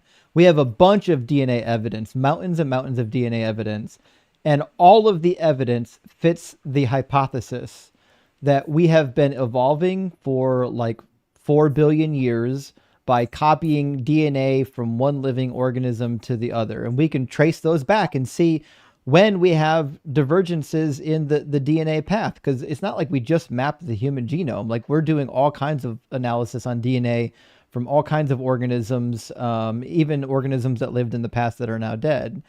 So like we have pretty good data on like how it was copied, where it was copied from. And it's weird that it matches geology, it matches all the other sciences. And like every time we learn more about the history of our DNA, it just seems to agree with the evolutionary hypothesis.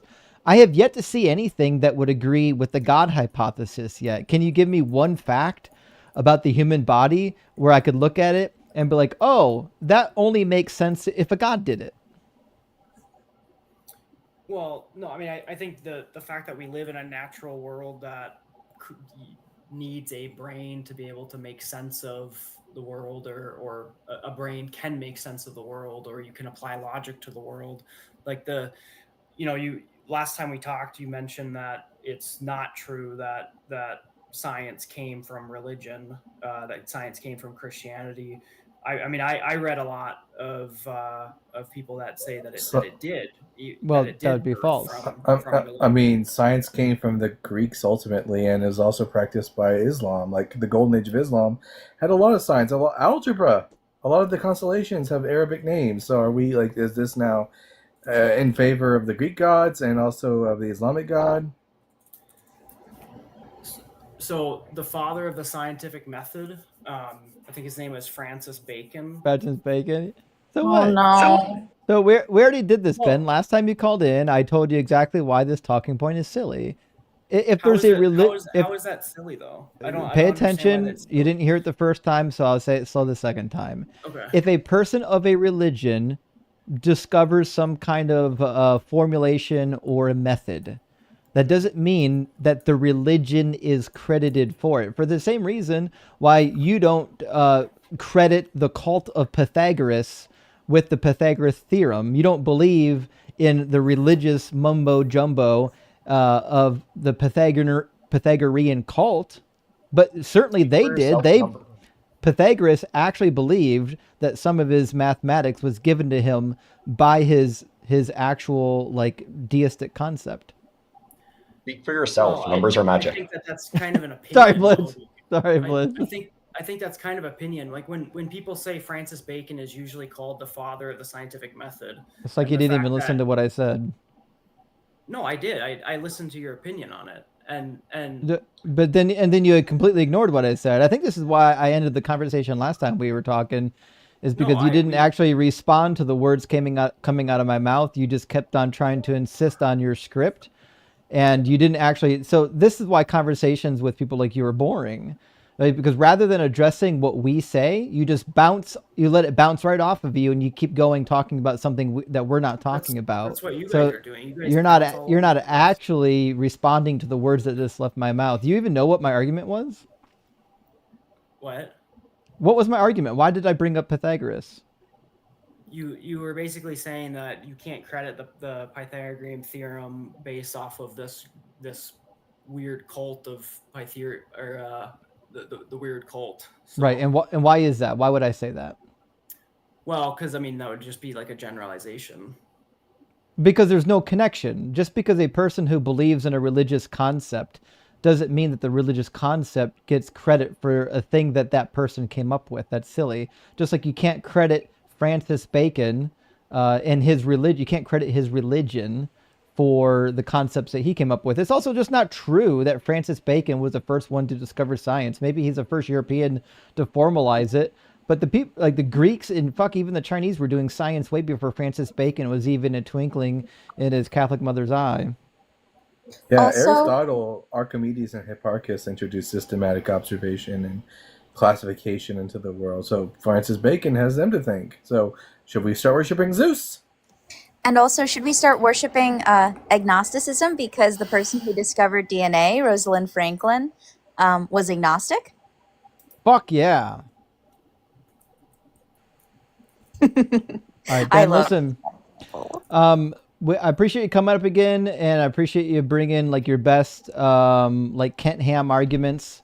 But the reality is, you have to understand from our perspective, they're kind of silly and childish. But I mean, you gave it your best. Come back again sometime, and we'll give it another shot. All right, man. Cheers. You know, Justin, I read on the internet, so it must be true. Francis Bacon had a deathbed confession and confessed Doug. Hail Doug! He was a naturalist after all. Well, listen, friends, listen. I'm going to do a quick update on our fundraiser and drink my last shot of ghost pepper hot sauce, and pray that I don't throw it up. We are at $5,697 raised for this fundraiser, friends. I'm going to put it. I'm so proud of everyone who donated to the fundraiser. It's not over yet. We still got more time left to stream tonight. Our friend Chaos really needs your help.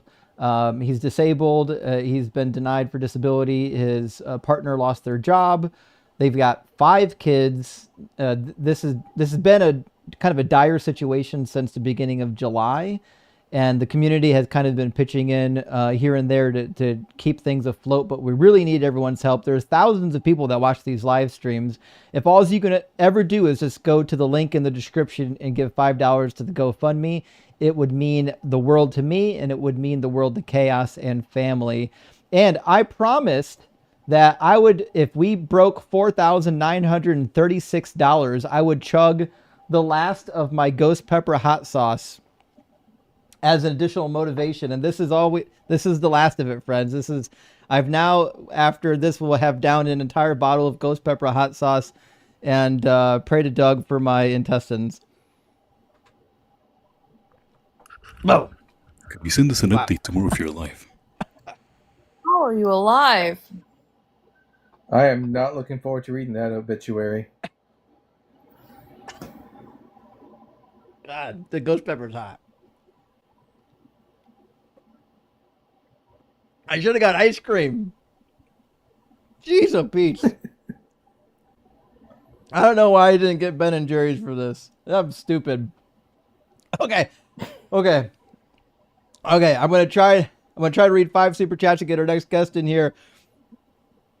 Josh, thank you so much for the super chat. My friend says, "May the Lord of Hosts accept your habanero burnt offering as an olah." I appreciate that. The whole burnt offering. I really appreciate that, friend. And Elteen.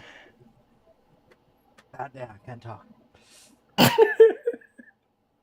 Elteen said, "Mary Smasher unalive. DZ Food Edition.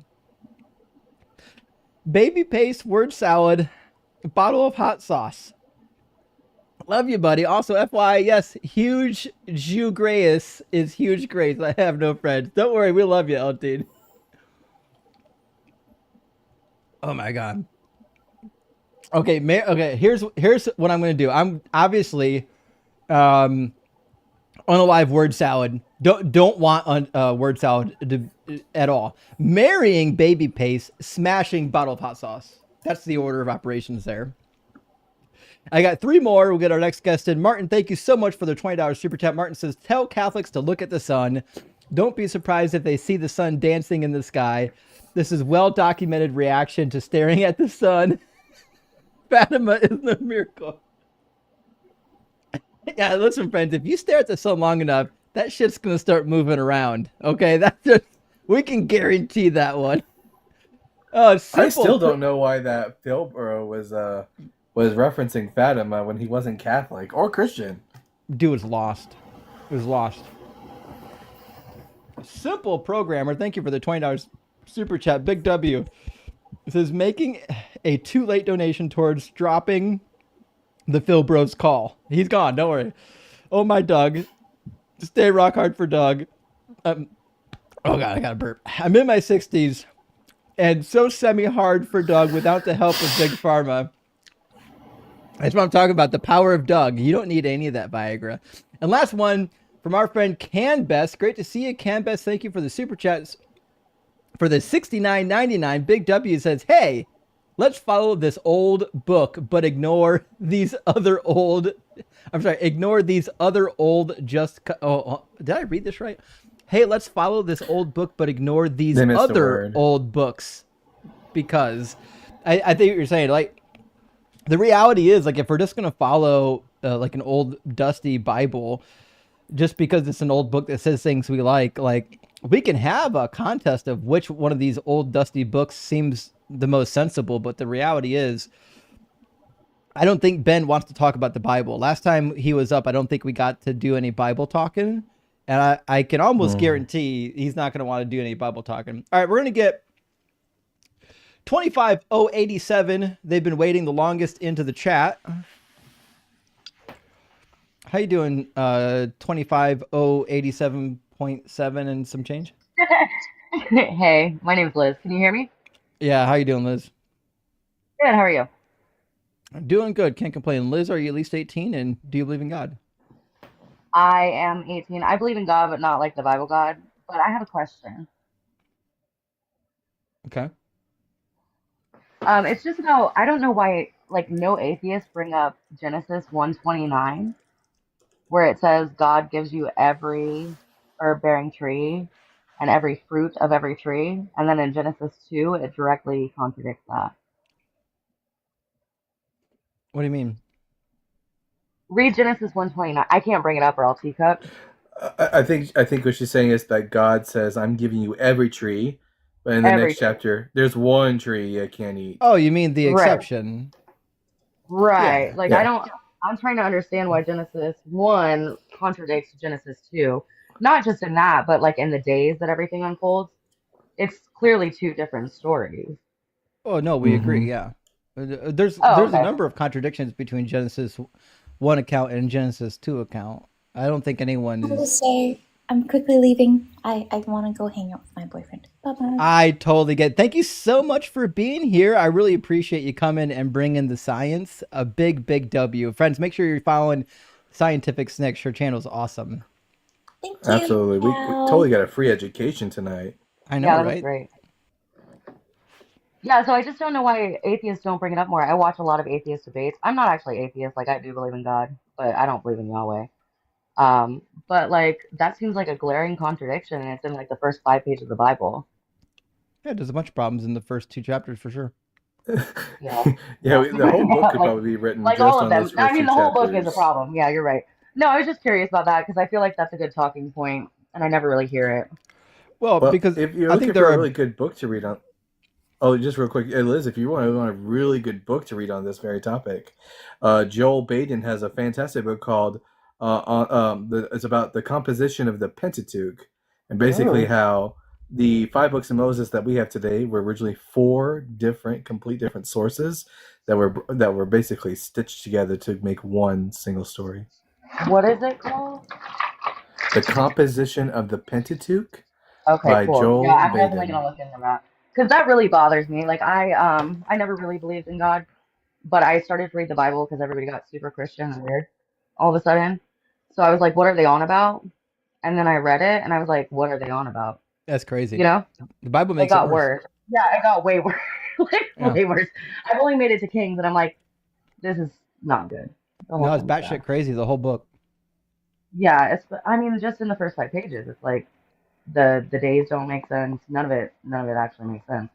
So Yeah, we either like agree. the people have a reading comprehension of like a second grader, and sometimes it feels like second graders wrote it.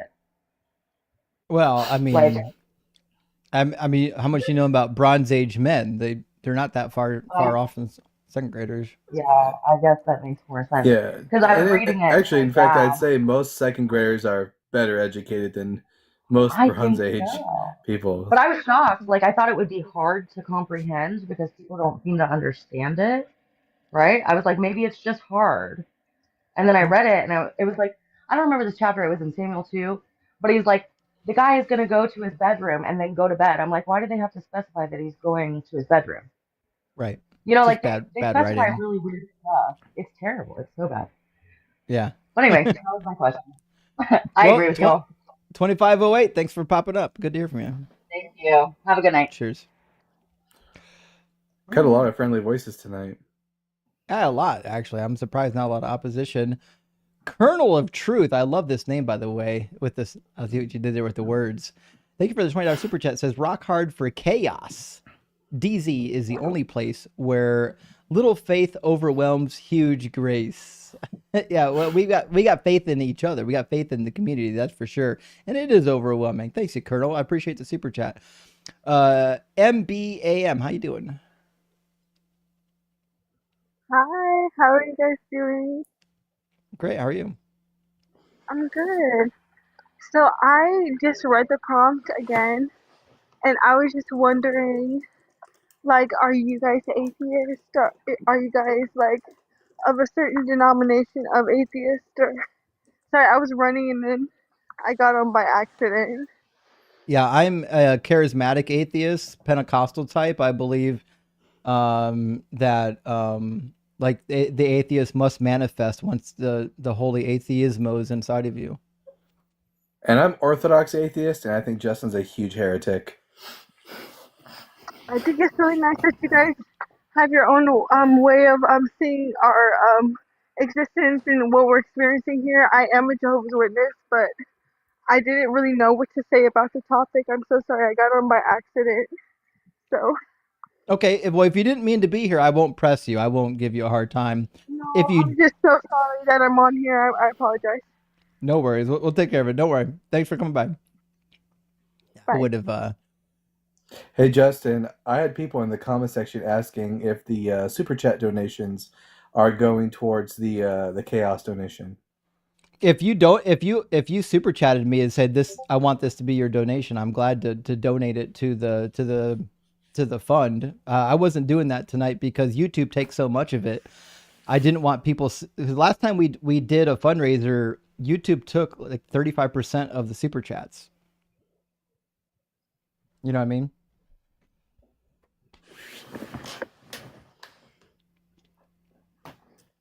My stomach's not feeling good. You think?